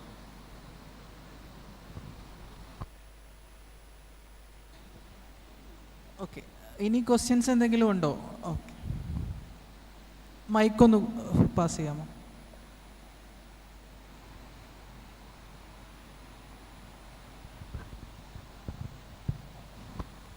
ഇപ്പോൾ പറഞ്ഞതിൻ്റെ ഒരു എക്സ്റ്റൻഷനായിട്ട് തന്നെ ഉള്ള കുറച്ച് കാര്യങ്ങളാണ്. ഇപ്പോൾ ആർട്ടിഫിഷ്യൽ ഇൻ്റലിജൻസിൻ്റെ അല്ലെ 3Dയുടെ ഒരു പ്രസക്തി ചോദിച്ചു. നമ്മുടെ സ്ക്രീനിൻ്റെ തൊട്ട് പുറകിൽ നിങ്ങളുടെ ബാക്ക്ഗ്രൗണ്ടായിട്ട് ഭീമയുടെ ആഡ് ഇടയ്ക്കിടയ്ക്ക് വരുന്നുണ്ട്. എനിക്ക് തോന്നുന്നു ഭീമ കോവിഡ് സമയത്ത് ഈ ആഭരണങ്ങൾ നമുക്ക് 3D ആയിട്ട് സൈറ്റിൽ കയറി വെച്ച് നോക്കാനുള്ള ഒരു ഓപ്ഷനൊക്കെ തന്നിട്ടുണ്ട്. പെട്ടെന്ന് അത് ഓർത്തു. അത് AI-യുടെ ഒരു എക്സ്റ്റൻഷൻ തന്നെയാണ്. ഇനി അങ്ങോട്ട് എനിക്ക് തോന്നുന്നു സാമ്പത്തിക മേഖലയിൽ ക്രിപ്റ്റോ കറൻസി ഉൾപ്പെടെയുള്ള സംഗതികൾ ശരിക്കും IT മേഖലയും ഫിനാൻസും അതുപോലെ തന്നെ മെഡിക്കൽ രംഗവും എല്ലാം കൂടെ കമ്പൈൻഡ് ആയിട്ട് ഈ പറഞ്ഞ സിവിൽ എഞ്ചിനീയറിംഗ് മേഖല എല്ലാം കൂടെ ഒരു കുഴഞ്ഞു മറിഞ്ഞ രീതിയിലേക്ക് ഇനി പോകാൻ ബ്ലെൻഡഡ് എന്ന് പറയാം, അതിലേക്ക് പോകാനുള്ള ഒരു ഒരുക്കത്തിൽ കൂടിയാണ് ഉള്ളത്. അപ്പോൾ ഇതിൻ്റെ ഒരു എക്സ്റ്റൻഷൻ എനിക്ക് ചോദിക്കാനുള്ളത്, ഇപ്പോൾ നേരത്തെ കമൽജി പറഞ്ഞു നമ്മൾ ഇപ്പോൾ ഈ ബിൽഡിംഗ് കോൺക്രീറ്റിലാണ് നിർമ്മിച്ചിരിക്കുന്നത്.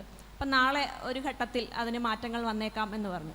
എനിക്ക് തോന്നുന്നു ഒരു ഇടക്കാലത്ത് തുടർച്ചയായിട്ട് നമ്മുടെ ഒരു കാലാവസ്ഥയ്ക്ക് കൺവീനിയൻസിന് പ്രാധാന്യം കൊടുത്തുകൊണ്ട് നമ്മുടെ കാലാവസ്ഥയ്ക്ക് യോജിക്കാത്ത രീതിയിലുള്ള നിർമ്മാണ പ്രവർത്തനങ്ങൾ നടത്തി വന്നിട്ടുണ്ടെന്ന് എനിക്ക് തോന്നുന്നു. കാരണം അതുകൊണ്ടാണ് നമുക്ക് ഈ ആഗോളതാപനം ഒക്കെ നിലനിൽക്കുമ്പോൾ നമുക്ക് ചൂടെടുക്കുന്നതും നമുക്ക് മറ്റ് ശീതീകരണ സംവിധാനങ്ങൾ നോക്കേണ്ടി വരുന്നതും ഒക്കെ. അപ്പം നേരത്തെ പറഞ്ഞതുപോലെ റിസർച്ച് ഡിപ്പാർട്ട്മെൻറ്റ് ആക്റ്റീവായിട്ട് വരേണ്ടതുണ്ട്.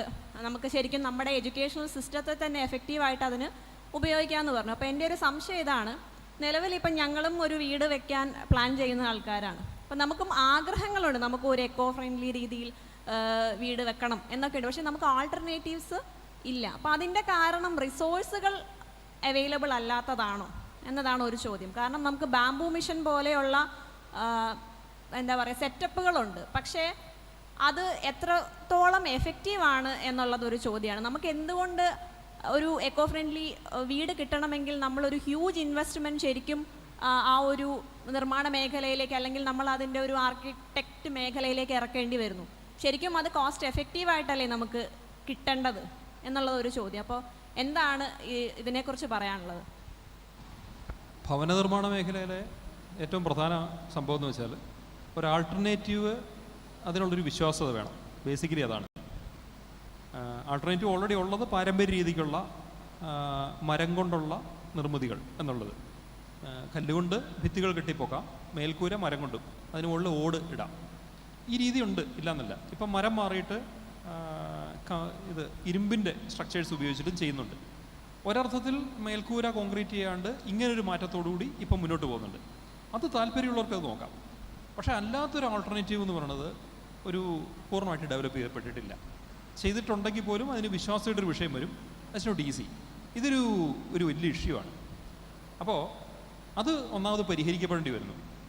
പിന്നെ ഈ രംഗത്ത് കൂടുതൽ ഡിസൈൻസ് വേണം, ധാരാളം പുതിയ ടെക്നോളജി വേണം. You need research. കുറേ റിസർച്ച് കൂടെ നടക്കാനുണ്ട്.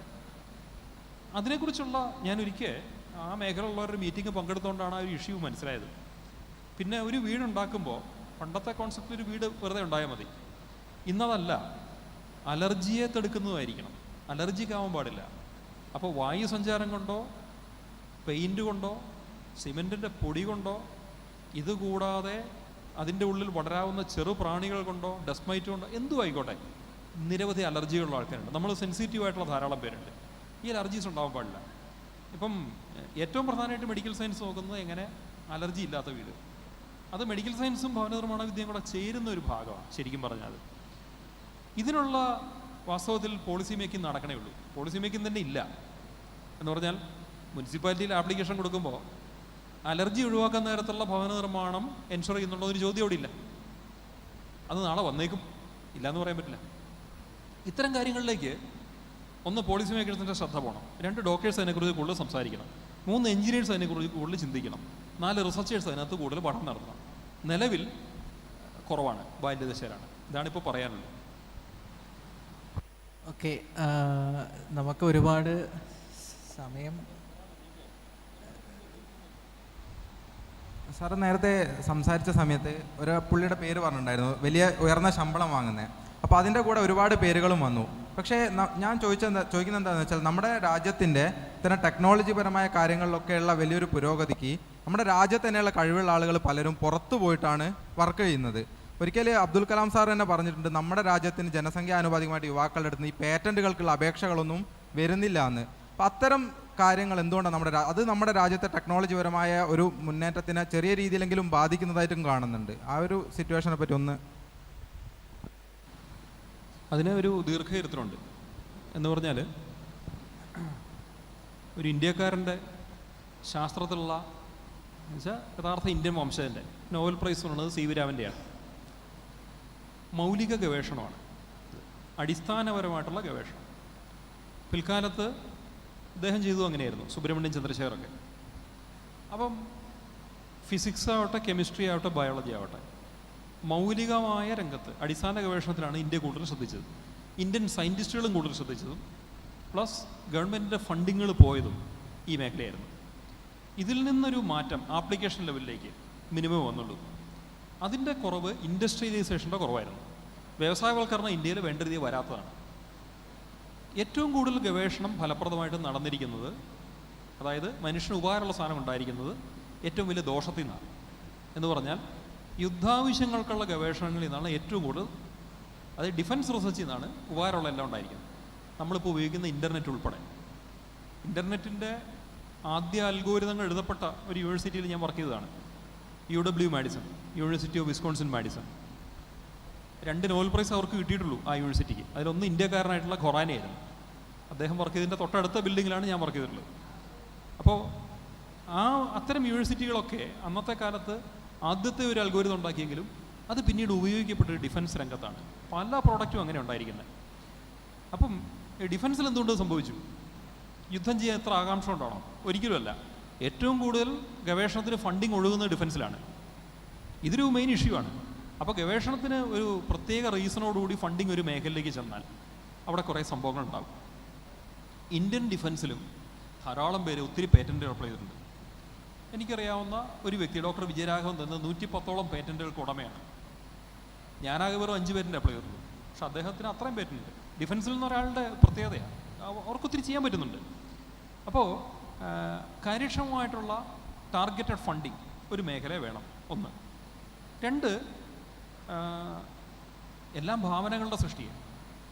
അതായത് ശാസ്ത്രത്തിൽ ഉപയുക്തമാവുന്ന തരത്തിലുള്ള പ്രൊഡക്റ്റുകളുടെ ഭാവനയുള്ളവരുടെ ഭാവനയെ സർക്കാർ തിരിച്ചറിഞ്ഞ് അതിന് ധനസഹായം കൊടുക്കണം. പക്ഷേ ഇതിന് സർക്കാർ ലിമിറ്റേഷൻ ഉണ്ട്. ഇവിടെയാണ് പ്രൈവറ്റും കൂടി വരേണ്ടത്. ഒരു പ്രൊഡക്റ്റ് നല്ലതാണെങ്കിൽ പ്രൈവറ്റിൻ്റെ ഫണ്ടിങ് അവിടെ വേണം. അത് IT മേഖല നന്നായിട്ട് നടക്കുന്നുണ്ട്. പക്ഷേ ഫാർമ അല്ലെങ്കിൽ ബയോടെക്നോളജി മേഖല കുറവാണ്. കമ്പനികളുടെ കുറവ്, ആശയങ്ങളുള്ളവയെ അവരുമായിട്ട് സംവദിക്കുന്നതിൻ്റെ കുറവ്. ഒരു മാസ്റ്റേഴ്സ് കഴിഞ്ഞ ഒരാൾ ഓടിപ്പോയി CSIR എക്സാമിനേഷൻ എഴുതും, ഒരു ഗവൺമെൻറ് സ്ഥാപനത്തിൽ പണ്ടത്തെ രീതിക്കുള്ള റിസർച്ച് ചെയ്യും, വേണമെങ്കിൽ പുറത്തു പോയി കുറച്ച് നാൾ പോസ്റ്റ് ഡോക്ക് ചെയ്യും. പക്ഷേ ആപ്ലിക്കേഷനെ കുറിച്ച് പലരും ചിന്തിക്കാറില്ല. ഇവിടെ വേണ്ടത് എന്താണെന്ന് ചോദിച്ചാൽ, ആപ്ലിക്കേഷൻ ലെവലിലേക്ക് ഇവരെ കൊണ്ടുവരുന്ന തരത്തിലുള്ള കോൺക്ലേവുകൾ ഗവൺമെൻറ് തന്നെ സംഘടിപ്പിക്കണം. അതൊരു വലിയ ആവശ്യമാണ്. ഇതുപോലത്തെ കോൺക്ലേവുകൾ അവിടെ ഇതിനു വേണ്ടിയിട്ട്, എന്തിനു വേണ്ടി? പക്ക ആപ്ലിക്കേഷൻ. നിങ്ങൾക്ക് എങ്ങനെ ഒരു സംരംഭകനാവാൻ പറ്റും? അവിടെ ഒരു ഇൻസെൻറ്റീവും കൂടെ കൊടുക്കണം. നിങ്ങളൊരു നല്ല പേറ്റൻറ്റ്, പ്രൊഡക്റ്റ് ഉണ്ടാക്കുന്ന പേറ്റൻറ്റ് നിങ്ങൾക്കുണ്ടെങ്കിൽ ആ പേറ്റൻറ്റ് പ്രൊഡക്റ്റ് ആകുമ്പോൾ കണ്ടുപിടിച്ച റിസർച്ചായിട്ടുള്ള നിങ്ങൾക്കും കൂടി അതിൻ്റെ ഓഹരി കിട്ടണം. ഒന്നുകിൽ ഡയറക്റ്റ് സെല്ലിങ്, അല്ലെങ്കിൽ അതിൻ്റെ വരുമാനത്തിൻ്റെ വിഹിതം. അപ്പോൾ അതും കൂടെ ചേർത്തൊരു സ്റ്റാർട്ടപ്പ്. വാസ്തവത്തിൽ ഇതിനെല്ലാം പോളിസി ഉണ്ട് ഈ നാട്ടിൽ. പക്ഷേ ഇത് പ്രോപ്പറായിട്ട് എത്തേണ്ടവരിൽ എത്താത്ത ഒരു ഗ്യാപ്പ് ഇപ്പോൾ കിടപ്പുണ്ട്. അത് പരിഹരിക്കാനും ഗവൺമെൻറ് നോക്കുന്നുണ്ട്. കാരണം പുതിയ രീതിയിലുള്ള ഫണ്ടിങ് ആപ്ലിക്കേഷൻസ് എല്ലാം അതും വെച്ചുകൊണ്ടാണ് വരുന്നത്. അത് കുറച്ചുകൂടി ജനകീയമായാൽ പലതും നടന്നേക്കും. ഇതാണ് സംഭവിക്കേണ്ടത്.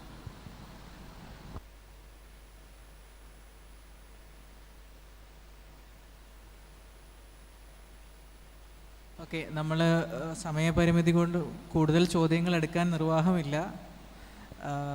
എന്തായാലും ആദ്യമായിട്ടാണ് എനിക്ക് ഇത്തരത്തിലൊരു വേദി ലഭിക്കുന്നത്. അതിനൊരു പ്രത്യേക നന്ദി സംഘാടകരോട് അറിയിക്കുന്നു. പ്രത്യേകിച്ച് ഞങ്ങളുടെ കമ്മ്യൂണിറ്റിയിൽ നിന്ന് ഞങ്ങൾക്ക് അവസരങ്ങൾ പലപ്പോഴും നിഷേധിക്കപ്പെടാറുള്ള സാഹചര്യമാണുള്ളത്. അപ്പോൾ ഇതൊരു പുതിയ മാതൃകയായി തീരട്ടെ എന്ന് പ്രതീക്ഷിക്കുന്നു. നന്ദി. മാത്രമല്ല, വളരെ സപ്പോർട്ടീവായിട്ടുള്ളൊരു ഓഡിയൻസ് ആയിരുന്നു നിങ്ങൾ. ഒരുപാട് ഇൻട്രാക്റ്റീവായിട്ടുള്ള ചോദ്യങ്ങൾ വന്നിരുന്നു. വളരെ ലെങ്തി ആയിട്ടുള്ള സ്പീച്ചുകളും ഞാൻ ശ്രദ്ധിക്കുന്നുണ്ടായിരുന്നു. പലരും വളരെ എന്താ പറയുക, ശ്രദ്ധയോടെ കേട്ടിരിക്കുന്നതും അതിനെ പുറത്ത് ചോദ്യങ്ങൾ ഉന്നയിക്കുന്നതും ഒക്കെ വളരെ സന്തോഷം. വളരെ ചുരുങ്ങിയ വാക്കിൽ ഒരു കൺക്ലൂഷൻ പറയാനായിട്ട് സാറിനെ ക്ഷണിക്കുകയാണ്. അതോടുകൂടി നമുക്ക് ഈ സെഷൻ വൈൻഡപ്പ് ചെയ്യാം. നമുക്ക് അടുത്ത സെഷൻ തുടങ്ങാൻ ടൈമായി. ഒരിക്കൽ കൂടി നന്ദി അറിയിക്കുന്നു. Thank you. നമുക്ക് ചുരുങ്ങിയ വാക്കുകൾ പറഞ്ഞ് നിർത്താം.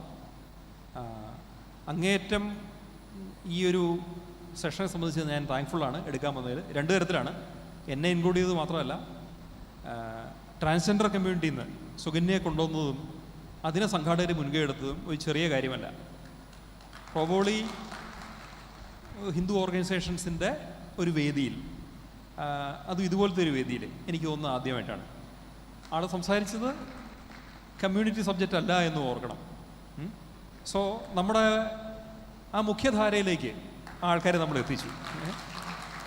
അത് ഈ പ്രോഗ്രാമിൻ്റെ ഒരു വലിയ വിജയമാണ്. അതുപോലെ തന്നെ എനിക്കിവിടെ തന്ന അവസരം എന്ന് പറഞ്ഞാൽ, ഇന്ത്യയുടെ ശാസ്ത്ര സാങ്കേതിക ഭാവി, അതിൽ പരിഹരിക്കേണ്ട ലാക്കുനെ, ഇതിനെ രണ്ടിനെ സംബന്ധിച്ച ഒരു ചർച്ചയ്ക്കും കൂടിയുള്ള വേദിയാണ് തന്നത്. രണ്ടിനും ഏറെ നന്ദിയുണ്ട്. നന്ദി, നമസ്കാരം.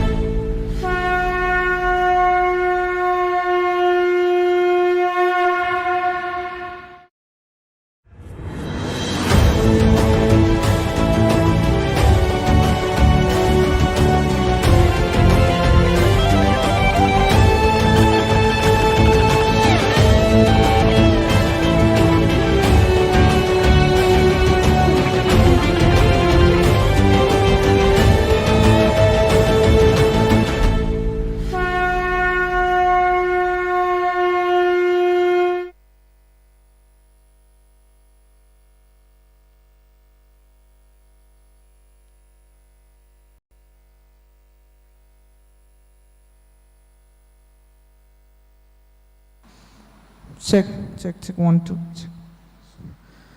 എല്ലാവർക്കും ഒരിക്കൽ കൂടി നമസ്കാരം.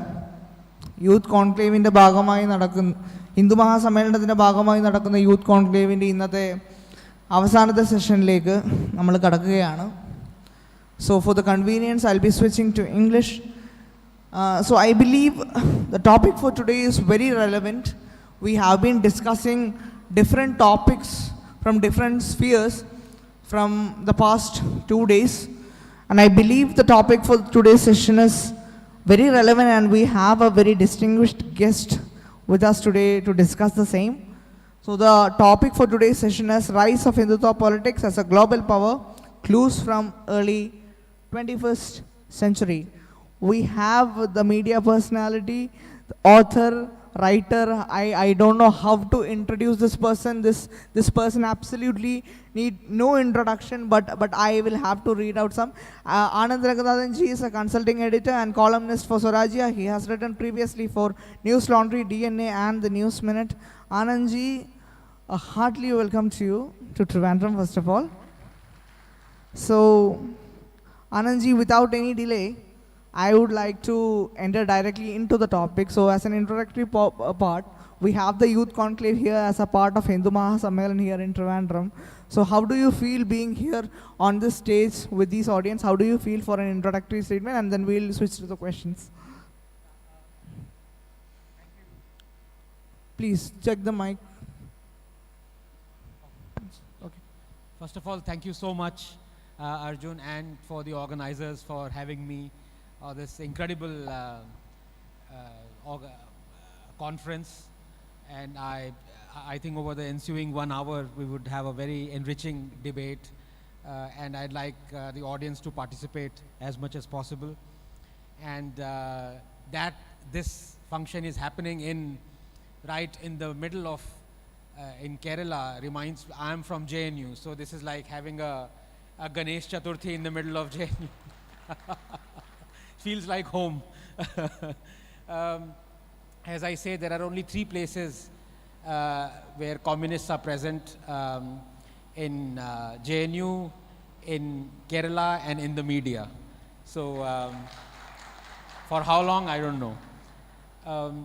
But the topic that we have chosen, I think, is very relevant, especially because this phrase that you have added, 21st century. So even though the terminology of Hindutva, I'm sorry, were you going to have a question answer session? Then we can have that, and then we can, yeah.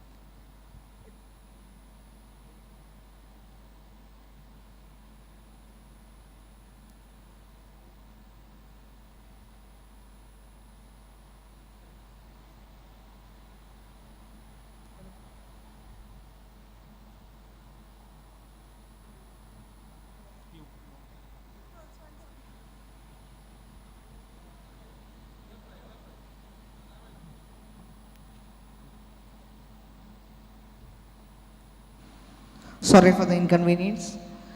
So Anand ji, as a first question of the session, I would like to ask you, how do you think the Hindutva politics have influenced the people of world's largest democracy? Because over the past few years, Hindutva politics has been discussed. When we speak about politics, the opposition or whosoever the leaders are, they are more concerned about speaking politics as an Hindutva politics, and they have different narratives for the same. So how far do you think the Hindutva politics has influenced the people of India?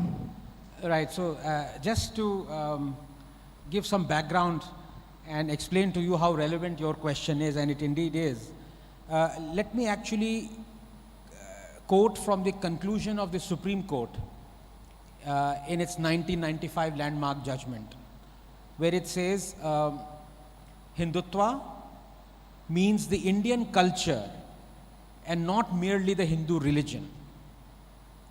And the judgment that was given by the Supreme Court bench was packed with so-called left liberals. In fact, the Chief Justice or the judge, the chief judge who pronounced this judgment was Justice Verma, who was the liberal hero. So this distinction that is deliberately made by the left and Islamists that Hinduism is good, Hindutva is bad. It is basically to draw a false equivalence between Hinduism and Islam, so that you can project Hinduism is as good as Islam, but Hindutva is as bad as ISIS. So that is how they want to throw bricks at Hindutva without understanding that Twa, the literal meaning of Twa is essence. So Hindutva, even if you don't want to project it as something which is exactly what Hinduism is, way of life, it is the essence of Hinduism. And even if you were to digress a little bit from the so-called dictionary definition of Hindutva, it is at best a reaction to protect Hinduism. So it is a defensive force. It is to counter the attack on Hinduism. It does not, for example, call for the annihilation of non-Hindus, like not just ISIS, but Islam does. So the false equivalence is basically to cushion the reality of Abrahamic religions, and in particular Islam. And if we have to talk about Hindutva right in the middle of a communist stronghold, one has to be really fearless about it, not to be politically correct. And when I'm going to quote a few Islamic verses, I'm quoting them, I'm not criticizing them. The problem comes is that people who are of that particular religion, they are themselves embarrassed at listening, hearing those verses, and the fact that those very verses are imbibed by 2 billion people. They are embarrassed about it. Now, I can't do anything about that. So the fact of the matter is that whenever you have to talk about, let us say, Taliban or what the Taliban are doing, they say, they're like Hindutva, they're like Hindutva forces, they are as bad as Hindutva, without realizing that the Taliban are not at variance from what the book is telling them to. They are exactly following what the book is telling them. So this is a complete false equivalence. And as I say, is it Hindutva that tells that non-Hindus, i.e. Muslims, are the worst of creatures? Is it Hindutva that says that if you do not follow our verses or Vedas, you will be roasted in hell? No. It is an open challenge to anyone who hates Hindutva to tell me 5 things that are there in Hindutva that are not already there in Islam. 5 things. Forget 5, just tell me 2. And if you can't, would those people who hate Hindutva start hating Islam as well? So it's very easy to expose the hypocrisy, because the hypocrisy stems from the acute embarrassment of following something that tells you that these are the people who are to be hated. Non-followers or non-believers are to be hated. Hindutva doesn't say that. So now that we understand the background of what Hindutva is, your question as to how relevant it is in the 21st century, I think it is incredibly relevant. I think it is one of the most relevant things that can happen, because the second thing that people do is, when they lose an argument, is that they say, oh, why are you talking about Hindu, Muslim all the time? Well, religion is the great definer of our philosophy. It has been for 1,000 years, maybe more than 1,000 years. Why shouldn't we talk about Hindu, Muslim? We should, because we should expose not just the ills of religion, we should expose the religion. Remember, it is religion that is responsible for almost, if not all, the actions that any political party takes. And I am saying it very objectively. You have in Germany, you have in Britain, you have in USA, so many of the steps are taken to prove that you are a good Christian. There are parties that are named on Christian Democrats, whatever that may mean. You have the American president taking oath in the name of God. So religion is all pervasive. To say that you mustn't talk about religion or Islam is to already have lost the argument. Now, how does that come into relevance into what we are talking? The more you talk of Hindutva, the more you explain what Hindutva is, the more you will understand what Islam is, the more you will understand what other religions are. And I think you have to be very fearless about it, because when you talk about 21st century, I could include 2000 to 2004 in that as well, which was the Vajpayee government. They were very squeamish about these topics. They were very squeamish, if I am to be very honest about it. Right now, the present generation, 20 years have passed, they're not squeamish. They say it's all right to discuss. It is all right to discuss Hindutva. You can call me a Sanghi, so people call me Sanghi all the time. It's fine, call me whatever you want. It doesn't bother me at all. Rahul Roshan, a very good friend of mine, has written a book, The Sanghi Who Never Went to Shakha. I am also one of you can call me, if you call me a Sanghi, I have never visited a Shakha, although I would love to. But the fact of the matter is, these labels don't matter anymore. What matters is what you put on the table. And what you put on the table is explaining what Hindutva is, explaining the terribly false equivalence that people make comparing Hindutva to ISIS or to a bad version of a religion, when it is not that at all. So the more we talk about Hindutva, the more we will realize that it is one of the most important things that you can talk about in today's world. See, and when we look into it, there is a very interesting fact that in the 21st century, they start speaking about Hindutva politics, and they delve into the religion. They switch to Hindu religion as such. They start speaking about Hindutva politics. There's a purposeful agenda that is being driven to demonize the Hindutva politics, that telling the people that Hindutva politics is something that is very dangerous. See, the Hindutva politics has always been in this country. The Congress has, always been in a soft Hindutva line for the past many years. And the thing is, there is a purposeful propaganda. For instance, I'll tell you. See, there was a legislation brought by the Indian government that was of CAA. When they protest for CAA, it is a legislation made by the Indian government to give citizenship for the minority communities in Pakistan. The protest started, and then the whole thing shifted from a constitutional amendment or a right to protect minority brothers who are suffering in another country. The whole narrative shifted to Hindutva politics, shifted to BJP, and then to Jai Sri Ram, then to slogans, and then I know you are from JNU, and then the campuses told. It totally shifted. How do you see this purposeful agenda that is being brought out? Yeah, no, I think this, to be very honest, this remains a recurring problem with the BJP. And I've said this before, that the Congress is a master at deception, whereas the BJP is a disaster at perception. Most of the policies that the BJP has tried to implemented or tried to implement were actually Congress policies. In fact, the farm bills were in the Congress manifesto. So BJP would have thought, obviously nobody will protest. Modi must have thought, I will face no protest because I am fulfilling the Congress manifesto. But of course, you know how hypocritical Congress is, that they started protesting the implementation of things that were there in their manifesto, because they hate Modi, they hate everything that BJP does.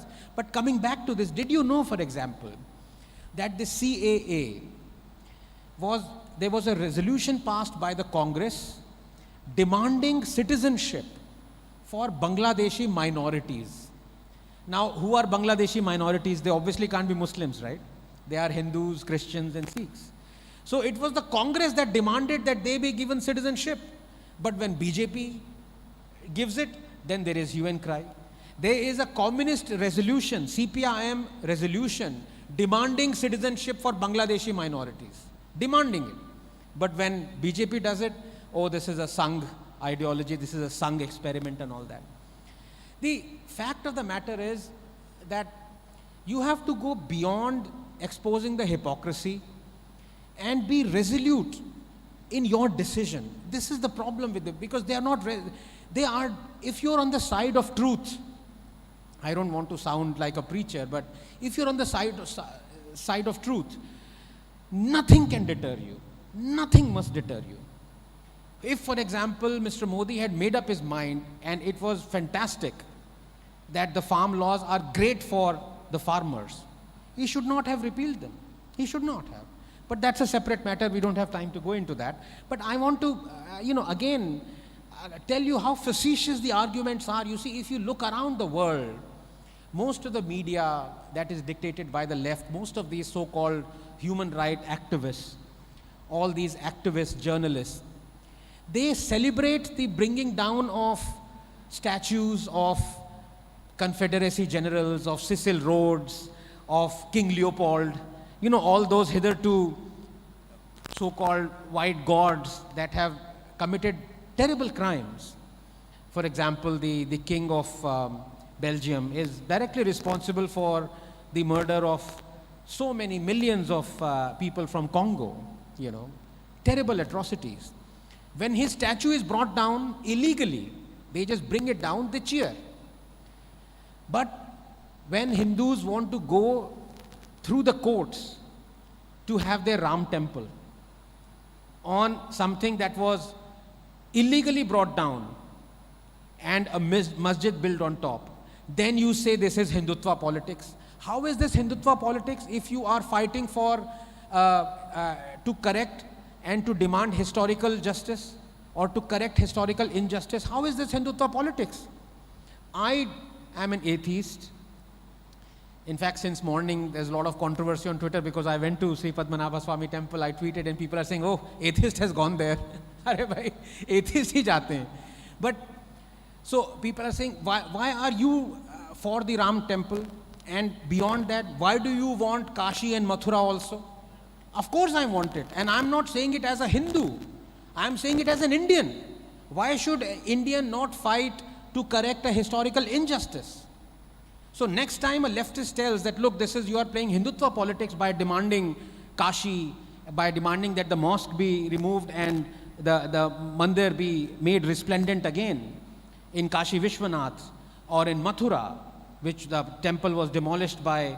There you don't even need a proof that there was a temple because the temple already exists. You can see parts of the temple in Kashi Vishwanath. It's such a horrendous sight. Why should you not fight legally?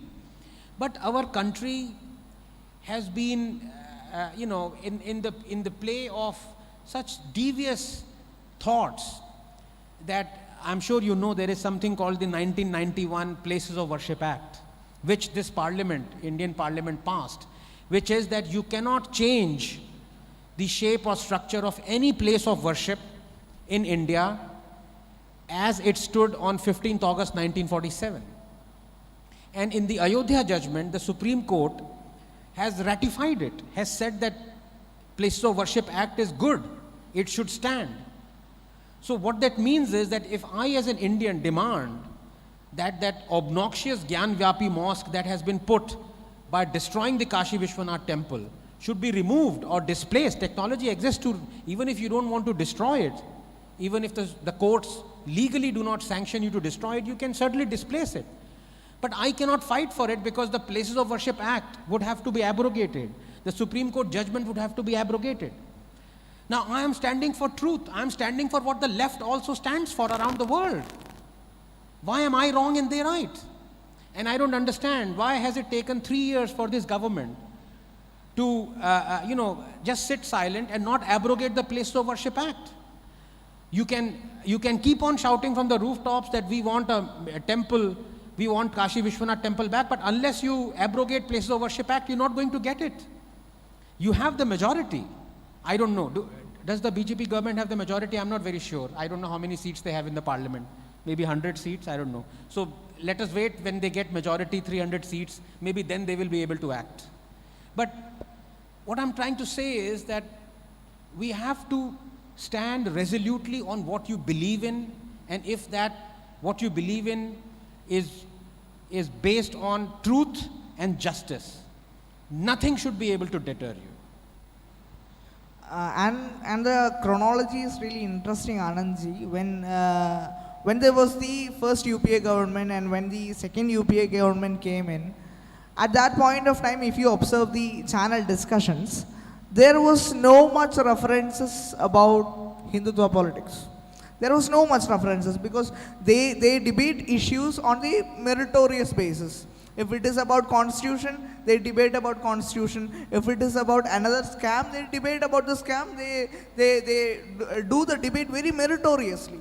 But what happened was, after the UPA government, after the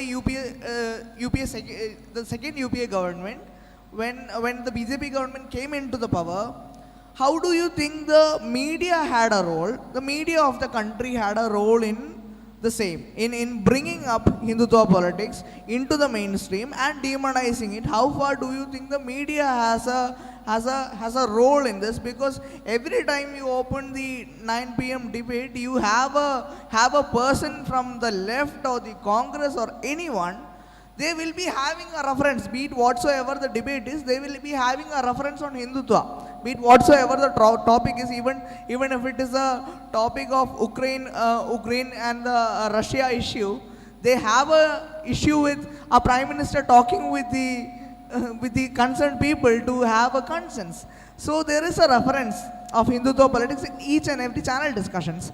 So how far do you think the media persons of the country has a role in demonizing the Hindutva politics? No, that's a terrific question. And if I can hark back to 2009, 2010, when we were all quote unquote kids in terms of understanding and analyzing Indian politics, there used to be this giant called Media Crooks.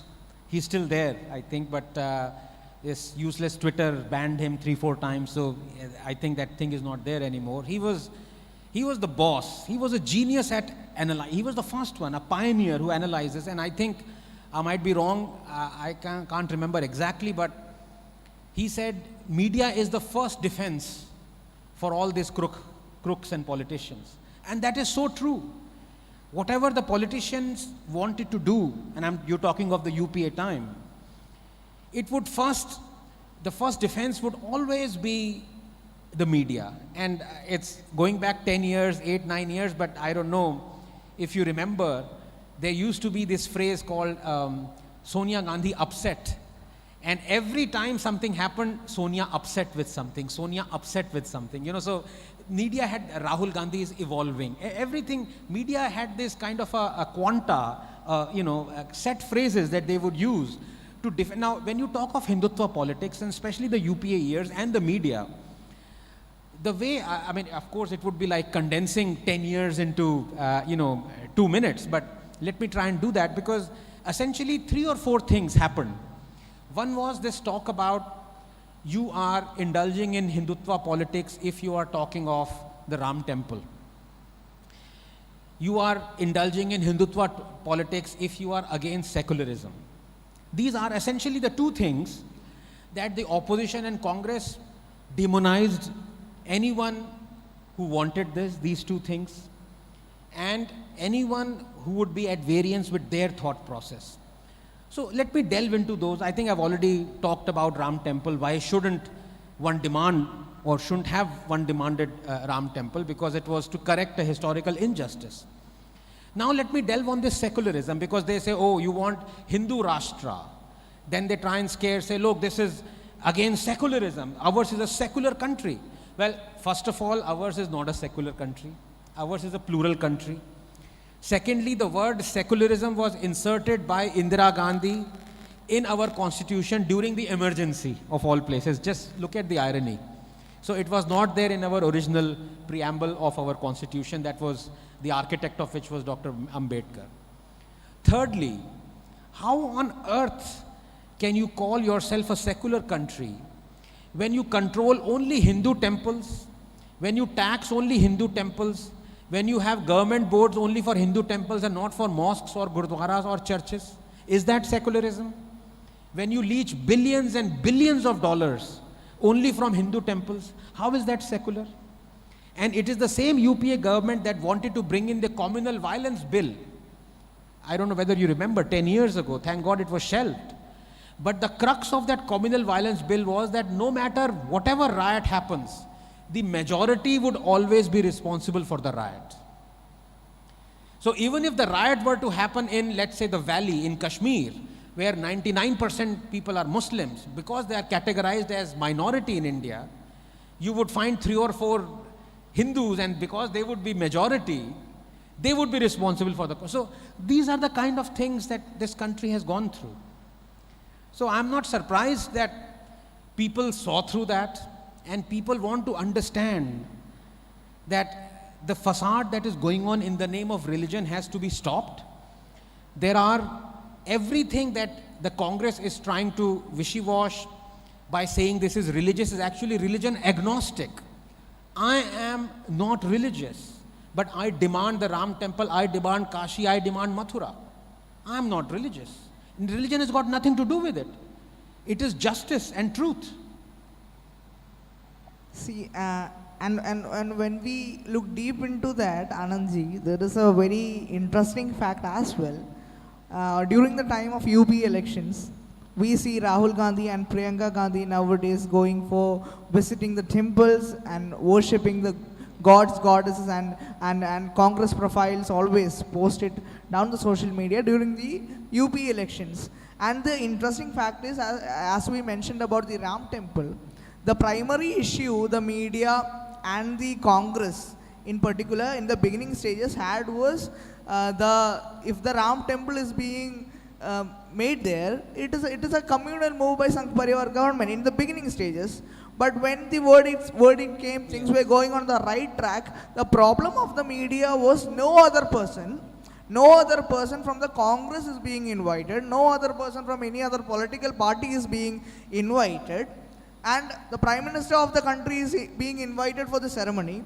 So it was a problem for them. So my primary question is, when the election comes, they visit the temples, they worship the goddesses, they want the pictures to be clicked. When the ceremony of the Ram temple is happening, they want them to be invited, they want them to be given the priority. So what is their issue? What is the basic issue these people really have regarding this thing? So on one side they say that Hindutva politics is a really bad thing, and they do this seasonal bhakti, we say. So they do this seasonal worshipping for their political benefits. So how do you see that? Now I think even seasonal worshipping would be a problem, because if I'm not mistaken, Miss Smriti Irani is visiting Wayanad. So she is actually chasing Rahul. She is not satisfied with thrashing him in Amethi. Now she's going to beat him in Wayanad, and then maybe she's going to contest from Bangkok, where Rahul Gandhi visits. Then in 2029, maybe she might be contesting from Italy, someplace in Italy where Rahul Gandhi might be contesting. So my humble request to Smriti Irani ji, please stop chasing Rahul Gandhi. No, but you are absolutely right. See, this is what I call when you don't stand for truth, and when you don't have the resolve in your mind, then it is, as you say, you straddle between two stools and you fall. So they're not very clear what they want.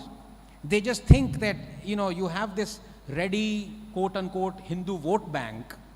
So let us do appeasement for 5 years and, or 4 years, 11 months, and that 1 month let us go to this Hindu vote bank, and they would be fooled by us, and they would go ahead and do it. The problem is, I keep repeating, the problem is not the Congress. The Congress is gone. It's been 8 years. The problem is that Indians and Hindus have to now demand action from the government which is there right now. That is the issue. Are Hindus demanding? Let us talk about the temple issue, the government control of temple. 1959, Congress government overturned a Supreme Court judgment and took control of temples. That almost 70 years, 1959, okay? What was stopping BJP government from abrogating that? It's been 8 years. But no, it wants more control of Hindu temples. So the tragedy is not Congress is almost Congress Mukt Bharat, except for 2 states and some universities here or there. The question is, you voted in a government you have to demand action from that government. Now the CAA, even the notification has not been done for 3 years. Why? The excuse always comes out that there was COVID. Things don't run in series, they run in parallel. Just because COVID happened, did the government stop doing all the hundreds of things that it was doing? So, Congress is history. The point is that you brought in a government, people demand some action. And to be very honest, in Uttar Pradesh, people are getting that action. People demanded law and order. They're getting law and order. In other BJP states, you see a lot of disturbances. In other BJP states, all hell breaks loose if you want to dismantle an illegal loudspeaker. The other day, Yogi Adityanath made an order. The next day, 30,000 illegal loudspeakers were voluntarily brought down. What does that, and from both mosques and temples. It is not an appeasement, or it is not going after religion. Forget about the Western media that talks about Muslim genocide is happening. So you have 800 Shobha Yatras, stones are pelted on a huge majority of them, and then next day you read that Muslim genocide is happening. I mean, you have to really, the mind boggles at what kind of deviousness is going on, but ignore that. People have voted you for something. Fulfill that. Fulfill your promises and then move ahead. See, and I believe that in making the Hindutva politics a continuous discussion for the past many years, I believe there is a series of cherry-picked events. From 2014. 2014 was the turning point in Indian politics, where UPA lost very, very, very pathetically, and then we had a government. So the thing is, from 2014 onwards, they cherry pick events. They repeat the stories of Godhra. Yes. They take up certain events which is happening in the remotest part of India. They take up certain mob lynchings that is happening in the remotest part of UP. UP has been the center point for many of the medias in making this Hindutva politics narrative stay alive in the media. See, they want this things to be made alive through the years. So how far do you think this cherry picking politics of cherry picking, and as you are from JNU, they even use the campuses. See, when there is a protest happening, see, Delhi is being the center point of protest. JNU is being the center point of protest. As you said, liberals are being now confined into JNU media and Kerala. So how do you see this politics of cherry picking? I'll just point out one more incident. See, when there is the issue, when the slogan comes of Jai Sri Ram, and when during the protest for CAA there was slogans of La ilaha illallah, and when the question was asked, they were saying that people should be energized, and for the purpose we need slogans like this. People from Jamia Millia Islamia University said this on media, to ANI, to NDTV. So how do you see this cherry picking politics played by media? And my second question, adding on to the same, how do you see this politics of drawing a thick line between Jai Sri Ram and La ilaha illallah? Yeah, so that's a very interesting question. Two arms to it. Number one, about the cherry picking first. Now, this has been going on since 2014, and it is very apparent that this is based on a fake narrative and complete propaganda. Because if you remember, they will always bring out selectively. They will always talk about the lynchings and attempted lynchings, hate attacks by Hindu mobs on Muslims. But they will never ever talk about the same or more number of lynchings and attempted lynchings and hate attacks by Muslim mobs on Hindus, Dalits and non-Dalits. So I have written on this, so many people have written on it. There are n number of, in fact, I used to have a running thread of documenting all these instances where Muslim mobs had lynched Hindus, but they never made the news. The point is that there is an obvious agenda, and it started from 2014 with the fake church attacks, if you remember. You know, the churches are being attacked by Hindus. Ultimately, it turned out that they were normal robberies, there were, some stones being pelted there was normal arson. And more number of churches had been attacked during the UPA than they were during the NDA. This came out 3 months after the whole church attack narrative. But during those 3 months, this government proved to be totally ineffective in combating that. For 3 months, every newspaper in India and abroad was saying that Christians are under attack. Even Times of India ran a huge banner saying Christians under attack. Very Christians say, enough, please stop harassing us and all that. Complete bunkum. But for 3 months, the Hindus were pilloried, Indians were humiliated. People said, look, this is horrible what is happening, and all fake news. So this is not going to stop. Even today, it won't stop, because these instances happen with alarming regularity. Every time a Muslim mob lynches or attempts to lynch a Hindu, a Dalit or a non-Dalit, it is ignored.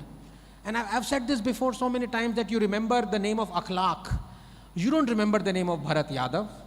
If I ask in the audience who was Bharat Yadav, hardly 1 or 2 hands would go up. In fact, let me take how many of you know who Bharat Yadav is? Not 1 hand has gone up. How many of you know who Akhlaq was? There we go, majority. So Bharat Yadav was a lassi seller who was called a kafir and lynched by a Muslim mob, right?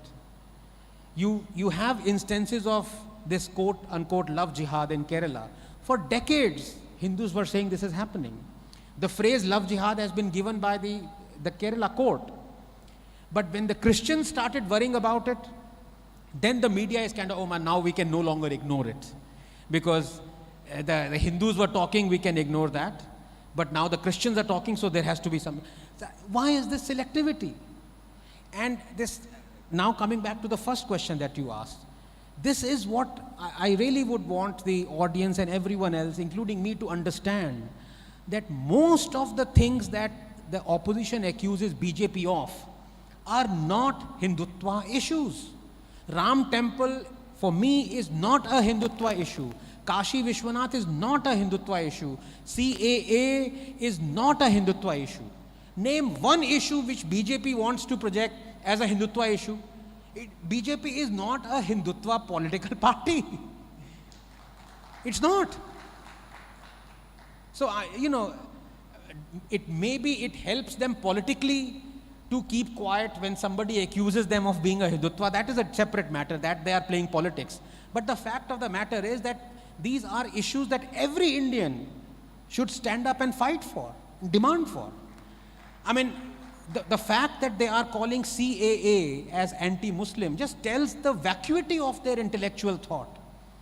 They are saying, why don't you include Muslims in there? First of all, the Muslims of this country, the political parties, OAC, AIMM, they don't even consider Ahmadiyyas as Muslims. You ask them, I asked once point blank. He was silent, he was not able to reply. Ahmadiyya, they are Muslims, but the Muslims of India don't consider themselves, so they don't want persecuted Muslims from Pakistan to come to India if they are Ahmadiyyas. Now, most of these countries are either Islamic republics or they have Islam as a state religion. Afghanistan, Pakistan, even Bangladesh. Now, to say that Muslims should also be allowed to come using this act is ridiculous, because millions and millions of Shias are being persecuted in Islamic republics. Should India suddenly become a home for 300 million Shias?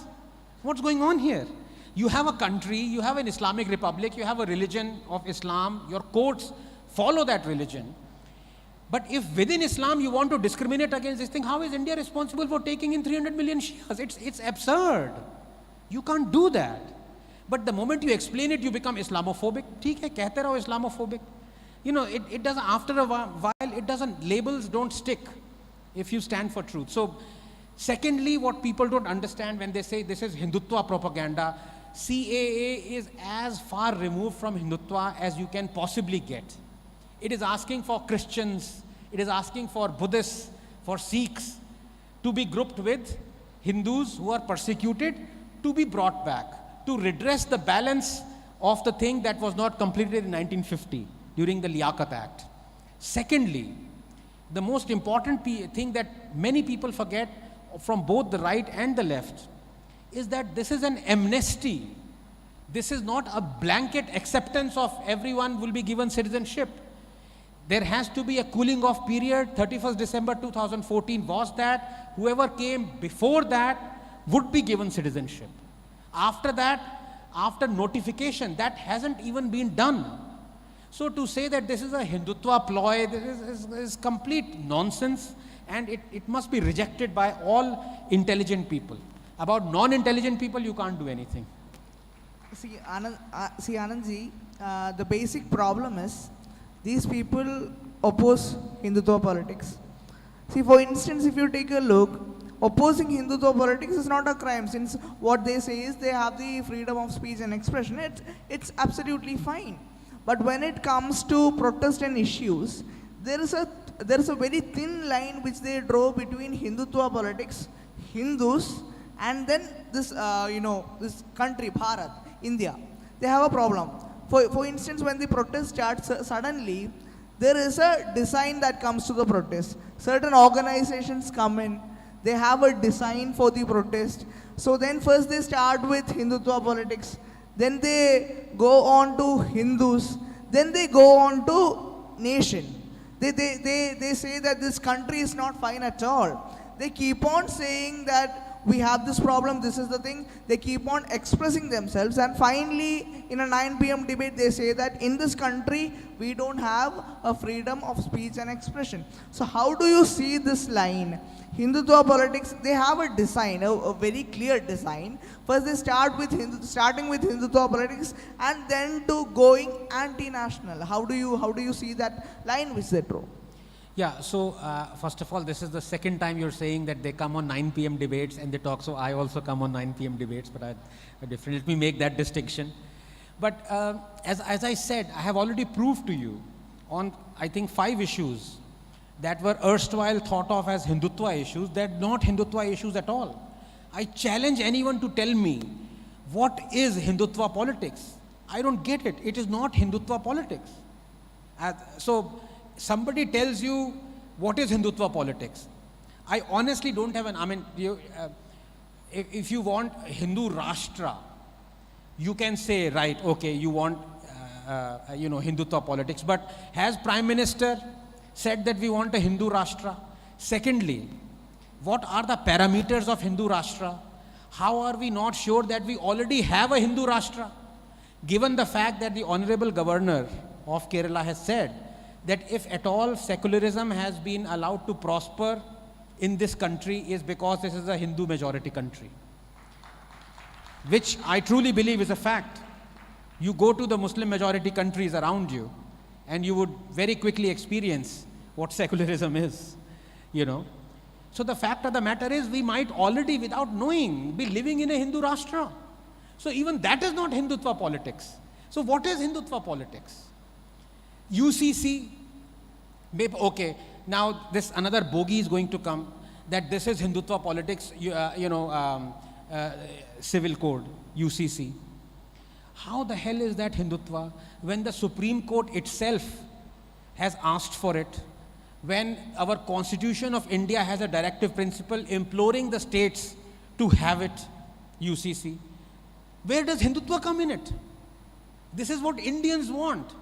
So the fact of the matter is that, and this is a classic case of Goebbels' propaganda, accuse the other person of what you are guilty of.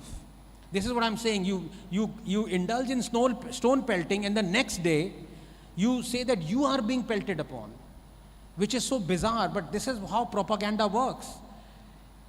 When we throw it open for audience questioning, I would love to ask you, what according to you is, give me one issue which can be said as Hindutva politics, because I cannot. Shall we throw it open to the audience? How much time we have? Just a final question and then we will throw it to the audience. Since you are from JNU, I cannot avoid this question. See, the students which are from this, I study in Hyderabad Central University. So the people, especially the students which come from Kerala, they seriously don't have an idea what Hindutva politics is, especially the liberal students, jo bhi hai, this communist party. So they don't have a distinction what Hindutva politics really is. They say that Hindutva politics is dangerous. How do you think the liberal ideological people have been able to, how do you think they have been able to maintain this ecosystem in the universities of the country? So, first of all, if I may slightly correct you, we must stop labeling them as liberal. They are anything but liberal. They are dictatorial, they are demagogues, they don't believe in democracy, they don't believe in liberalism at all. Okay? The truest liberal would be, if at all you were to go and search, you would probably find a Hindu is a true liberal. So when you address them as liberal, please put quotes on top of the liberal. So they're not liberal at all.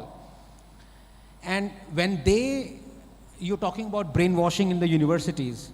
Now, let me not go there because I think I've criticized this government enough, but all right, I'll criticize it one more time. You see, you have 8 years to change the textbooks. You've done nothing. You have your ministers who said, we are proud not to have even changed one comma in our textbooks. How do you expect the students not to be brainwashed? When the students are reading that Che Guevara, who was a homophobic mass murderer, was great. When the students are wearing t-shirts having Che, when my good friend Rahul Ishwar eulogizes Che Guevara and says Hinduism needs an icon like Che Guevara, when every book that is prescribed in our universities is steeped in ignorance and eulogizing Mao and Pol Pot and Stalin, Aurangzeb, Tipu Sultan, how on earth do you expect students not to be brainwashed? In fact, I would say that the collective audience in this room, it is a miracle that these people and I and you are not brainwashed, having gone through the same books. So I really congratulate you. Despite reading our books, if you have not been brainwashed, I think that is the real miracle. So many things have come out and the left doesn't want that. So you see someone like True Indology, who was a fantastic handle, who was exposing all these charlatans. He's been banned for months, 4th, 5th time. Why? Because he exposed Aurangzeb, because he exposed Tipu Sultan, because he exposed all those fraud historians that call themselves historians, that the left says they are historians. Did you know, for example, I didn't until I read the book by the excellent Sanjeev Sanyal, The Ocean of Churn, that I didn't know this, that Ashoka was already a Buddhist for 4 to 8 years before he undertook the Kalinga war and killed millions. He was already a Buddhist. But what do you see in our textbooks? That he saw these bodies splayed around and he was so humiliated and embarrassed that he turned to Buddhism. These are the things that we've studied about Aurangzeb, about so many other things, Mughals. So when you have books that haven't changed, why shouldn't student, in fact, a good student would be one who is brainwashed. That means he's reading those books very well and he's passing the exams well. So I would encourage students to be brainwashed. That means that they are doing their studies very well. Okay. I was being sarcastic there, please don't. Yes. And we have been talking for around 45 minutes now, and now we will throw the questions to the audience. Those who want to ask questions can put your hands up and the mic will be passed to you. Let me check this mic if this is okay. Okay. I request the coordinators to kindly pass mic to the people who want to ask the question. I request everyone to be precise on the question so that we can have a very good elaborated answer from Anand sir.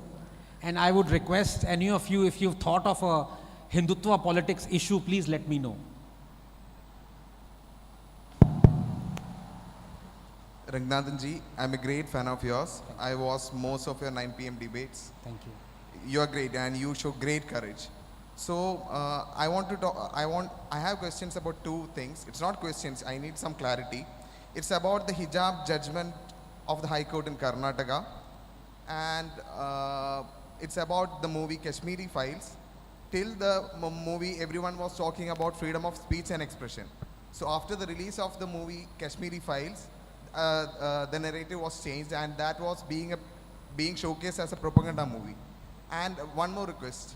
So we are living in a Kerala where you know the minority is not minority anymore. So can you please tell us some verses in the great holy book, Quran, about the lynching of kafirs? Thank you. Well, let me, I don't want to wrongly quote, because then, as you know, Gustakh-e Rasool ki ek hi saza, sar tan se juda. But before I do that, in fact, let me.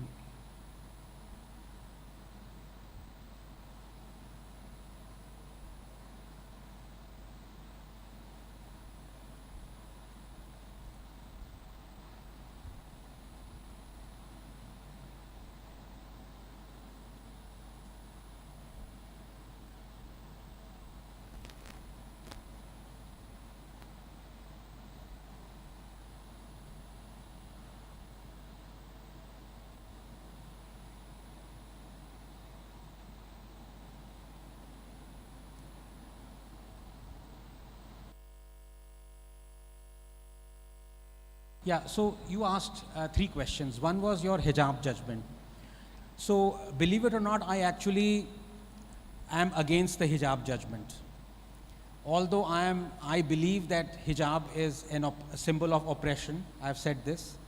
But the fact of the matter is that the Almighty Allah, and I may sound like Zakir Naik here, so apologies for that, but has meticulously described how a woman should dress. And now when you have that description in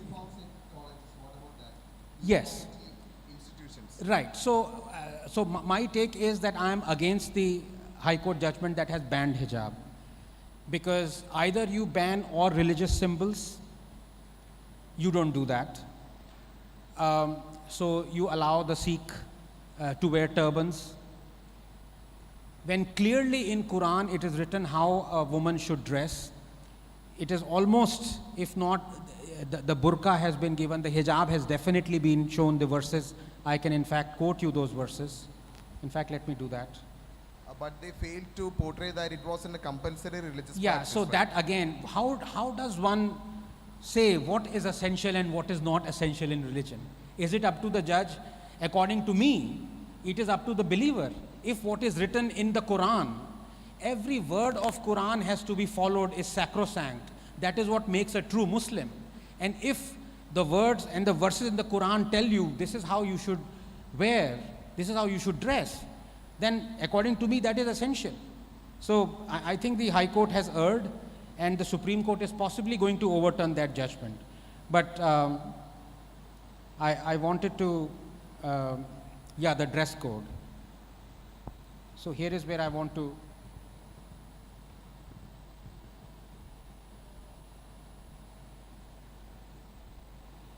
tell the believing women to reduce their vision and guard their private parts, and not expose their adornment except that which appears thereof, and to wrap a portion of their head covers over their chests, and not to expose their adornment except to their husbands, their fathers, their husbands' fathers, their sons, their husbands' sons, their brothers, their husbands' sons, their brothers' sons, their sisters' sons, their women, that which their right hands possess, or those male attendants having no physical desire, or children who are not yet aware of the private aspects of women. 24:31. O Prophet, tell your wives and your daughters and the women of the believers to bring down over themselves part of their outer garments. That is more suitable, that they will be known and not be abused, and ever is Allah forgiving and merciful. 33:59. Now these are the 2 verses. Now as a true Muslim, you are bound by Allah's edict to follow them. If a Muslim woman is following them, she is a true Muslim. She believes it is essential to her being a Muslim. So that's why I was against the High Court judgment. No, but The uniform is different. If the school or the university says that this is what you're going to wear to come to our school, Yeah, that's what that's the point. And there is no discrimination. So you cannot say that the Muslims, while following the Quranic verses, they cannot come in burqa or hijab, but the Sikhs can, wearing their turban. That is discrimination according to me. Yeah, that is discrimination, but that is even before the independence, it was there for Sikhs. So, Yeah, but at the same time, even the institution has got its rights, like an individual. yes, So so but if the institution is discriminatory, is it discriminatory or is it not? So according to me, if you do not overtly show your religious symbol or some adornment, that is still fine. So you can have some religious symbol. You don't have to overtly show it. And if it is followed across all religions, according to me, that should not be a problem. After all, let me say this. Circumcision is a religious edict as well. Now, circumcised students go to universities and schools, don't they? But thank God, they don't show it to, so it's fine. I guess we'll switch to the next question. Yeah, what was the next Two question? more, about the Kashmiri No, files. I guess we'll go to the second person, I guess. So because the time is very limited, we have to close the session. Sure, but I We'll hope go- I answered your question. Yeah. We'll go to the second question. I request you to be precise. Has any of you thought of a Hindutva issue? Please tell me, let me know. What about the security threat posed by wearing fully covered parda? Suppose somebody is walking body fully covered in public road, whether it's it can be man or woman, right? I'm sorry. So, did you get that? Can you please repeat the question once? now there's a security threat posed by wearing a fully covered parda. Can you please hold your mic? Yeah. There's a security threat posed by wearing a fully covered parda, right? So we cannot know whether it's a man or woman walking in public road. Did you get the question? I didn't get He was asking that about the hijab issue. Yes. He was telling that when the parda is being wore, Yes. there is a security threat because we Yes. cannot identify the person. Yes. Like when Yes. students So- are coming into the institutions, we Yes. have a problem in identifying the Yes, students. yes. So that was his question, to be precise. No, and I have said this before, security is a legitimate concern. So burqa being banned in schools and universities, one can understand. But hijab is just the covering of the head. It's not, yeah. Yes, to the next question. Yes. Okay. Namaste, Anandji. I'll make it fast. First of all, I appreciate you for identifying yourself or tagging yourself as an atheist, because I strongly believe that it is only in Hindutva where we can identify Yes. ourselves as an atheist, Yes. because we have Chavaga philosophy. I appreciate you for that. And my question is, last day, the director of Kashmir Files, Vivek Agnihotri sir, he was sitting here. He gave an excellent speech, and after that, a Malayalam channel, Yes, I saw that. yes, she has done an interview. Her name is Madhu. I should say that a journalist should never be such intolerant to a person to whom she is interviewing. Yes. Right. So I wanted to specify her name specifically here. That is one thing. And my question is that why leftists are so much empathetical or sympathetical to Islamists? Okay. What would be the reason, or what is a common factor? Yes. Very interesting question. Number one, I saw the interview of my good friend Vivek. It was absolutely hilarious because that lady hasn't even watched the film. Vivek said, "Have you watched the film?" She said, "No, I have not watched the film." She's interviewing. And she's saying, "Why are you digging up things that are 30?" I mean, this is bizarre. That means if some injustice has been done, some genocide happened 30 years ago, we should forget about it because it happened 30 years ago, and we might find it bizarre and criminal to think like that. But here, and I may be held in contempt of Supreme Court, but I don't really care. I want to see what an Indian jail looks like. But the Supreme Court has done exactly that. Supreme Court has said that too much time has elapsed. So we will not open the cases of criminal, rape, murder of Kashmiri Hindus because too much time has elapsed. can you imagine this is happening in our country? What sort of country are we living in? So that journalist and the Supreme Court, I'm afraid, have the same bent of mind. Make it what you want to make of it. As to your second question, as to why is it that the left leans to, I think it's a lot to be said about both philosophies. And left, in many ways, is a religious cult. And in many ways, it is also like Islam. It has a very prescribed worldview. It has an ummah or a brotherhood. It does not consider nation states. It says leftists of the world unite, like the ummah thing. You have the Internationale, the song. So all those things, it's like a philosophy that is so commanding that everyone must submit to it. And as you know, the meaning of Islam is submission. But you can't stop it. You can't stop it. Why? Because if for 70 years, how does science function? Science functions because you conduct an experiment, you analyze the results, and if the results tell you that this experiment